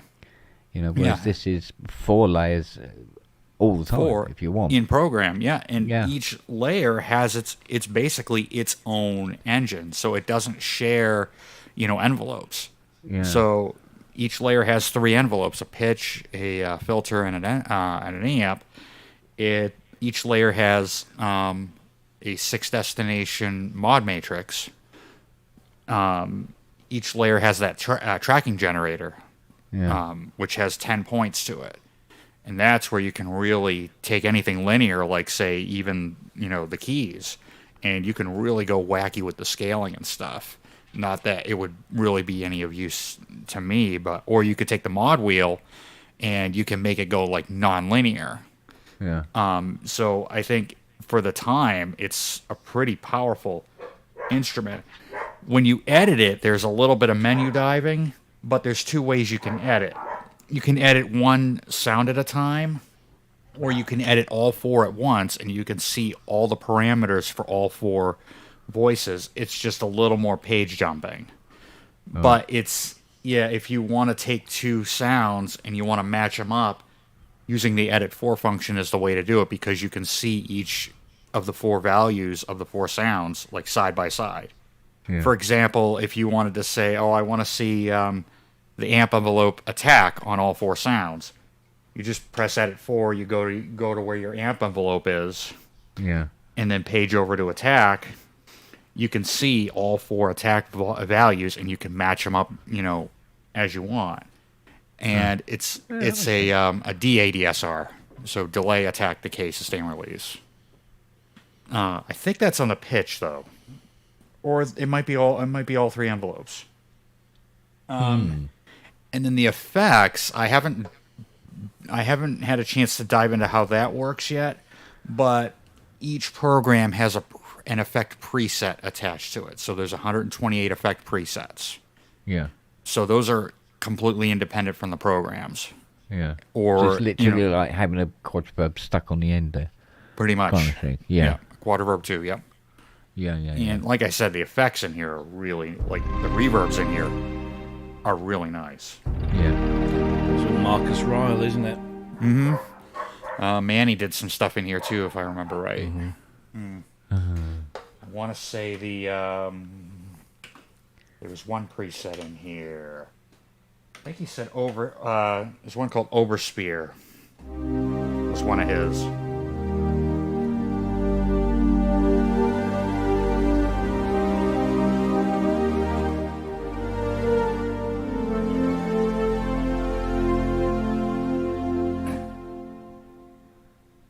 Yeah, it's quite reminiscent actually of the pads that I was getting. I collected and built on my Oasis. Yeah. At considerably more money. Oh gosh. Yeah. Oh, Jesus, that thing. Oh yeah. I think today, it's still is it the still most expensive synth I ever bought? Trying to think here now. Yeah, I think it is. Yeah, £5,149. Yeah. Jeez, I'm afraid. And I'd say one of these you can have for around 400 US or less. Yeah. Mind you, back then, I mean, the price was fixed. Yeah. You couldn't buy it for a penny more or a penny less anywhere on the planet. Yeah. Back then, this probably, I think, would have been a $1,300 instrument. Jeez. Yeah. Well, considerably less than maybe like the JV80 or the O1W. You're talking to a guy who spent £2,200 on an M1. Yeah, gosh. Yeah. And the Quadrasense responds to Poly AT. Yep. Oh, it responds to it, doesn't it? Yeah. But mind you, it meant fuck all back then, didn't it, I suppose? Unless you had a MIDI board, I suppose. Unless you had a MIDI board or an Ensoniq. Yeah. It's funny. Do you know what? Ensoniq really didn't push the fact that it had AT, Poly AT. No, not really. They didn't. They go, it's our secret. Really? Really? What was it? The SQ80 that first had it? I think so. It was either that or the EPS. Yeah. It was one of those really two. wished. I wish the ESQ had it. Yeah. I loved my ESQ. Yeah, sadly, I let mine go. Just wasn't using it enough. And if I need those sounds, I have the SQ80. I rinsed the living fuck out of my SQ1. Hmm. And then actually did quite a bit actually on the EPS. Hmm. But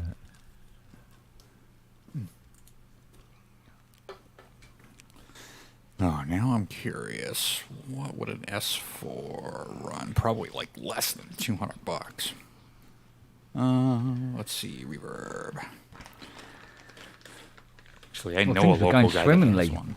with me. Synths were going swimmingly. I was enjoying them until I was introduced to the sample library.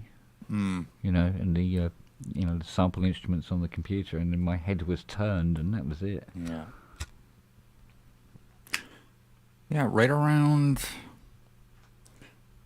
Say, if I was looking at it, the S4 is going for like 200, 250 for the module. Yeah, these are little gems, these things. Yeah. So this is the original one. This has one preset bank, one user bank, 128 each. Yeah. They updated it in 95 to the Quadrasynth Plus Piano, which added 8 more megs of ROM to this one's 16. Yeah. So even that was unprecedented. Like, what did synths have back then? Like 8 at the max? Like, I can't remember what the 85 had, the SY85 had, but 95, this got 24 megs of wave ROM. It got a new grand piano, and then it got 4 more program banks, which then led to the QS series. Do you know what? It could end up being the ProSynth Network pub is responsible for artificially pushing up the price of quadrasynths. I don't know. We might. Yeah. Like I said, I did a review of it like a couple nights ago. Well, ACO's looking at one now. One for $350 for crying out loud. Dude, I'd grab it, man. Yeah, it's not exactly bank breaking, is it? No. Mind you, I say that like like $350 is nothing, but you know what I mean. Compared with yeah, gosh, yeah. Going out and getting a PV12. Mm. It's a different kettle of fish. No, I had a couple of comments on my review that said like, "Oh, I'd never even heard of this," or or I had completely forgotten about it. Yeah. What also is interesting, I've never seen one come in for repair or battery backup ever, which suggests that it's very well built as well. Yeah, 93, and there's not a lot in here. Like, you saw me open this one up, like, a month ago or whatever, right after I got it. But there's not a lot to it. I mean, it's plastic, but it's not, like, cheap plastic either. It feels really rigid. And like I said, this is the third one I've had. Oh, Man with Beard wants to know, does it have nice keys? Yeah. I want to say the action is probably comparable to the K2000. Oh, really? Yeah. Okay. A little bit on the noisy side, but it's playable. Like, it's nice and fast, and there's some she's resistance. what, a 76? Yeah, this is a 76. Yeah, see, it's a decent sized keyboard as well. Oh, yeah. Yeah, so for like all the layering and the splitting that you can do in mix mode, which mix mode will allow you to do up to 16 programs. So that was Oasis before the Oasis. And it basically took Korg's combi mode up a level. Yeah. But the problem is you start stacking that many programs, it's going to really eat away at the polyphony depending on how many layers the program uses. But you can also, in mix mode, it's multi-timbral. So there's one preset, I think it's like one of the last ones in here in the preset bank, that is set up as a scratch multi-mix. So you can set that up and use this with, say, a QX3 or whatever, or an external sequencer. Yeah. And then if you can find the Quadra cards, the original ones, that's an additional 8 megs of wave ROM that you can throw in here. And they're just PCM CIA cards. And those aren't that. I don't think those are that expensive either. Hmm. They can be, depending on which ones you get. Yeah. Tell you who else worked on this was Dave Bryce. Oh, okay. Like, he knows like the ins and outs of this thing. Like, I've never even seen. Oh, there it is. Shark. Yeah.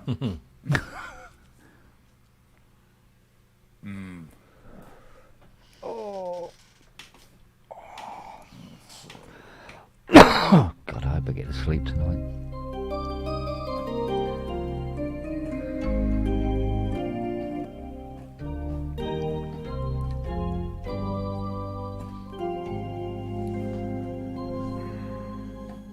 Oh, mate. Got no Syrian tonight. No. Interesting. No. She wouldn't come in, and I know exactly why. Because Lily's been in here and done a number on the place. She doesn't want to be associated. Hmm. She gets very she's a very delicate little thing, essentially. And she won't come in here. So I went, all right, darling, go back downstairs. Go and watch telly. Baby. Poor baby.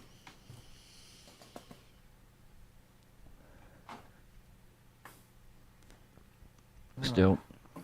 Yeah. Tell you what else this thing does really well is really big, like brass sounds.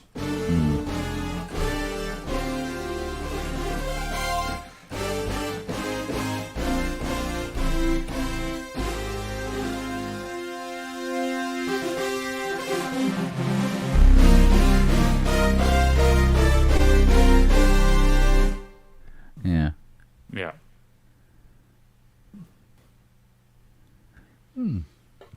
How do you say your synth was built in the 1990s without Yeah. saying it was built in the 1990s? Yeah.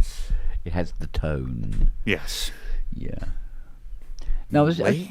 funny as my mind just wandered off there for a minute. I was just, if that video link you sent me to that CS80 MX8 M8X thing, I was just going, if there was a meme or like a TikTok where you could do where you go, how shitty can you make a CS80 sound?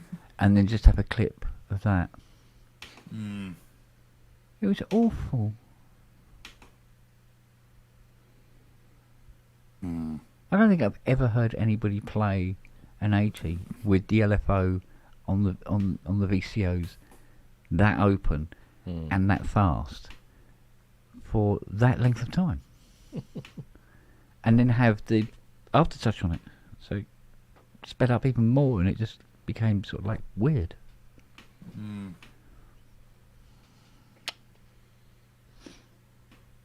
Well, I heard you weren't available, so they had to make do with him. Do you know what? You know that ChatGPT thing you sent me?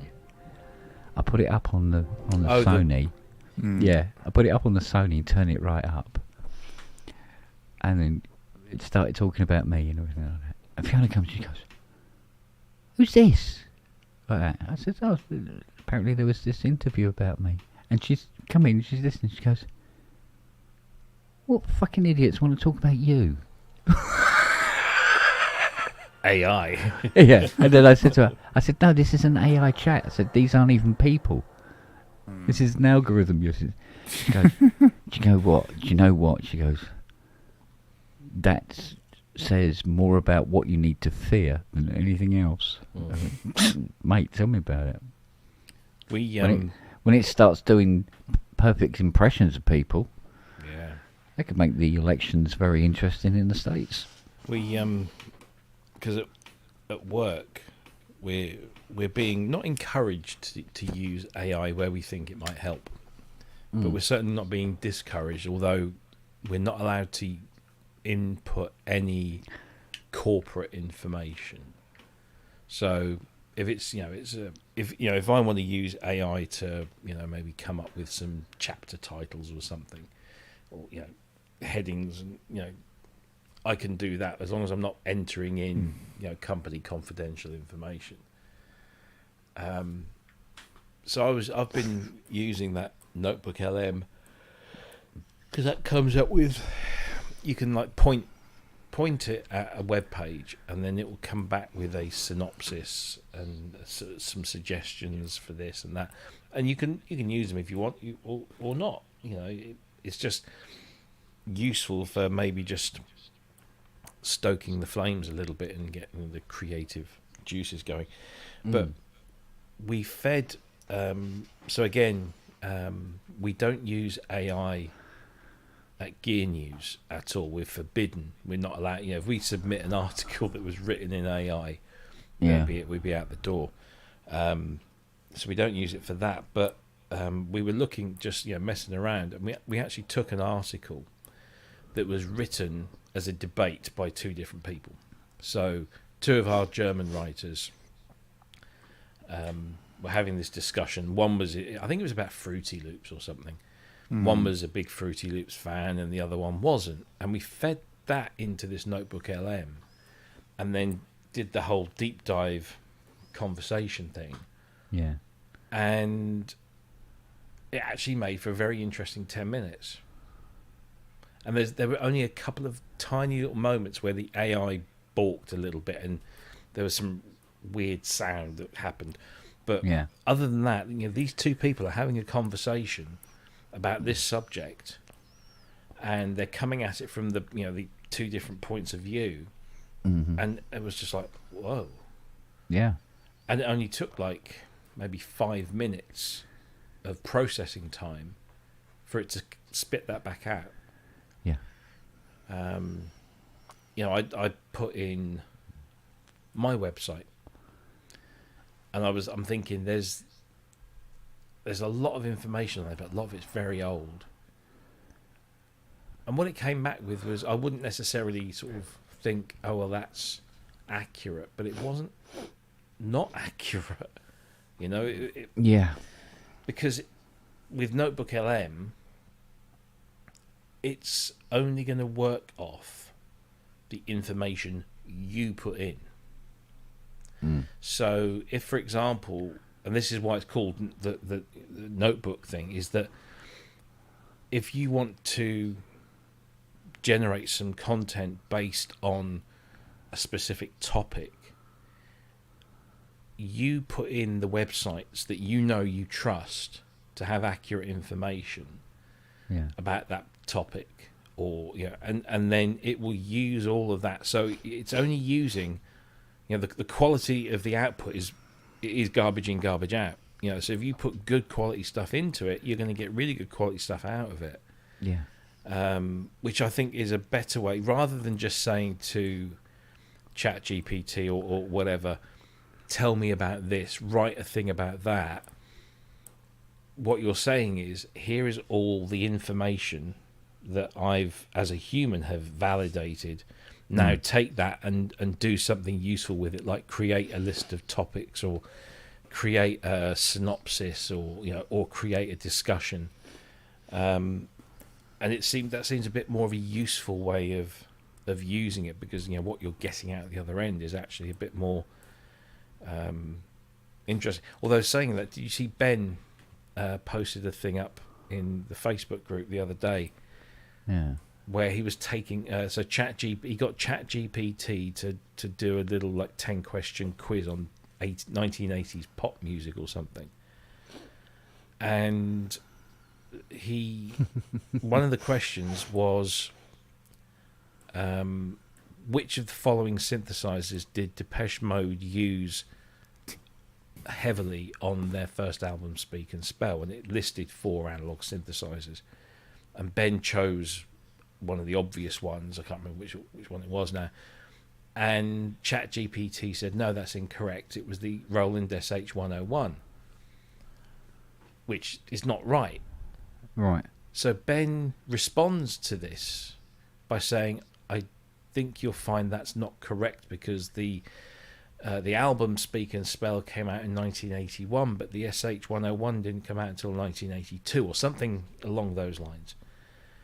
And the response from ChatGPT came back and said, yes, you're right, and I'm wrong, and I understand. And so it was understanding that it'd been, it got, because it then obviously must have searched its whatever it is that it has, and found that that what Ben said was true, and so now that's corrected it, and now it has learned something, which is a little bit spooky. But yeah, I mean, it's all like you said to me when I sent you that thing, that you get the wonder of it, but it is a little bit fucking. I mean, that whole conversation. I mean, I fed in. What did I feed in? I fed in my website, your website, my company's website, and PSN's Facebook page. And the PSN Facebook page was a little bit funny because it seemed to focus on the rules and the the stuff. But your one was quite good. The one of my company, or should I say my part of the company that I work for, was actually very good. And I sent it to my boss and I said, have a listen to this. And she comes back and says, who was that talking about us? I said, that was AI. I said, I just put in our webpage. And she said, wow. Yeah. They really know us. And I said, yeah, it's scary, isn't it? That they got all But that it's the same with everything else. All technologies can be bastardized in one form or another, and have been through history. And this is going to be bastardized in some quarters. To the advantage of others, at the expense of others. I haven't figured out exactly where yet. Well, till it happens, I suppose. Yeah. It's interesting stuff. But I think, I said it before, I think, it's currently, I don't think it's, I think AI is a bit of a misnomer. That is machine learning. I don't think there's no sentience going on. At the moment, yeah, that's for later. But yeah, I think if used properly, it can be a powerful tool for a lot of things. But as with all new things, to start with, it's a novelty. It's an absolute novelty, and people are just going to go, oh, it's like sampling, when people were able to have access every to sampling, drummer was fearing for their lives. Yeah, or everyone was using it to do chipmunk voices. It was just like, oh look, I can make my voice sound high pitched or very low.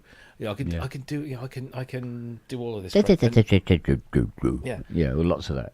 But after a while, eventually, the novelty wears off, and now people are using sampling for more practical purposes, for more artistic purposes. Obviously there were people like Gabriel and Bush and the rest of that lot that got sampling from the get-go. Yeah, the Rembrandts among us. Yeah. And then, Paul Hardcastle gets hold of it and goes, no, 19. And then for the next however many years, we're dealing with, people making silly voices and stuff like that. But it wears off. People get, they go, oh yeah, okay, we've done that now. Let's move on. What can we actually... Oh, look, actually, here's a really useful way of using sampling. We can take an old synthesizer that's rare and expensive, and we can sample it, and now everybody's got an approximation of that, rather than not having anything that's close to it. So, and then, people...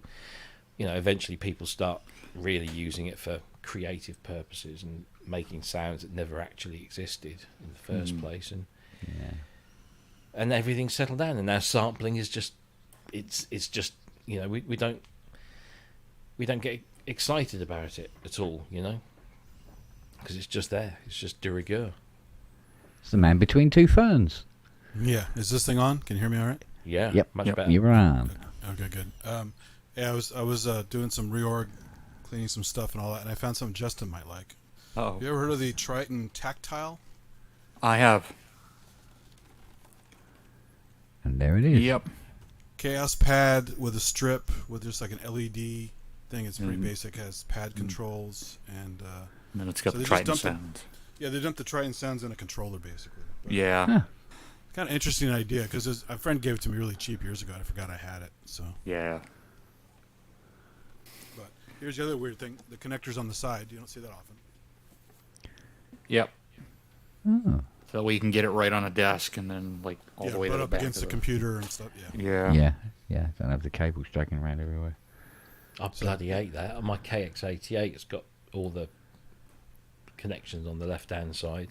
Makes it stick out even further, you know. On the Yeah, well. but as you say, it does help you butt it up against something. Yeah, you had limited desk Back. space. That makes sense. Yeah, it was the same on the Sledge, wasn't it? Except it's on the... Yeah, Sledge. Yeah, it's on the left as well, Yeah. isn't it? I don't remember if I had anything else that did that. Heart and Neuron had that. Yep. Mm. No, That's one of the Casio's like things. first. No, Casio's first like Privia pianos did that. Yeah, I have that on my Privia. So Hmm. that's actually why I had that bag that they stole the Fusion. The Fusion It's a in? Privia bag. So I'm amazed the Fusion even fit in there. it barely fits. It was squeezed in there. Mm. But it was a cool roller bag with wheels on it. So Yeah. I didn't move. I didn't plan on moving around much. But when I bought it, my friend gave me a discount and everything. So I was fucking get the thing with the wheels. Mm. So What we got on the show tomorrow, Rob? 3 old cunts talking about synthesizers. Oh, it's one of them. It's one of them. Ah, okay. Now, there are some... also a new kind of show. Well, UBI just put something out. Yeah, Was it World Suite 3? World Suite 3, I asked for an NFR, but I guess they automated because they're obviously there in France, and I got the email through about 4:30. Yeah. So I guess they automated the emails because I asked. I said, "Oh, Yeah. can I have a copy? Just so I can get an idea." We've got a few things that we didn't talk about last week, like the P6, the Roland P6, Yeah. IK Multimedia's T-Rax 6. Yeah, I and saw that. a new drum library for Superior Drummer. A couple. And then there's the Jomox Mod FM desktop, full bucket music drum tracks, which we didn't really cover. Michigan Synthworks 830. I still can't figure out how to use that drum tracks. The GS Music Bree 6. But yeah, there's not a huge amount of new stuff unless something pops up tomorrow. There's some interesting things coming down the pipeline, which I can't talk about, but Yeah, I like your ATEM screen, by the way, Andy. Over, yeah, I see over that. on your right. Yeah. Yeah. I have to look at it once in a while because I'm also monitoring the levels. Yeah. Because I had some level problems recently on some streams, so it's real handy. Instead of running the Yeah. software on the computer, I can just look at the monitor Yeah. when I need to figure something Yeah, out. we run one of those at church for our live stream. Yeah, it And helps actually, a we lot. don't even use the software for it because we're using StreamYard. Exactly. Yeah, that's why I have it set up. Not just because at one point I was streaming straight from the box, Yeah. which is what Ramsey does. He uses it straight from the box to the. Instead of going through his computer, he goes straight out, and then he does something else with his other software to run the show. It's kind of a complicated setup, but that's Yeah. what's powerful about these little guys. The ATEM Mini will not stream out, but the Mini Pro. Yeah, we have the is Mini a Pro. standalone. Yeah, it's a standalone unit. You can just do everything from it. Once it has the key and everything, you Yeah. can do You everything go from to there. It's pretty cool. Bunch of different things. You can hook an external drive to it and stream to the drive simultaneously. So if you get Yeah. glitches, you can have a perfect copy of your show. He has the He's got the does he have the the extreme? step up. No, he has the step up from the Pro, which allows you to have every camera as a separate stream. So he has the ISO, I think. The ISO, that's it. Yeah. Yeah. And so, but he said he doesn't really use that feature. He just paid for it. And Yeah. so, but it is cool to have, again, a high quality. Now, StreamYard lets you also do the high quality recording online. Yep. Assuming that the YouTube or something's going to screw up your Yeah. stream. So. Well, yeah, and occasionally I'll do that with like the school. If they have an event that they want recorded, I'll just record it with StreamYard. Yeah, StreamYard records everything independently, locally. Yeah. If you want it to. Yeah, that as well. Yeah. Yeah, I feel sorry Yeah, for I Marnie. need Only to- gets about 5. I need to, because I bought an Ecamm subscription. So they've got a. I really need to begin to figure all of that out because I want to move This to is that. all this new software. Yeah, so it's much more flexible. StreamYard, I think we've kind of got to the point where I'm not wonderfully happy because they got taken over a little while back by an Italian company who promised that they were going to continue developing and doing all this, but everything seems to have like come to a. I haven't seen an update for ages. No, it's all Yeah. things that I and others have been asking for still, don't not even been addressed, and so I just thought Ecamm gives me like complete control, but in turn it's a much steeper learning curve. Yeah. Oh, But great. now I've got an internet connection and a computer that can handle the heavy lifting of the data. Because obviously StreamYard does everything. All we do is just logging in the browser, whereas I will be spitting out my stream directly from my computer to the various places. So I need to get because I spent. Well, I mean, I got a discount on it, but I spent the money. I really need to spend the time with it. But when I had my 2 weeks off, it was all kind of busy. So, talking of which, I was gonna spend a bit of money today, and I keep getting reminders about Cubase being on sale until like the 25th or something. And I can upgrade, or should I say cross-grade, Yeah. for £152 That's not bad. for Pro 13. Yeah, But I to must admit, review- since the update went on to Sonoma, it's been rock steady Eddie. Yeah. Everything has disappeared. The flicker's gone. The MIDI dropping out of the Hydra's gone. All that sort of stuff. None of that seems to have been a problem. I clearly really didn't need it to update to Sonoma before I was ready. Because it was working nicely under the, was it Ventura, wasn't it? And everything was like, okay. And then things started going a bit weird and wonderful. Yeah. So, Yeah, I'm not sure. I don't know if I need it. The only reason I need it is if anybody sends me something in a Cubase world. It's handy to have. But then yeah. I spoke What, a CPR file or something like that? You go, oh, fuck. Oh, no, now what? I spoke to Harrison as well today, and they said that I've still got access to my upgrade price Yeah. to go from Mixbus 932C to the new Mixbus 10 Pro, and I can do that for, well, it's $99 US, so I don't know what that is, about 78 Yeah. in UK. But Yeah, well, Ty phoned me up last week and told me off. Well, no, it was this week. And told me off about not giving soft tubes CS80 a good enough run. So I'm going to address it again. I think what it was I have this standard approach to testing the validity of a CS80 piece of software, which is to select guitar 1 and 2. And then you have the filter on about equal on the brightness, no resonance, and just see how it responds and plays. And it really wasn't anywhere near it. He said, no. He said, no. Forget the presets. Go to the front panel. I mean, okay, I'll go to the front panel and I'll have a look at a few things up on there. And yes, it is very accurate, but I can't figure out how they got the presets so fucking wrong. You know?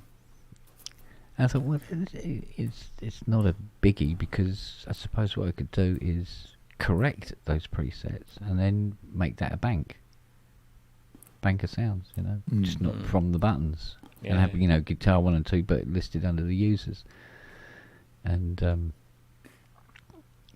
send it to SoftTube and be like, hey guys, these are what the presets are supposed to it's something we can throw up on the bloody website or something and go, you got put this. it up on the... These are the patches you want, mate. Don't push those buttons. Oi. No. Could be a Patreon thing. Well, it almost, it's weird. It almost sounds like it was, again, modelled on a CS80 that wasn't actually properly calibrated. If that makes sense. So they've reproduced what they had there very accurately, but it wasn't a properly calibrated 80. What, all synths don't sound the same? Are you crazy? Yeah, but the thing is, there's certain things that that 80s love doing, and on their trigger boards they have a VCA, which is logarithmic VCA, for each channel, for each function in the aftertouch.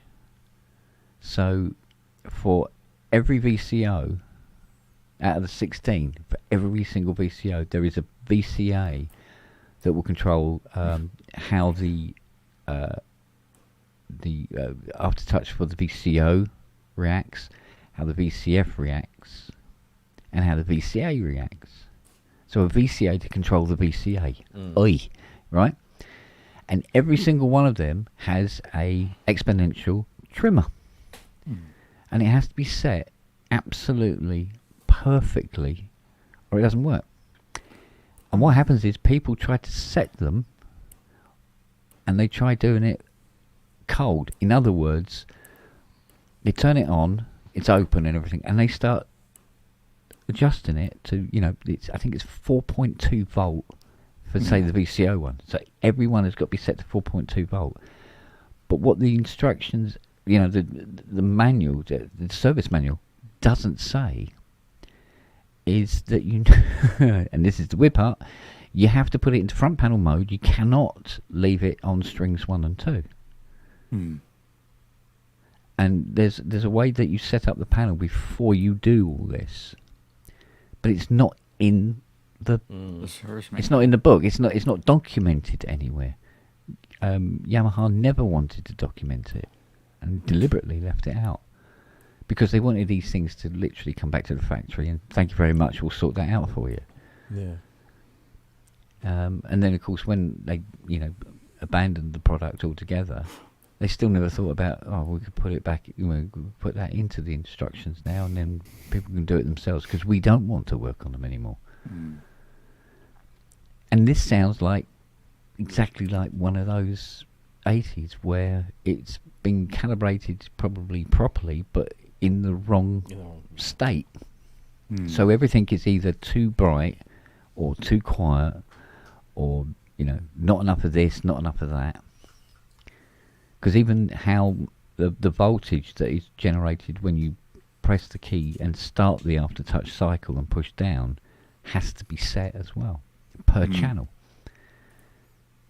And you know, when you go to different presets, that the start point is different on each one and each preset. It's like somebody randomly creating a piano library without having it tuned first. Basically, yeah. Is exactly like that. So you think? go, yes, it sounds like a piano, but there's something off here. Yeah.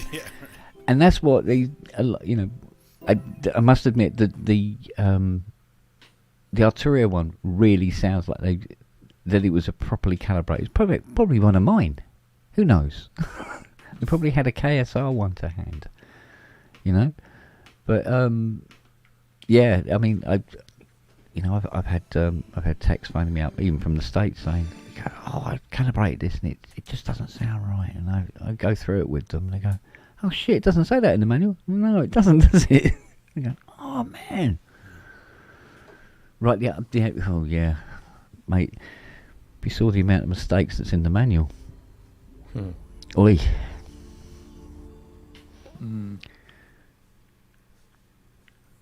What do you think the worst one's in the Jupiter 8 manual, service manual? There's a calibration procedure that if you follow it to the letter, you will destroy the voice. You really mustn't. But it's obvious. You look at it and you go, no, that can't be right. No, that can't be right. Sure wasn't guaranteed to make more business? Is that You know what? I wouldn't put it past them. Who knows? But you know that where they've put minus 15, they mean minus 5, not minus 15. Oh Because if shit. you connect it up to the minus 15, mate, you were gonna. This voice is gonna go. Good night, everybody. Nice knowing you. Bang! Like that. You go, well, that's another Curtis gone out the window. And they never bother to put protection circuits in there, or it's just not worth it. No. No. The idea is like you never open them. That was they didn't want you to look in and trying to copy it or something like that. So they were very possessive back in the late 70s and 80s. They really funny about people opening them up. Because they had that problem with SCSI, right? You weren't supposed to hot swap SCSI, but some devices you could. And you could fry the SCSI bus by hot swapping when you weren't supposed to. Yeah. Yeah, there was that. And there was that other thing. I'm trying to remember what it was now. It was another quirky thing that they got completely wrong in the manual. Also, ADB, the old Apple protocol hooking up mice and keyboards and stuff. Yeah. And that had enough juice in it. You could also probably just some kind of a little protection,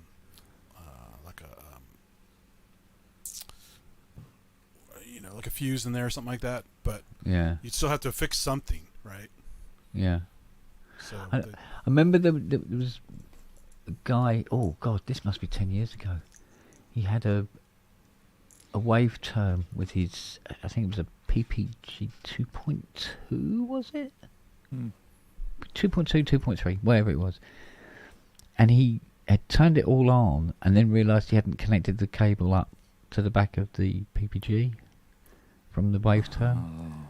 And it went soink, click like that. And it went boom, and everything went out. And he brought it to me and I went, mate, you don't want to see inside this case. You really, really don't want to see inside this case. It's not pretty.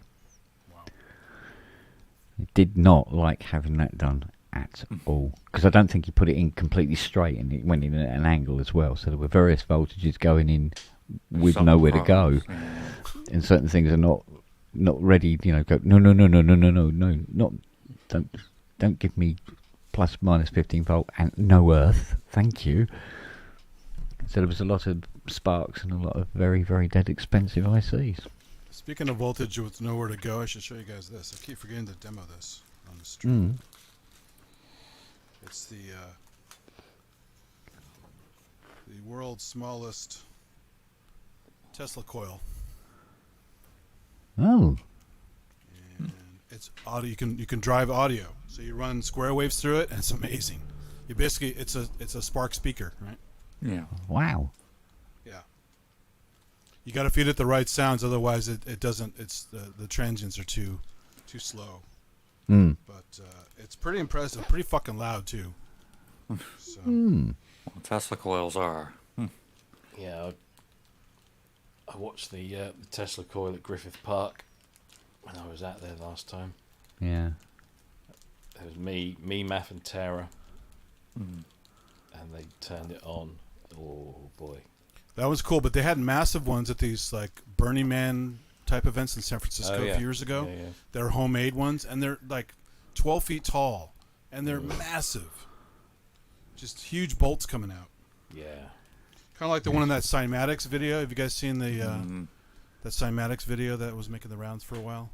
Yes. The guy jumps in a chainmail suit in front of a Tesla coil Yeah. and leaves the Chris ground, Angel and the did that. sparks come off his body onto the ground from the chainmail. Yeah. Look at me, I have no health insurance.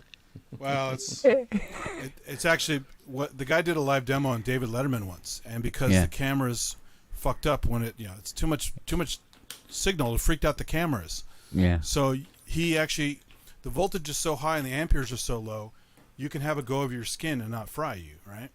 When you dial it in just right.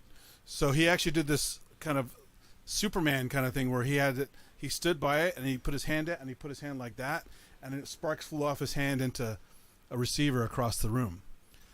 But the live video got all messed up because the interference. But it was really cool. Wow. It's like, kids, don't try this at home. Do you know what? When I was out in the garage a couple of nights ago, I come across that EMM Spectrum. I was really tempted to pull it out. Do you remember the Spectrum? EMM Spectrum? No. It's dual VCO thing. I tell you what it looks like. It looks like a black version of a Steiner Parker Synthicon. All right. And it's quite an interesting piece of kit, I must admit. It definitely has a sound of its own. Okay, you might want to go full screen on this. I have it. I'll turn the audio feature off. Just have it go on. I can never work this one out. Oh, there we go.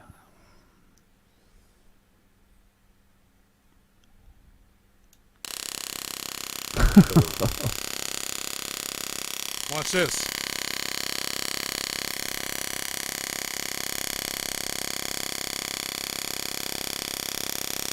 You see it light up? So Just a neon bit, bulb. Yeah. And then And when was the last time you saw Andy alive?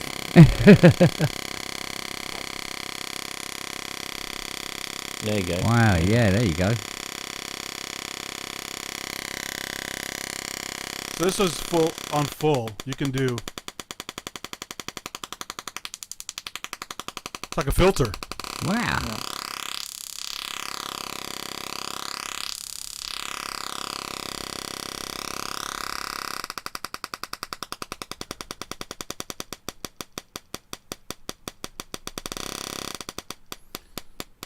So I'll have to hook up the audio thing later, and you Yeah. can actually drive a song through it. It's pretty cool.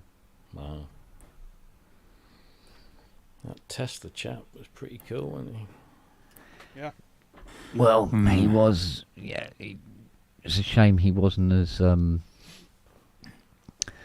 devious as Edison. Yes. All right. Because to all intents He and was purposes, Edison was a bit of a wank, wasn't he? Well, it's the Bit of a great wank. artist steal, right? So that's the, Yeah. Well, although Edison didn't steal everything. check this out.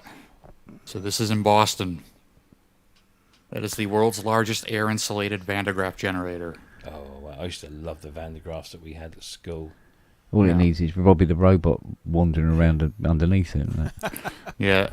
So, like, they do all these different experiments. I saw it twice when I was in, like, 6th grade. Went on 2 different field trips. And it's, like, the most amazing thing.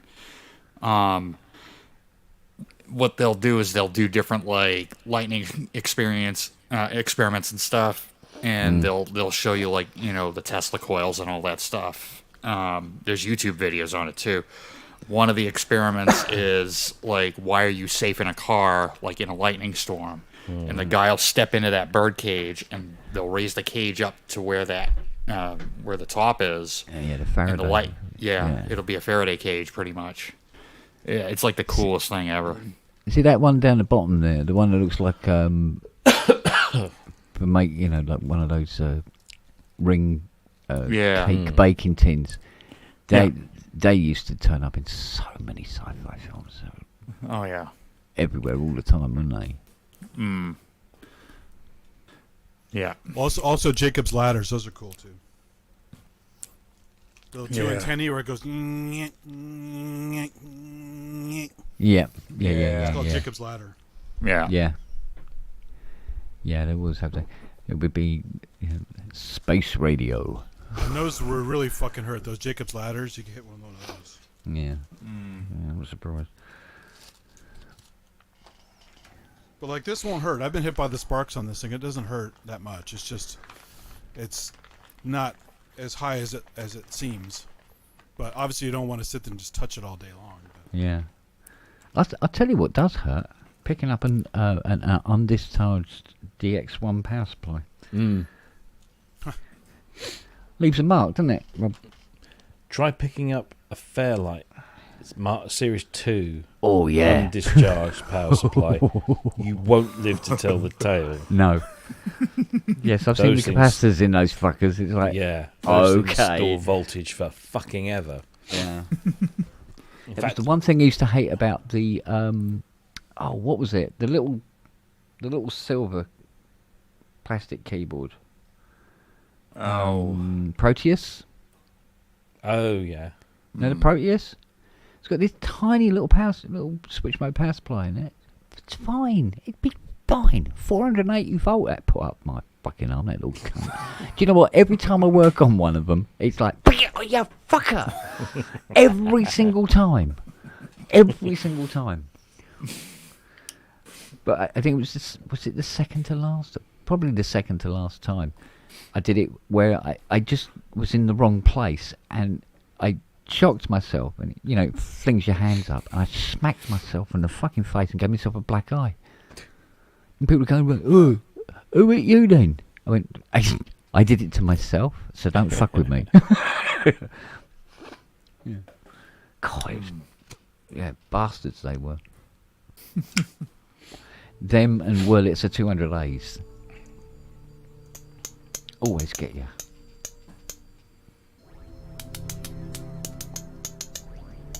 I saw Blind that had video footage of me because Math, when we went Trying to play the Griffith Mario Park, music. Math was behind me and Tara watching this Tesla coil go off. I'm sure he videoed it, but I can't bloody find it anyway. Oh, I can kind of hear it. Yeah. Yeah, sort of.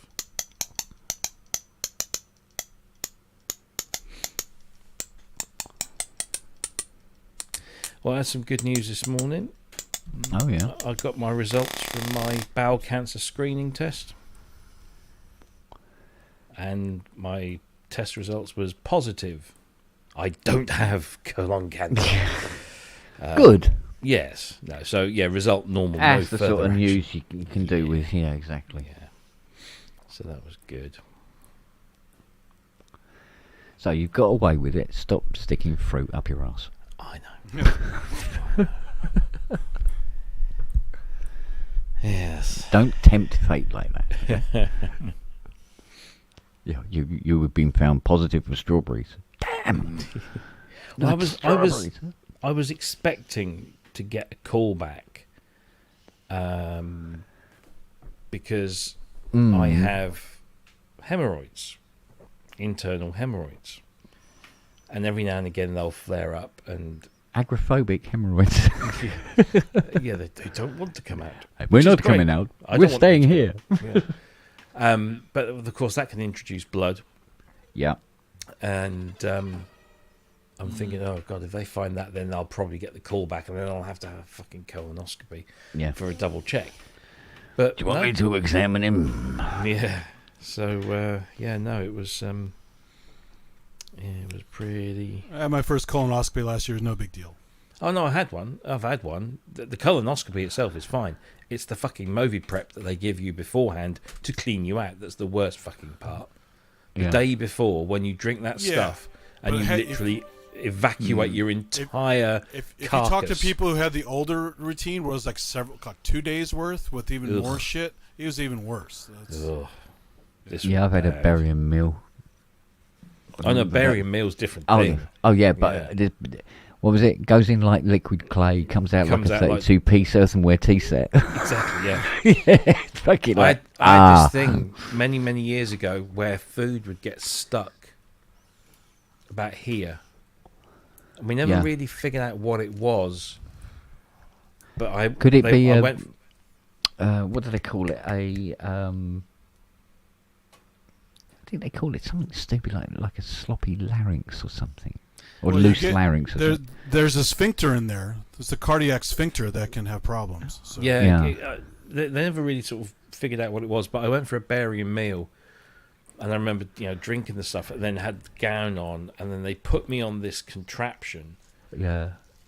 And they put you on it flat, and then they strap you in, and this thing moves you. It's like a gimbal, and the cameras, and you can see this stuff going down your gullet. And it kind of tasted a bit like a McDonald's milkshake. Yeah. And that's not a compliment, by the way. But No, they taste like shit. You're right. So. Yeah, and then she said that you might notice it when it comes out tomorrow. Don't worry if your excrement is a slightly paler colour than normal. Pale, fucking chalk. I was shitting chalk. Don't worry if you get a visit from the Grimace tomorrow. So. It's snowing. Yeah. So. Wow.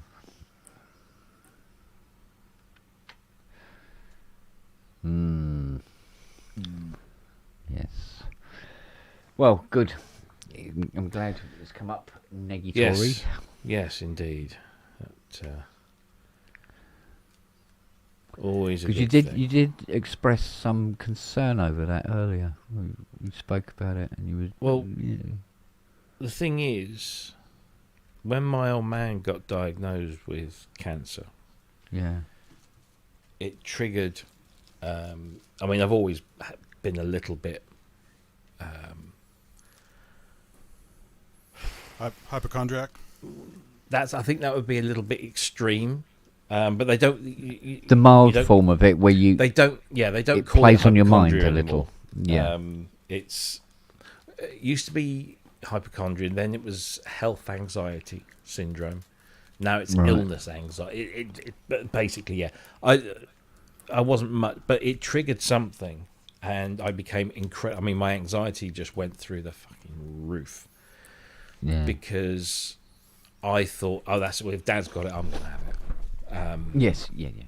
As you kind of would, it's just kind of this association thing. Well, it is a silent killer. It's bad news, right? Exactly, and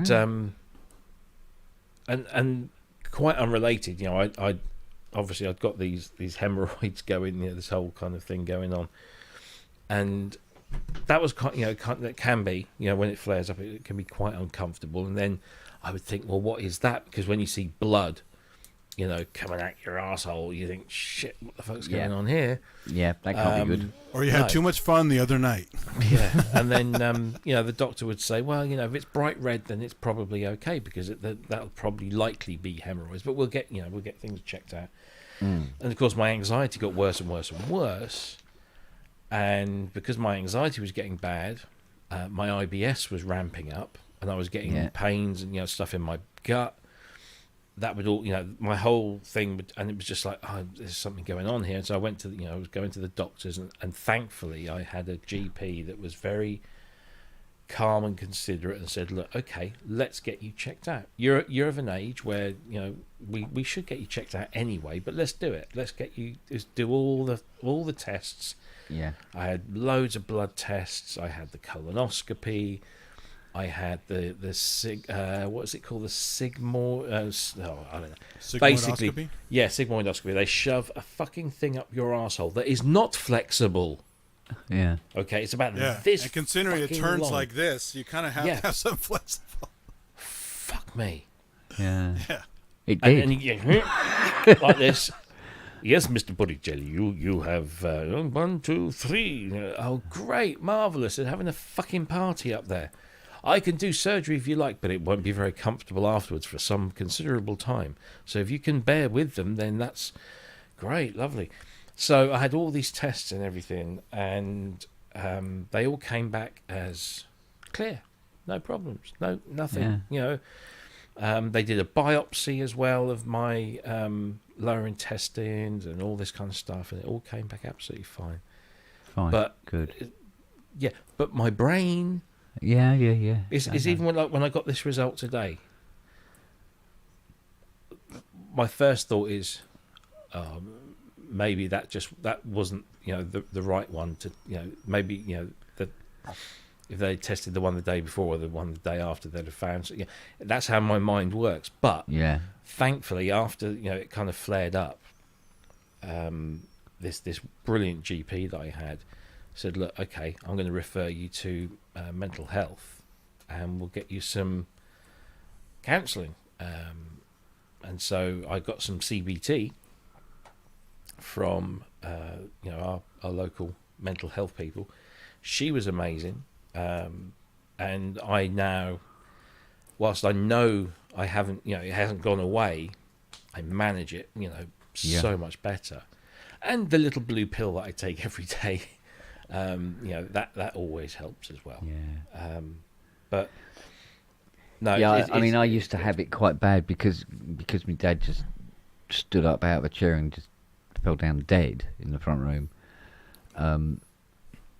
And we said, "Oh yes, no, it was his heart and everything like that." And we look at each other going, "What was wrong with his heart? He had a bicycle and everything. Didn't he? What the hell?" And it played on my mind. I mean, I was 12 at the time, but it eventually started to play on my mind quite a bit. And I remember being absolutely terrified because I had this pain in my chest.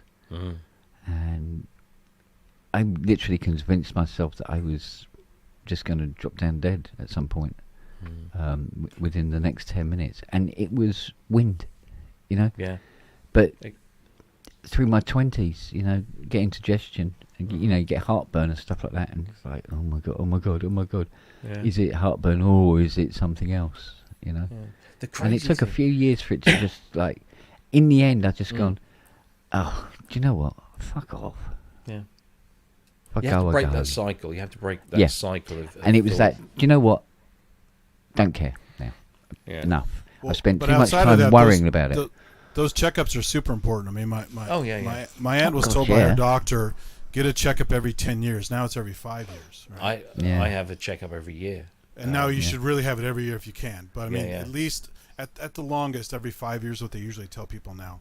But she didn't have any symptoms, obviously. She waited. They found, after some horrible symptoms she had, they thought it was her uterus first, right? I'm sorry, no, they thought it was her colon. Took her colon out, found out it actually started in her uterus, had spread to her colon.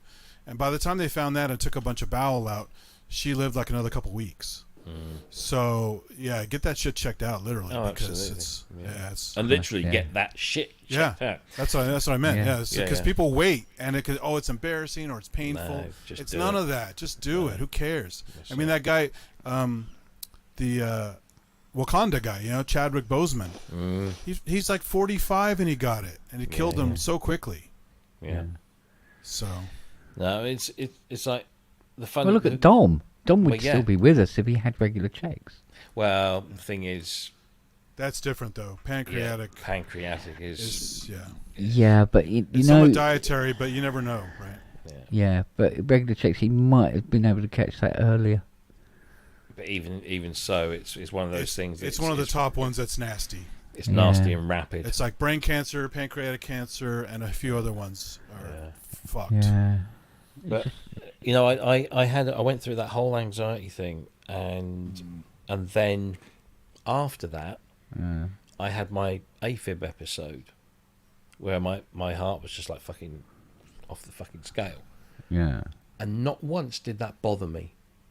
I wasn't frightened. I mean, you would have thought somebody with health anxiety issues, that having an AFib episode where your heart is just like it's just all over the place, would freak you out. Not a fucking thing. It didn't bother me at all. And I went to hospital. I had all these checks, and the heart went back into normal rhythm. And I had X-ray, and I have an annual checkup just for the heart now every year. And I'm on medication because AFib isn't something you can cure. it's not a curable thing. It's just a thing, and you can take medication to mitigate the outcome. So I take one of my pills. I take is a what's the fucking name for it? Actually, regarding the AFib, my dad actually had it, and he actually had it cured. There's a procedure you can get, but it requires open heart surgery. Well, there's this thing called They fixed it. begins with A, Hmm. and it can you'll never get rid of it completely, but you can like minimize. They do a thing where they cauterize yeah, part of the Purkinje bundle behind the heart, yeah, and it reroutes. It's really fucking weird stuff. yeah. but I forget the name. it It's works. called- yeah, My dad had it. oh, It works. yeah. It alleviates pretty much. But Jesus, what are the bloody beta blockers? That's the one. So I'm on beta blockers, Yeah. which slows my heart rate down. I'm on blood thinners because the number one cause of death related to atrial fibrillation is strokes, because the irregular pumping can cause clotting, and then that causes the strokes. Yeah, so my dad got to stop the warfarin. He got to stop a bunch of stuff after Yeah, that. yeah, So he's yeah. on almost no meds now. Yeah, that's brilliant. It's amazing. Yeah.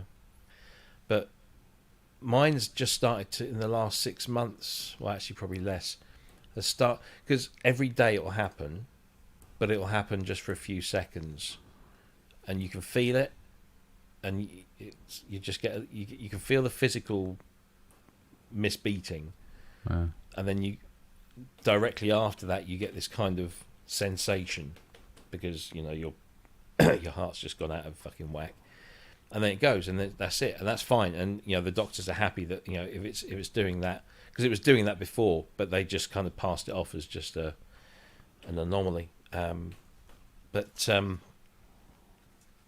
with the medication, it's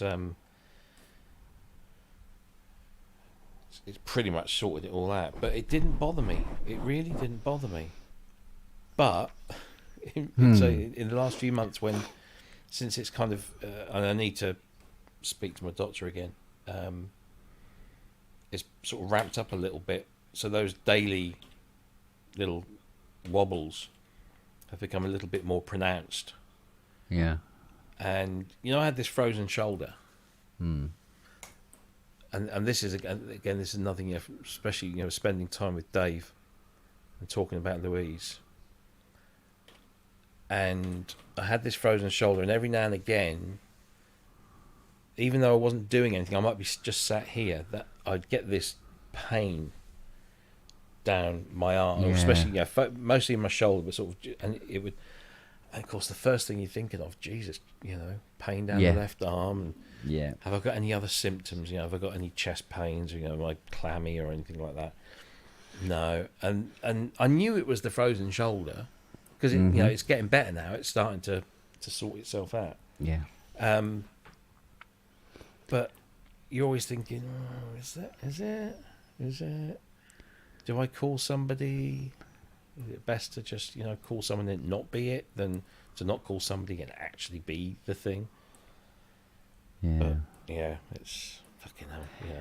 Yeah, but the thing is, what is almost comical about it is you get these things and you worry about them, and you worry and you worry and you worry, and if anything is going to fucking bring on a heart attack, it's all the worrying. It's going to do you more damage than anything that's going on in your arm, isn't it? It's oh man. But like Andy said, get checked. I mean, this is the thing. This is a lucky thing with me, is that because I had that AFib episode, I now get checked for my heart every year. And so I have the whole ultrasound. They found that I've got, what's it, AAA. Basically, the artery that goes down to my gut has slightly enlarged, Right. only ever so slightly. Is it ischemia? Is that the right word? Ischemia is a blockage. Ischemia is a blocker. So what is the? They said basically we've measured the because what will happen is you get this bulge. Yeah. It's an aneurysm, It's an Yeah. aortic something aneurysm. It's Oh, triple yeah. A. It's AAA. You got to keep an eye on those for sure. Yeah. So I had this scan done every year, and the last time they did this scan, and I went back to to see the consultant, and he said, we've got your results here, and everything seems fine, but we are slightly concerned that this this aortic thing, he used this fancy term, he says it's ever so slightly larger than we'd like it to be, but it's not at the point where we think we need to intervene, and there's quite a way to go between. And he said it's most likely down to the high blood pressure, which I've had for some while. He said, high blood pressure can just cause this to, it stretches, basically, too much blood going through, or the pressure of the blood is too high. So he said, we'll continue to measure that every year. And if we see that it's increasing and it concerns us, then we can do surgery. And I'm like, oh, I don't want that. So let's try and avoid that if we can, please. Yeah, absolutely. But I get the annual old person health check anyway from the NHS, where you just every year you get invited to go along and you give a whole bunch of samples and they do a whole bunch of tests, and it's like an MOT at the end of the day. Yeah. Again, thank fuck for the NHS. Well, we still got it. Well, we still got it. Yeah. Oh, is it in jeopardy? Sorry. It's in jeopardy. It's always in jeopardy. Always in jeopardy. But there's always a little bit less of it. Nice. Yeah. Yeah. But no, thankfully, and if you just sit around and sort of say, oh well, that'll go away, then it probably won't. But if you go to the doctors and say, look, I've got some concerns about X, Y, and Z, and they say, well, okay, let's get them tested, and then you will then get you'll get put onto that sort of list of, oh well, we'll better check him manually, because I'm also, I know there are benefits to being not well because of my type 2 diabetes.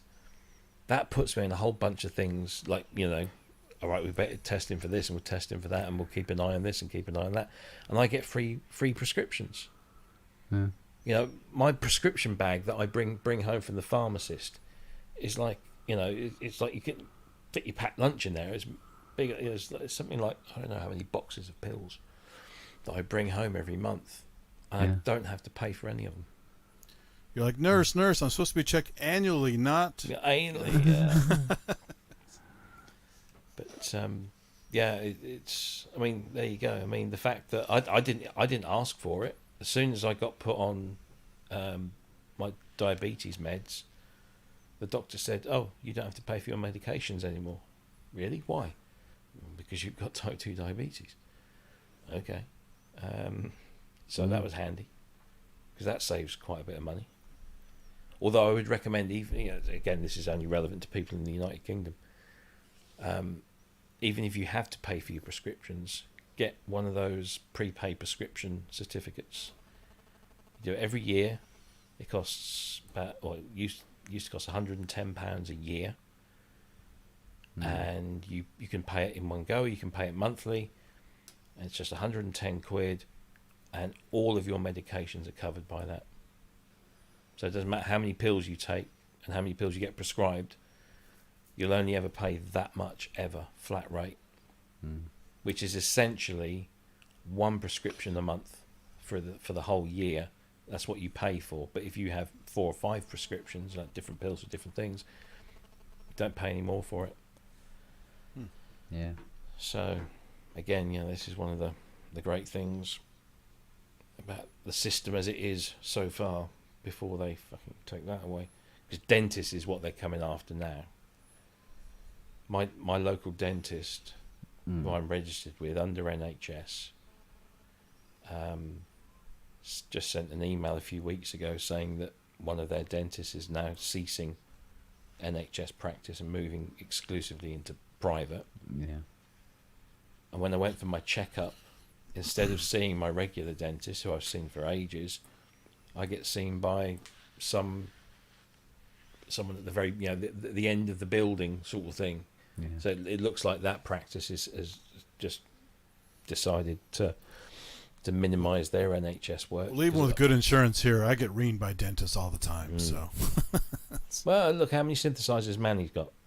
Exactly. And it's nothing against dentists, obviously, but the way the insurance system works for medical versus dental is totally different. And you can do all right as long as your medical insurance is pretty well. But man, dental, if you need a lot of crowns and root canals and other reconstructive work done, you'd just be poor. Yeah. Well, I mean, I've noticed over the years, certainly in the last 5 years, maybe 10 years, that every time I go and see the dentist, because my teeth aren't amazing. I've had some extractions, and I've got all at the back, so not necessarily. But every time I go for a checkup, it's like, have you ever considered having implants? Oh yeah, I considered it for about 5 seconds until I saw how much you fucking charge. Yeah.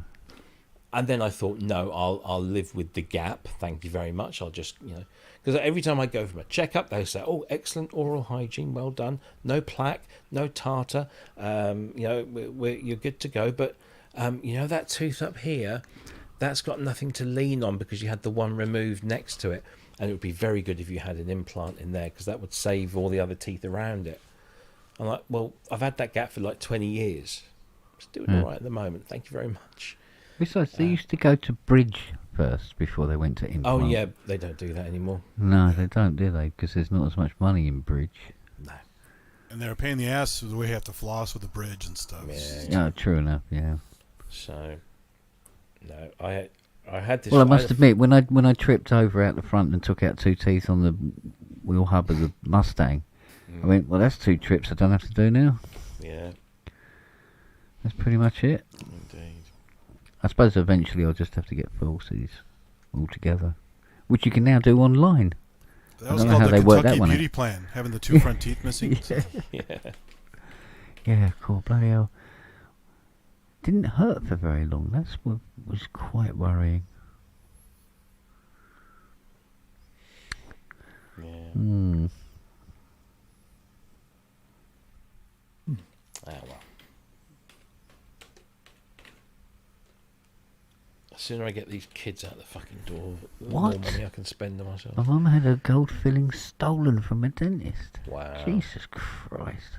They haven't done gold fillings for years. Well, once you get knocked out, anything happens, right? Yeah. I know dentists here who were putting certain things in people's mouths when they were asleep. That was terrible. Yeah. Yeah. No, man, he's a wonderful man. Oh, it's a holiday. Special occasion. Yeah. This is why they started to have the dental assistant hang out more often because of creepy dentists. That's one thing I've never had at a dentist is been knocked out for any procedure. I've always just had, the Novocaine and go for it. I was knocked out for the wisdom teeth removal because that's brutal. Oh no, I just Novocaine that bitch. Oh man, they knocked me the fuck out because I had several taken out at once. All right. And one was right by a facial nerve. They were kind of paranoid. I said, "Don't make my face all sloppy afterward, please." Well, that's what happened to my wife. Yeah. They severed the lingual nerve. Oh. And she was advised to sue, and she did. She got about 11 grand. Wow. Yeah. Probably would have rather have had a lingual nerve. No, I'm quite happy because that's how I got my S6000. Oh, okay. She said, because when she got paid out, she says, she's fine. Honestly, she is a little bit numb, I think, on there, which is great because when I'm slapping her with my dick, she doesn't feel it. So, no, she she got this 11 grand payout, and this was in our stupid period where I'd just been laid off by Gateway Computers and got a nice little payout. Yeah. I'd also just got divorced and sold the marital home and made about 10 grand on that. And then Jackie gets about 11 grand medical negligence payout from the NHS. And so we're like, whoa, what do we do with all this money? Jackie said, well, I need a new Holiday car. in the sun. Well, no. So the thing was, Jackie said, I needed a car because she was driving a really shitty car. She said, I think that's a great way to, use the money, you get a proper car. Yeah. So she got herself a car. She said, would you like anything? And I said, so this one, I said, S6000. Oh, that would be very nice. And she said, yeah, okay, whatever. So that was that. How much was it then? Oh, it was well over $2,000. Oh, okay. Still not that bad, though. Yeah, well over No, $2,000. Well over $2,000. The 6,000. I had the 6,000, which I then had because that came with the expansion boards and the FX boards as standard, but I also maxed the RAM out to 256. I got the external SCSI SD drive, SCSI CD drive. Sorry to say. Yeah. Flight case. What else did I get? I just basically got the whole fucking lot. Oh, the USB card, which was an About option. 150 quid on eBay now. Yeah, I know. Well, 300 quid if you buy them from Robert. But yeah, so there was that. And then, I said, oh, yeah, let's go on holiday. And she said, well, my friend's getting married in Kalamazoo. Can we go out? I said, yeah, all right. So me, Jackie, her boy, her mum. I didn't pay for her mum, but I paid for everyone else. We flew to Kalamazoo. Sorry, we flew to Chicago, hired a car, rented a car, drove all the way back to Kalamazoo in Michigan, spent a week there, which was fantastic. And then we said, what should we do for the second week? Let's go to Chicago. Let's spend a week in Chicago. Yeah, great. So we found a hotel in Chicago, right in the center of Chicago. It has no parking. So I said to the lady at reception, I said, do you have any parking? She said, no, but we can do it like a valet parking. How much does that cost? And it was like $95 a day to park in this thing. And I'm like, yeah, fuck it, do it. Because I might need the car. I never needed the car for that whole week. I could have just sent it back to the rental company, but no. And I pissed all this fucking money up. I mean, that was just one of numerous fucking things.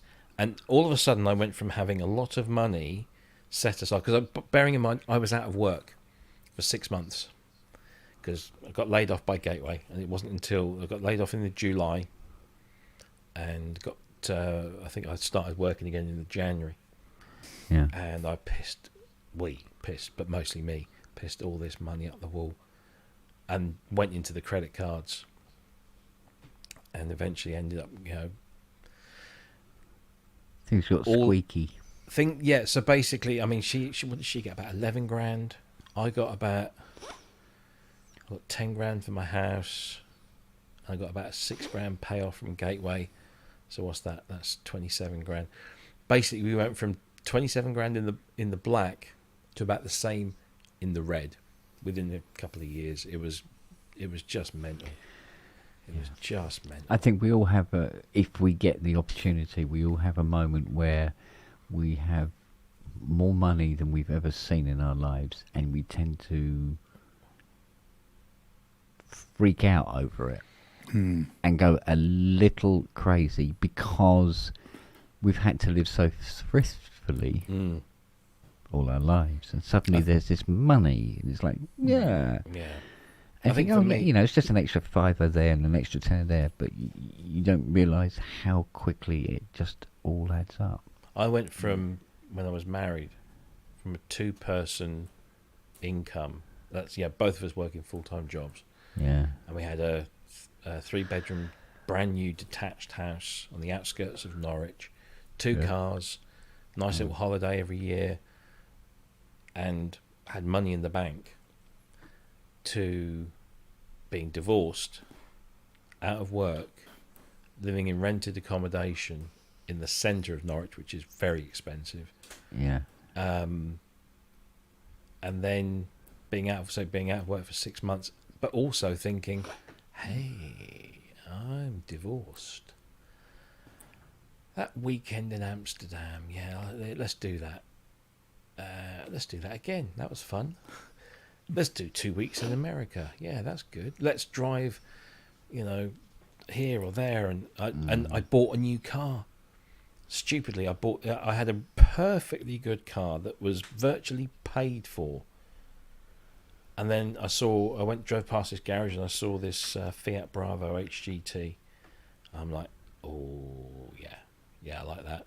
I'll have that. Yeah. And then proceeded to just live a lifestyle that was just stupid, really. And I couldn't tell you exactly how I spent all of that money and racked up all of that debt. Well, I still to this day earn to pay. I think is the best way of putting it. The word save, I can't spell it. I don't know how it's spelled. I wouldn't know what it looked like if it fell out of a tree on me. Same here. And no, seriously, that if there's 2K in the bank, I'm going, well, what can I get that's about, I don't know, 1,200 quid. Do you know what I mean? Which is ridiculous to do. Yeah. And I know it's ridiculous to do, but I still do it, and I still do it today. And I put all of that down to watching my dad scrimp and scrape and save and everything like that and drop dead. Yeah. And then it... Well, you can't take it with you, can you? No, and it was just... And it came to nothing. It barely put him in the ground. Barely gave him a decent funeral. Do you know what I mean? Yeah. And then suddenly we are on Skid Row like you would not believe. You know? We went... Sometimes we would go without meals for 2 or 3 days because we couldn't afford food. And it was like... And you explain that to some people today, they're going, no, mate. That was in the 1980s. You know, it's not the fucking 1880s. Yeah, in the 1980s. Yeah. So when it got to having a job that I think pays quite well, I'm going, no. I want to get that. I could be dead tomorrow. I want that now. I'll get that now. Fiona wants that. Go on in. Go and fucking go. She said to me, with her own money, she came up to me and she goes, would you be upset if I bought a new car? I went, no, why would I be upset if you bought a new car, darling? She goes, well, you know, it's just because I got a bit of money in the bank from, you know, selling, you know, splitting the parents' house and everything like that. And she goes, and I'd like a new car. I said, okay, I don't see why not. What are you thinking again? She goes, I was thinking of getting a smart car again. I went, oh, okay. Right. She went, what? I said, oh, nothing. She went, no, what? I said, well, I thought you might get something a bit sort of like fucking flashy, actually. She went, like what? I said, well, I don't know, you know, something nice, you know. And she goes, but no, it is nice. I said, I know you. You'll probably, you might end up getting something a bit more above a smart car, I think, like that, right? And when she comes back with it. She goes, the new car. It's a smart car, but it's a Brabus. Yeah, see, I knew you wouldn't settle for just the smart car, but I was kind of hoping that you might have bought an R8 actually. But, can't have everything, can you? No, that's it. So. But I mean, I racked up. I think it was around 30k in debt, and it got to the point where I was getting letters, you know, final demands. Yeah. And we're not demanding anymore. We're coming round. Yeah, well, it was. Yeah, it thankfully never got that bad, but it got to the point where I was absolutely bricking it, thinking that was going to happen. And how do I deal with this? How have I got myself into this mess? And how can I get out of it? And this is the weirdest thing. So we had Sophia. She must have been less than a year old, and it was my turn to get up that morning, do the feed and what have you. And I sat downstairs, and it was literally first thing in the morning, you know, like 6 o'clock, and the breakfast TV show, you know, the BBC one had started. I was just sat there on the sofa just watching, and they had a feature on this charity, which at the time was called the Consumer Credit Counselling Service. and they were talking Yeah. about the rising levels of debt amongst the UK population, and these Well, people late said, 80s, it was a real problem. yeah, and It was a real problem. this woman was from the charity was there. So she said, look, it's getting worse and worse, but that's what we're here to help.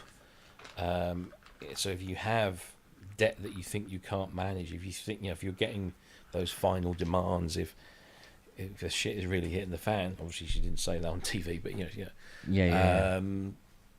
then we're here to help, and we'll talk to you, and we won't judge you. You just tell us everything, and we'll be able to advise you on the best way out. And it was that sometimes you get those moments you just think that was so perfectly timed, because I was at that point. And so that day I phoned them up, and I said, look, this is the situation. I've got creditors banging on my door. I don't know what to do. I've got a full-time job, got a young baby. My wife's got a part-time. Well, actually, no, Jackie, she was still on maternity leave, I think, at the time. And I had a very long conversation. It was a very tough conversation, because they don't. It's brutal, mate. They don't pull their punches. No, They said, they don't. They're basically, what you want them to say is, "Oh, don't worry, everything's going to be fine. We'll do this, and this, and everything will be okay." You fucked up, maggot. Yeah, It's it was basically what you right, get. Yeah, so you're in a shit position, Mr. Pubaliciousness, and there's no easy way out of this. But here are your options, and also here are the things that you think might happen to you that won't happen to you, because that's just myth. Okay, so they taught me through the whole. I gave them all the information, the amount of money that I earned, list of all my outgoings, what I had left over at the end of, once I paid all the bills. They took into account all the people I owed money to and how much I owed to each of them, and they came up with a debt management plan. Now, I was offered, they said, you can file for bankruptcy if you want, but and it will potentially write off your debt, but for a number of years, You'll be won't be fucked. you won't You'll be be able fucked to. for 20 years. You'll be fucked Exactly. over that. That would be biting you in the arse today. Still. And then the other thing they offered me was an involuntary something or other. I can't remember what it's called now. But she said the best way out of this is to do this debt management plan. And the one thing that I was absolutely adamant about was that I pay this debt back. I'd made this debt. I will pay it back. I'm just not going to be able to pay it back on the terms that they wanted it. So what you do is they say, okay, so let's say, for example, you bring home £1,000 a month, and your bills are £750 a month. So you have £250 a month as spare income. So what we're going to do is we're going to take that 250, and we're going to look at your creditors, and we're going to look at the one that you owe the most to, and we'll take the biggest slice of that 250 and give it to them, and then we'll look at the next one. And so basically you pay off the debt proportionately to the people you owe. So the ones you owe the most, you pay the most. But you've only got 250 quid, so that's all you're going to be paying back.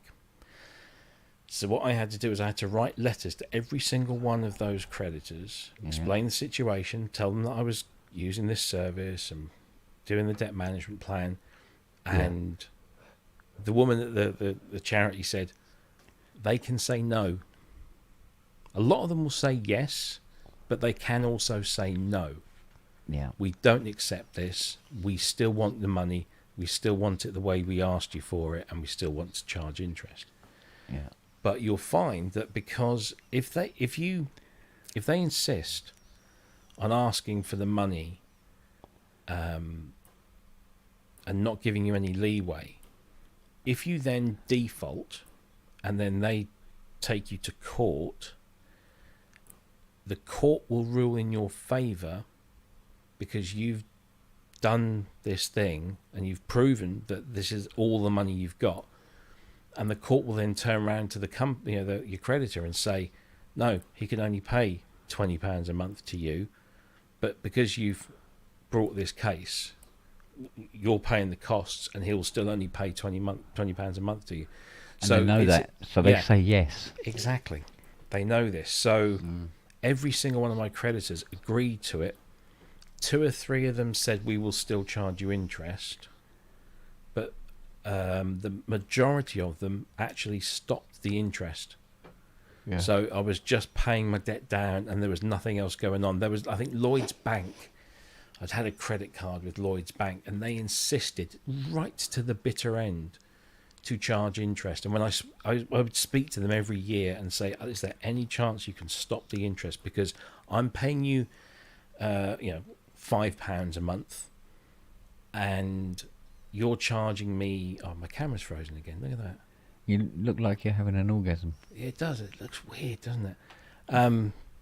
So I'm paying £5 a month, but you're charging me £3 a month interest. So I'm only paying down 2, and this is just fucking stupid. Yeah. But they Well, insisted. it just drags it out. Yeah, they insisted right to the bitter end. But the moral of this story is, I paid every single penny back. Yeah. And we had no holidays, we had no nice things. We relied on buying the kids' clothes from charity shops. We did all that. I mean, yeah. Oh yeah, been there. Christmas dinner, a banana with a sparkler exactly, in it. Yeah, I know. Yeah, we been relied there. on all sorts of things. Yeah, we had Christmases like that. But I paid every single penny back, and every time I got a promotion or a pay rise, I had to go back to the charity and tell them. They would do a reevaluation, and then that extra money that I got in my pay packet just went and paid the debt off. So every time I got a pay rise, it was just, oh, for fuck's sake, But it was paying off. And then when I got this job here at HID, they paid very well, and I'd managed to sort of get to a point where a company had decided that because of all my experience, and everything, they were going to pay me a pretty decent wage. And then that sped the whole process up. Yeah. And within a year of starting that job, I'd finished. I'd paid everything back, and I've still got the letter somewhere that says, "Congratulations, you are now debt free." Man, that's the feeling of a lifetime. That is. Yeah, I know. So there is a It's not fun to downside. have your wages garnished. That sucks. So. Yeah, but that's. I mean, that's you owe people money. You spend that money. So I must admit, though, the way I live financially has a downside, a pretty bad one, and I experienced it with that GS1. Because when I do something like Fiona say to me, she goes, "Oh, it's come to that time again, my love, that all the dog food is running out, and the dog biscuits and the treats and everything else." And I know that, believe it or not, it works out at about £500 for, I think, it's about 6 weeks. It's about £500 every 6 weeks. Yeah, it's dog food and blah blah blah. Never mind the vet bills or anything like that. And I go, oh, in that case, I'll go down the workshop tomorrow and I'll do that mini moog restoration. So I spend the next 2 days doing the mini moog restoration. Phone up the guy, your mini moog's ready, mate. Oh, cool. How much is that? And I say, $8.50 or whatever it is, if it's a full resto. And he's gone. Where'd he go? But yeah, and do that, and then and he's back, and then take that money and go, there you go, darling, get the dog food,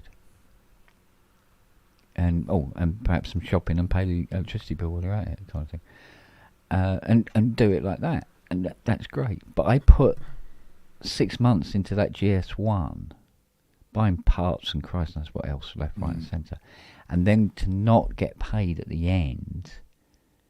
Oh man, it took forever to get to some sort of level where, because I couldn't, there wasn't enough hours in the day for me to work on stuff to get this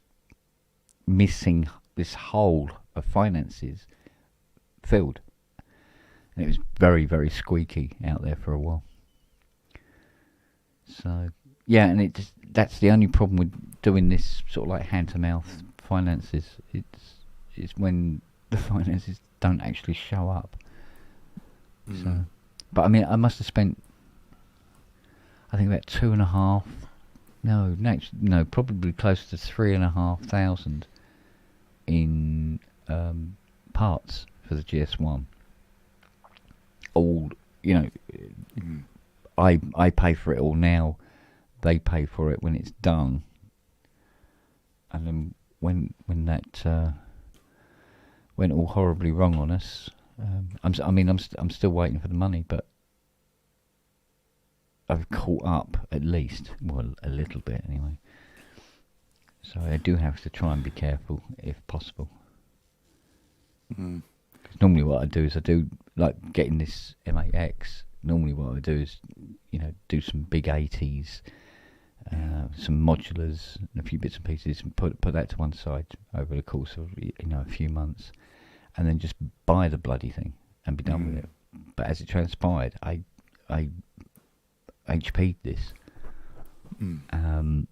and still paying it, and it's just that little punch in the stomach every month. You go, oh yeah, no, there's that payment coming up, better go down and do that Pro 1 or whatever, and make up for it. And which is great all the time. The work's coming in. I mean, you never know. One day it could just dry up. You never know. Usually does in the winter for me. Yeah, no, but here, winter, it gets worse. There's even more gear wanting to come in. But, as I say, this, we're entering, although they say, oh, no, this recession isn't too bad. Yes, it is. It is quite nasty at a grassroots level. And I can see people going, oh, do you know what? I'll put up with this fault on this synth and I'll sort it out next year when I've got a bit more money. And suddenly there's no keyboards coming in. And I'm, spending money right up to the red line. No, I think I've got to back off a little, I think. So... We want to bet Lily went over to Robbie's and chewed through his camera cord. Yeah, where is Lily? Yeah, I wonder, she's over there with her laser eyes just burning through cables.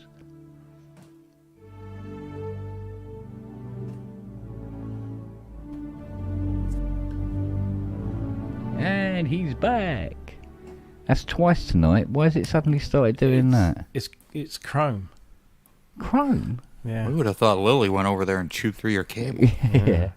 No, it's Chrome. It kept saying that my browser had lost connection with my camera's absolutely fine. My cam link's fine. It's weird. It's weird. So I just I've actually had a lot more luck lately with Edge. Even though it's Chromium based, it's X better than Chrome does for StreamYard. I've not had any problem with Chrome. Never had it. I'm using Chrome now. But you guys aren't a Mac. I'm talking on a PC. The PC of the Edge seems to work better than Chrome for some reason right now. That's how weird. I'm on Chrome right now, and it's been fine. A lot of times I'll start up StreamYard, and the camera's being hogged by some mysterious app, which I'm not running. Yeah. And if consistent with Chrome and not with Edge, it's very weird. Very strange. Yeah, I must admit, I haven't had any issues in that neck of the woods. It's a PC thing. Chrome. Yeah. But your combo, you've always run that combo, haven't you? Chrome. Nothing's with changed. StreamYard. Yeah, nothing's changed. It's preferred, isn't it? Actually, thinking about it. Yeah. No, I just shut Chrome down. I just rebooted the cam link and the camera, and it all came back on. But you guys are talking about money problems and stuff. I did the stupid thing years ago, getting a stupid timeshare thing. Oh, right, yeah. And boy, are those dumb. And they're really hard to get out of. Now they're easier to get out, but back then it wasn't. And I had to finally work out an arrangement. Can I just get the fuck out? Can I pay you a certain amount of money, and just get rid of it. And they finally agreed to that. Mm. It's a total nightmare. Yeah, it sucks. But you know, I mean, the one I've learnt two things: that it's not the end of the world if you're horribly in debt, and it teaches you a lesson about managing your money. And I've thankfully learnt that lesson, and I'm now I wouldn't say I'm the opposite of what I was. I still Still live on the edge a bit. No, I wouldn't say I live on the edge at all. It scares the crap out. I mean, so this month, I say this month, we went on holiday the last week of August, and I tried to keep tabs. I literally try, and every time I spend money, I just, especially when I'm away from home, I'll just like listen, what am I spending money on, so I know where it's going. But luckily nowadays, our bank accounts are updated. As soon as you spend something, it's come off your balance. So you kind of, and with the app on the phone, you know exactly where you are. But I'm sort of like, shit, are we spending too much money? Can we afford this? And I'm a bit like you, Kent, is that I've got to that point now where if there's money in the bank and it's not going to be needed for anything else a little bit further down the line, then fuck it, let's enjoy it, because you say you can't take it with you, but at the same time, I think it does have to be adjusted now because it is getting a little squeakier out there. Yeah, for sure. And I'm going, this is probably a time to sort of like, whoa there, sunshine.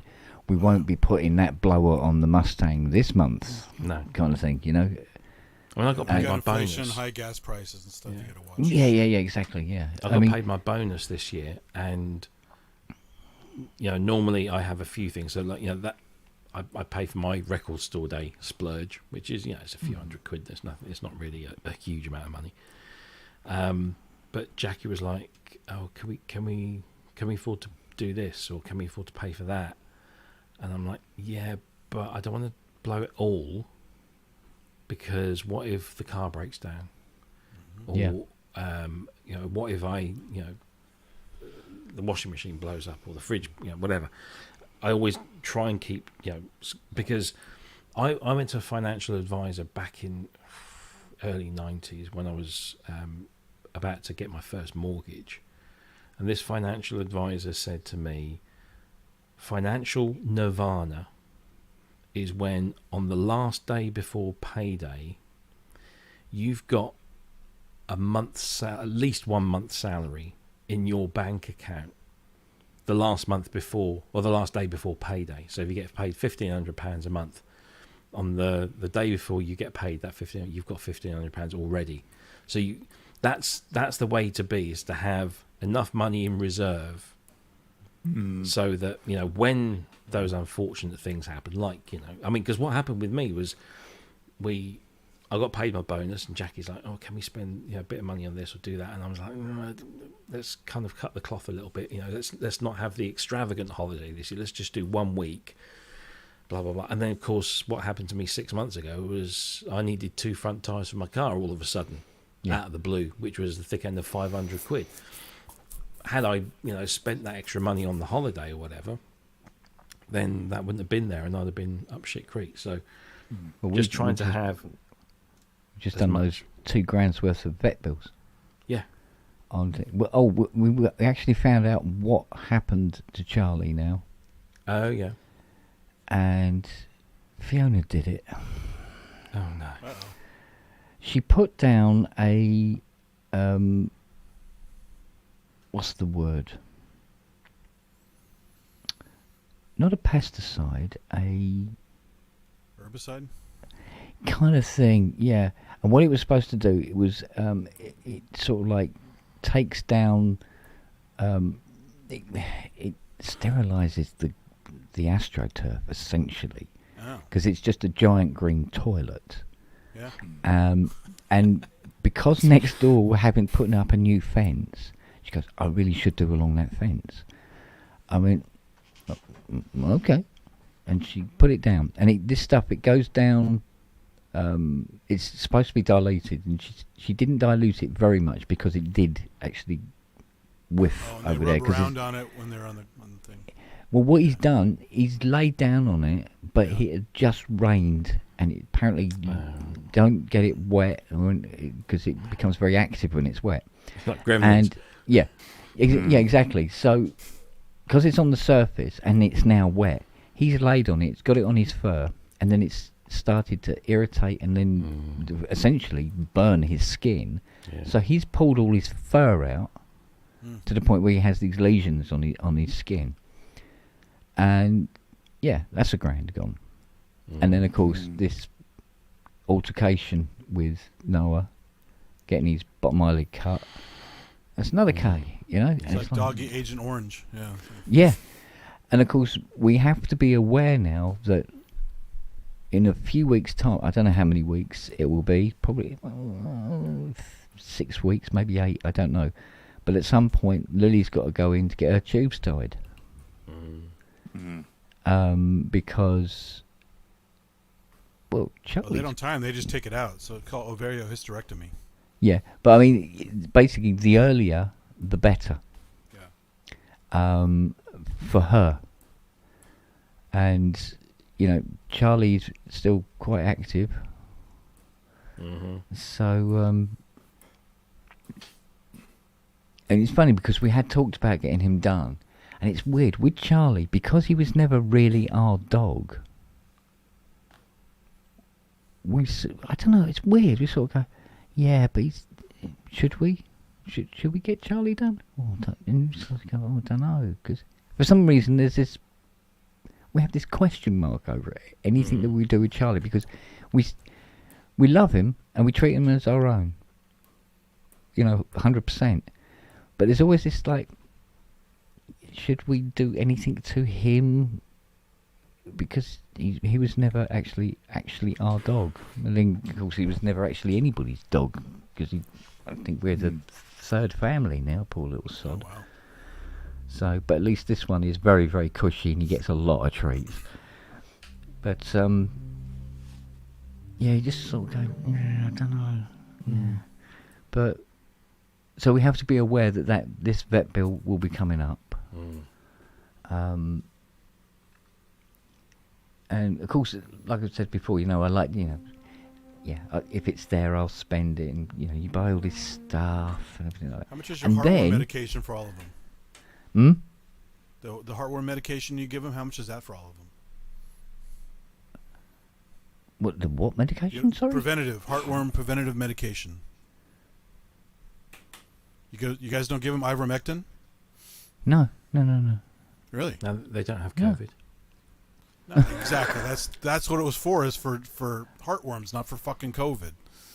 But no, that was the standard for a long time. Is chewies to your dog? Is little heartworm chewies, so they don't get them. It's preventative.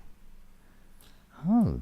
But maybe that's not standard over there. It's standard here. At least it was. Yeah, it's like HeartGuard or something. Yeah, I'm not familiar with it. No. Yeah, that's why ivermectin became such a big deal, because it was a household name after a while. Everyone knew what it was. Right, okay. Well, you know, but you know, like I say, you know, living close to the edge with the finances is okay. But you know, I get, you know, you buy all this stuff and then you spend the rest of the time bitching about how you don't get to play it because you haven't got enough time, and that's because you're down there paying for it, working down there to pay for this thing because you're so close to the bloody edge and everything else has got to be paid for. So it's not clever at all what I do. It's not clever. But at the same time, I like buying shit. Well, it feels good, right?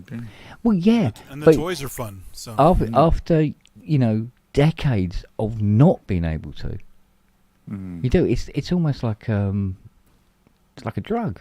Almost. It's sort of like, wow, that felt good to not give a fuck and just go bang like that. It's like, yeah. But it gets to a point where you're actually buying more stuff than you need or want just to get the buzz off it. And it's like, that's not a good way to be. I mean, I own 2 cars and I've got agoraphobia. How fucking stupid is that? I mean, really, come on. It's all right. I got 3 drum kits. And I need 2 arms. Exactly. But I love working on them. Don't get me wrong, but it wasn't life or death that I owned a Muzzy. I've always wanted to own a Muzzy, but I actually envisaged myself sort of like, screaming across California in one. Yeah. Rather than it just parked out the front of me getting rid of rust on it. But there you go. You take what you can. Yeah. But and the So I cry. got to run, guys. I got a text showing up, so it's good to see Okay. everybody. All right, Catch you later. Take care, mate. See you later. Bye bye. Do you want to see a cool picture? Go on then. I say cool. So when we were rearranging, put some shelves up in the front room, and my wife came across this folder. Okay, this is this thing. So this is like a record of a holiday I took in =95, where I flew out to San Francisco with my then wife, my ex-wife. And all we had booked was the flight in and the flight home 15 days later, a rental vehicle, and our first night's hotel, which was the Crown Plaza in Burlingame, just outside San Francisco Airport. Sounds expensive. Not particularly. But what we did was we then decided to drive around west coast of America. And we went from San Francisco to LA, LA to Arizona, Flagstaff and Phoenix, up through to the Grand Canyon, across Death Valley, stayed the night in Death Valley, and then up the east side of the Sierra Nevada with the plan to finally cut across through Yosemite. Okay. And back down into San Francisco. So it's just kind of a loop, if you will. Yeah. And it went pretty much according to plan until we got to this place in Northern California called Bishop, where we were planning to stay the night and then get up the next morning and cross the Yosemite. But this was in June, and apparently the pass that we were going to cross was still blocked with snow. So then we had to hike it all the way back down the Sierra, down to Bakersfield, spend the night in Bakersfield, which is not the best place in the world, and then the next day rush up back to San Francisco, which was like 7 or 8 hour drive, to catch our plane home. Anyway, she found this, and my wife doesn't like this because I did it with my ex-wife. Yeah. But everything's in. I've been going through, and I found a whole bunch of pictures in here, and I found me with the car, and I thought I was Billy Big Bollocks, right? The Americans, prepare for the Americans to laugh. I thought this car was the fucking Mutts Nuts. Please don't tell me it was a Pacer. No. It was this. Grandma. Oh my God. A 3-litre V6 Chrysler LeBaron. Yeah. Convertible. Look at me. Look at how fucking slim I am. God. But yeah, I think that might have been in, I don't know, I think that might have been Flagstaff. Were they alleys or steels with the plastic? I honestly don't. Plastic hubcaps. Yeah. Don't remember. Actually, no, that might have been. I can't, honestly, I've been trying to remember where all of this stuff happened because I've got memories of things. And I actually went onto Google Maps the other day and was trying to find the places, the hotels we stayed, and I did actually find a few of them. And not much has changed. Like we stopped over in a place called San Luis Obispo, which is halfway between San Francisco and LA. Yeah. And I found the hotel, and it hasn't changed much, except the what was the name of the restaurant? They had this little restaurant next to it. It wasn't part of the hotel. It was. I don't think it wasn't a Denny's or something. It's now an IHOP, International House of Pancakes. Yeah. But it's all very nice and fresh and modern now, whereas back then it was a bit grimy. But yeah, I've been sort of digging that. But yeah, I found that picture of me with this Chrysler LeBaron, and I remember when I booked it, I said I want a convertible, and they said, "Oh, we got this." I didn't know what a Chrysler LeBaron was. Yeah. And I said, "Yeah, it's a 3-litre V6. I want a 3-litre V6. Yes, please. I'll have some of that." The most gutless piece of fucking shit I've ever driven. It was so The poor. clue was in the 3-litre and the V6 part. Yeah. But it was a convertible, and as Paul says, in California that made sense, and we did a lot of driving with the hood down. And yeah, so I was trying to think, well, could I do that journey now? Because bearing in mind this was 1995, no sat nav, no mobile phones, no internet. Christ, nearly 30 years ago. Yeah, and Jesus. so what I did was, do you remember Auto Route Express? It was a piece of software. I think it was branded AA Auto Route Express or something, and it was a navigation piece of software that you installed on your computer, and it had all of the maps. I think it might have used Ordnance Survey maps or something, and you could plot. You could say, I'm starting in this place, and I want to go to this place. Show me the route, and then it would print out little maps, turn by turn sort of maps, and it would then show you a list of things. So this is 1995, and I'm living here in rural Suffolk. I go to my local software shop in town, and I said, "Have you got something like that, but with American maps on?" And they said, "Why would we have something with American maps on?" I said, "Well, for people like me that are going on holiday." Oh no.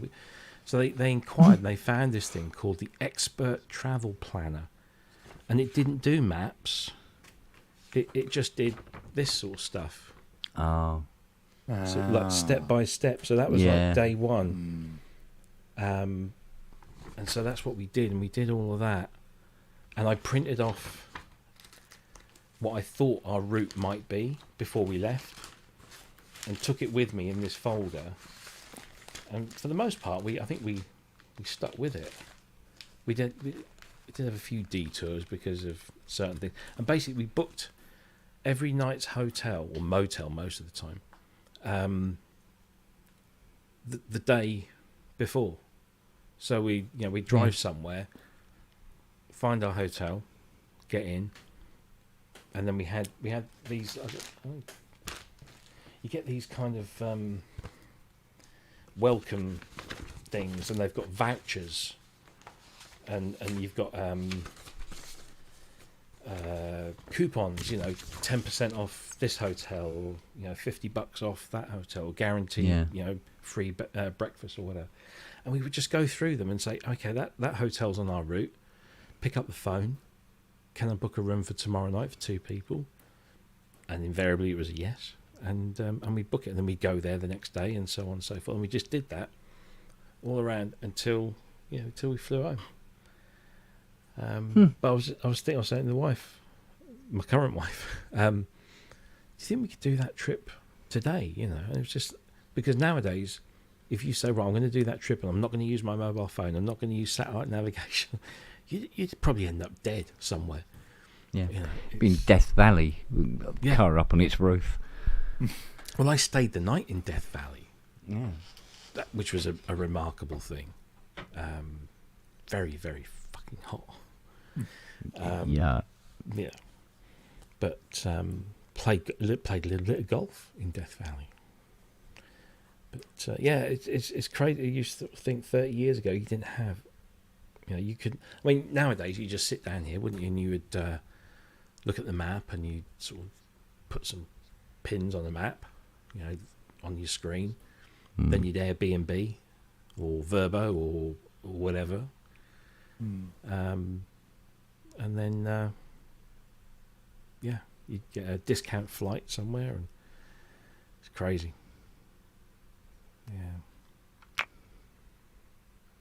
But I want to do it again, but I don't think my wife is she wants to go, but I don't think she wants to do this because I did it with my ex-wife.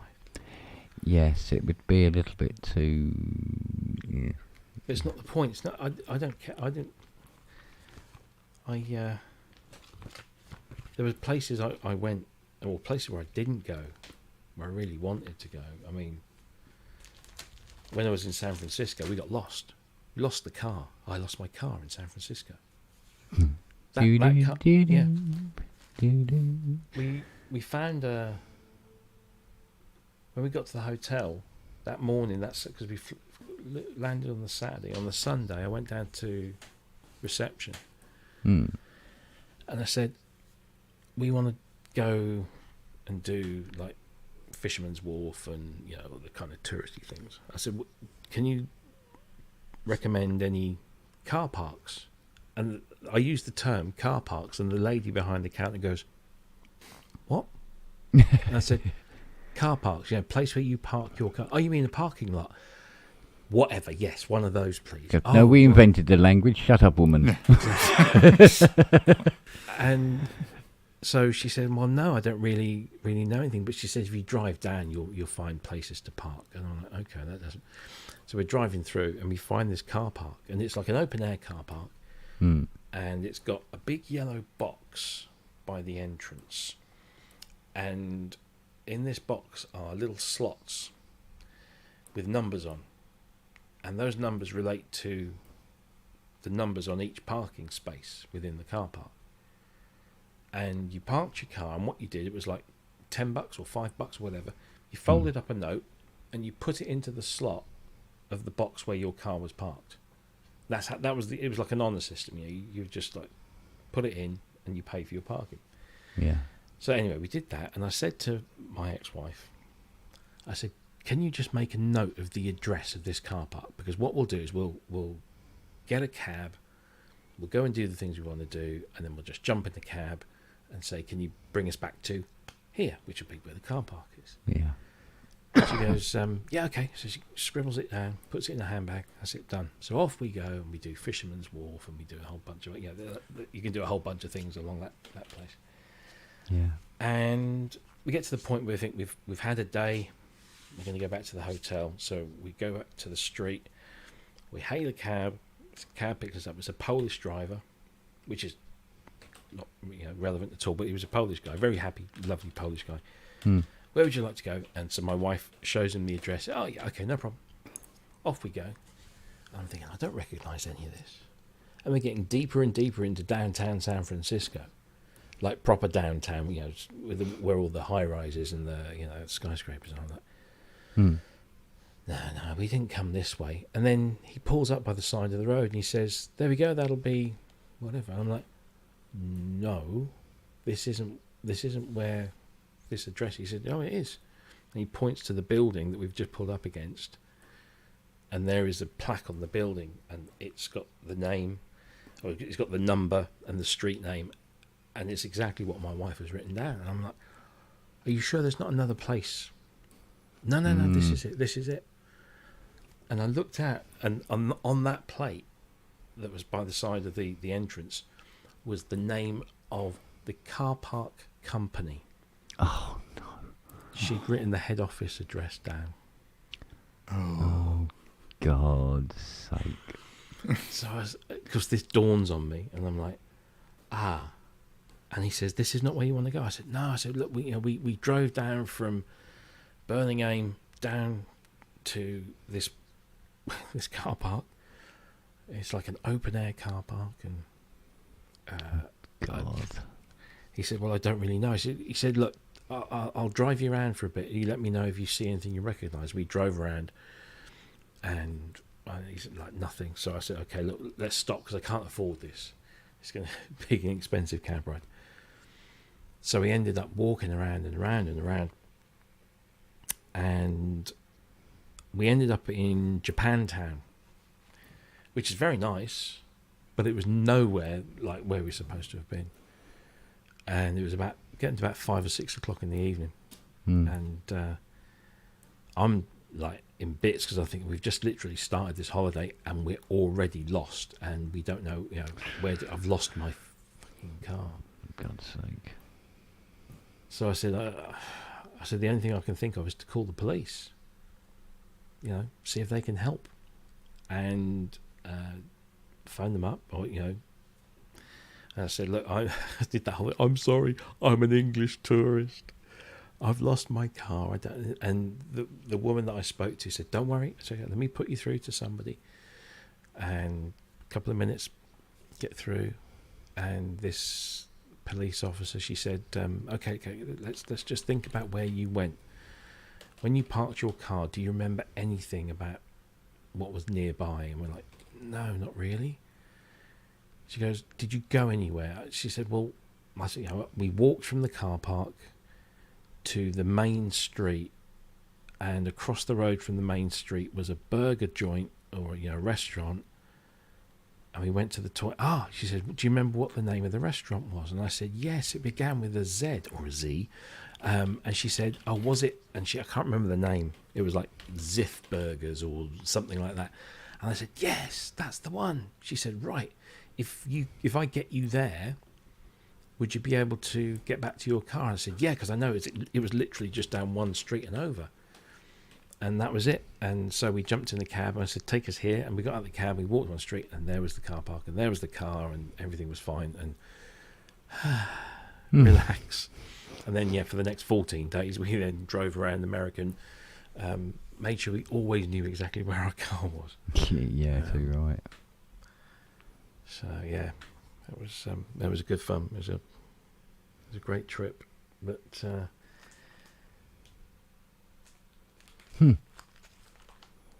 Could have been interesting. Could have been very interesting. Spent a couple of days in Grand Canyon. That was cool. Nice. But yeah, and we did. Pretending to be Jake McCandles. Yeah. We Big did Jake. the. Look at that.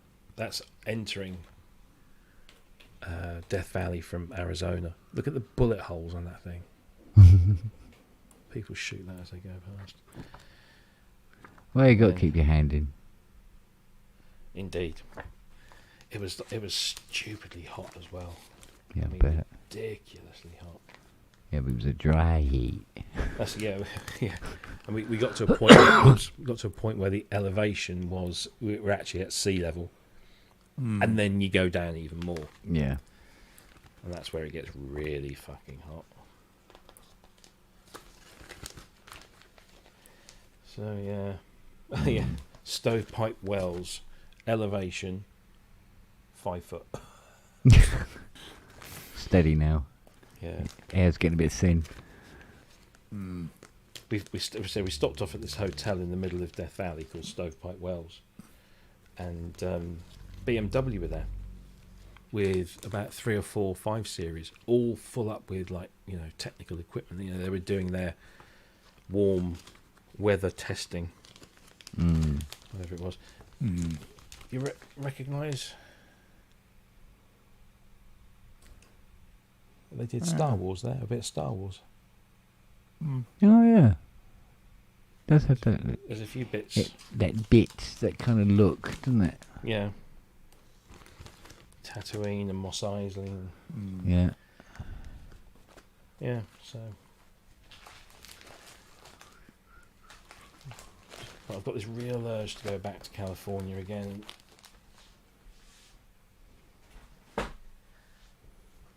Yeah, I'll have to see. It's not cheap these days either. No, it bloody isn't. And I hate long haul flights. Well, yeah. Unfortunately, unless you want to do a cruise. Yeah.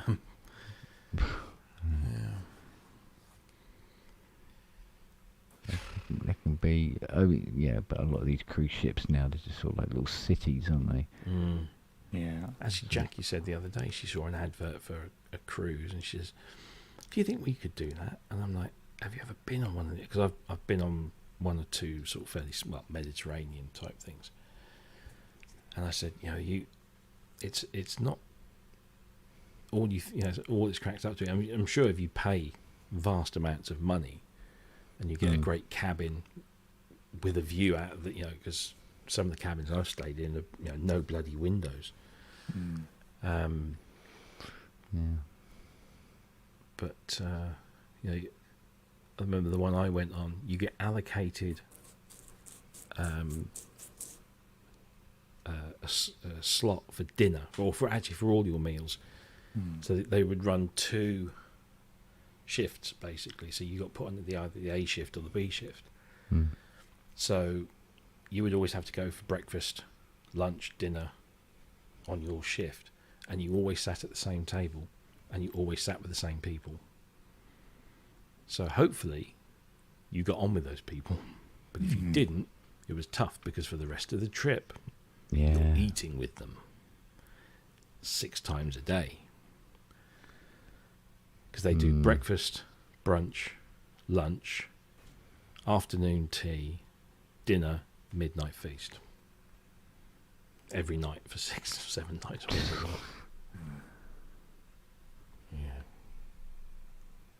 But like you say, most of these big ones nowadays are just like floating cities, so you can... Yeah.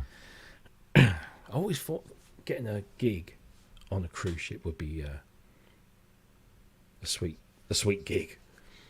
Yeah, as a musician or a performer. Yeah. That'd be quite cool. Apparently you can... who was telling me that? Somebody was saying to me recently that if you're an expert in something, whatever it might be, say, I don't know, tennis, for example, there are cruise companies that will hire you as a speaker. Okay. And you'll give a lecture twice a day in a particular theatre or whatever on that subject, and people, if they're interested, they'll come along and so apparently you can get a gig like that. I'm thinking, wouldn't mind that. 6 months out in the whatever, talking bollocks. My stepsister was a hairdresser on a cruise ship for a while. She said it was brilliant. It's absolutely brilliant. But I can't cut hair to save my life. Damn it, I can't remember. I'm looking at some photos here myself, and I remember somebody sending me this photo, right? I can't remember for the life of me who sent it. It's 2 o'clock. Yeah, I'll check this out.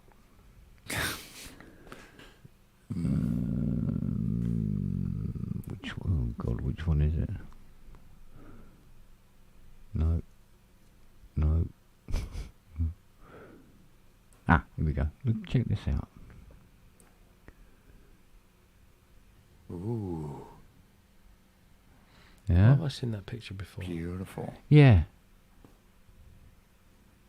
It was apparently never taken out of the box ever. Bought, never used, never powered up.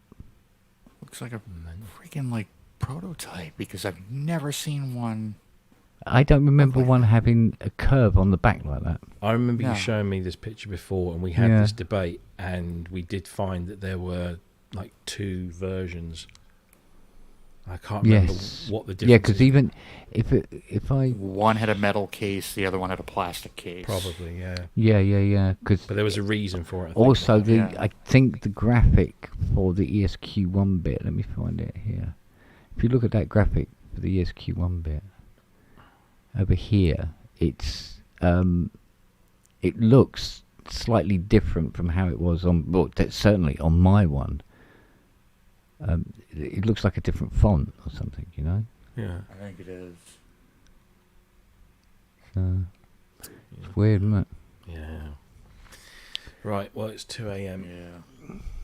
Yeah. And I've got a day's work to do tomorrow.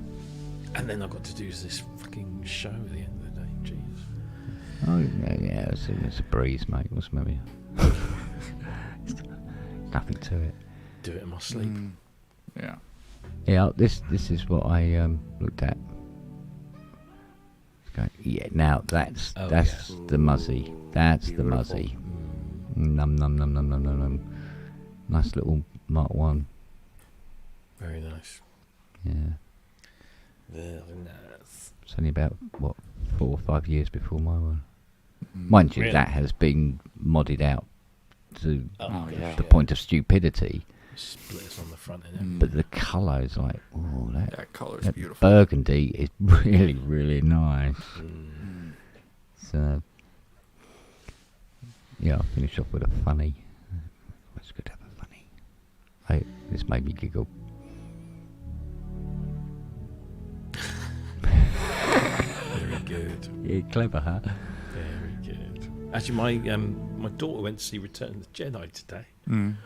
Yeah? They're doing like a rerun of you know, films. It's one of these little kind of boutique cinemas. They're a chain, but they're small cinemas. Oh, they're not gotcha, big, yeah. big multiplex things.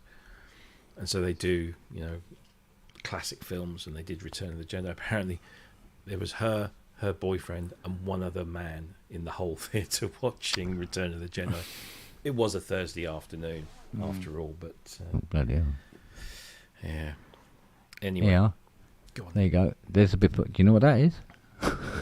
Broken, and that's what it is. It's broken. That is a Korg MS-20. Oh, jeez. Not anymore. It's not. Well, and then here we go. This is her.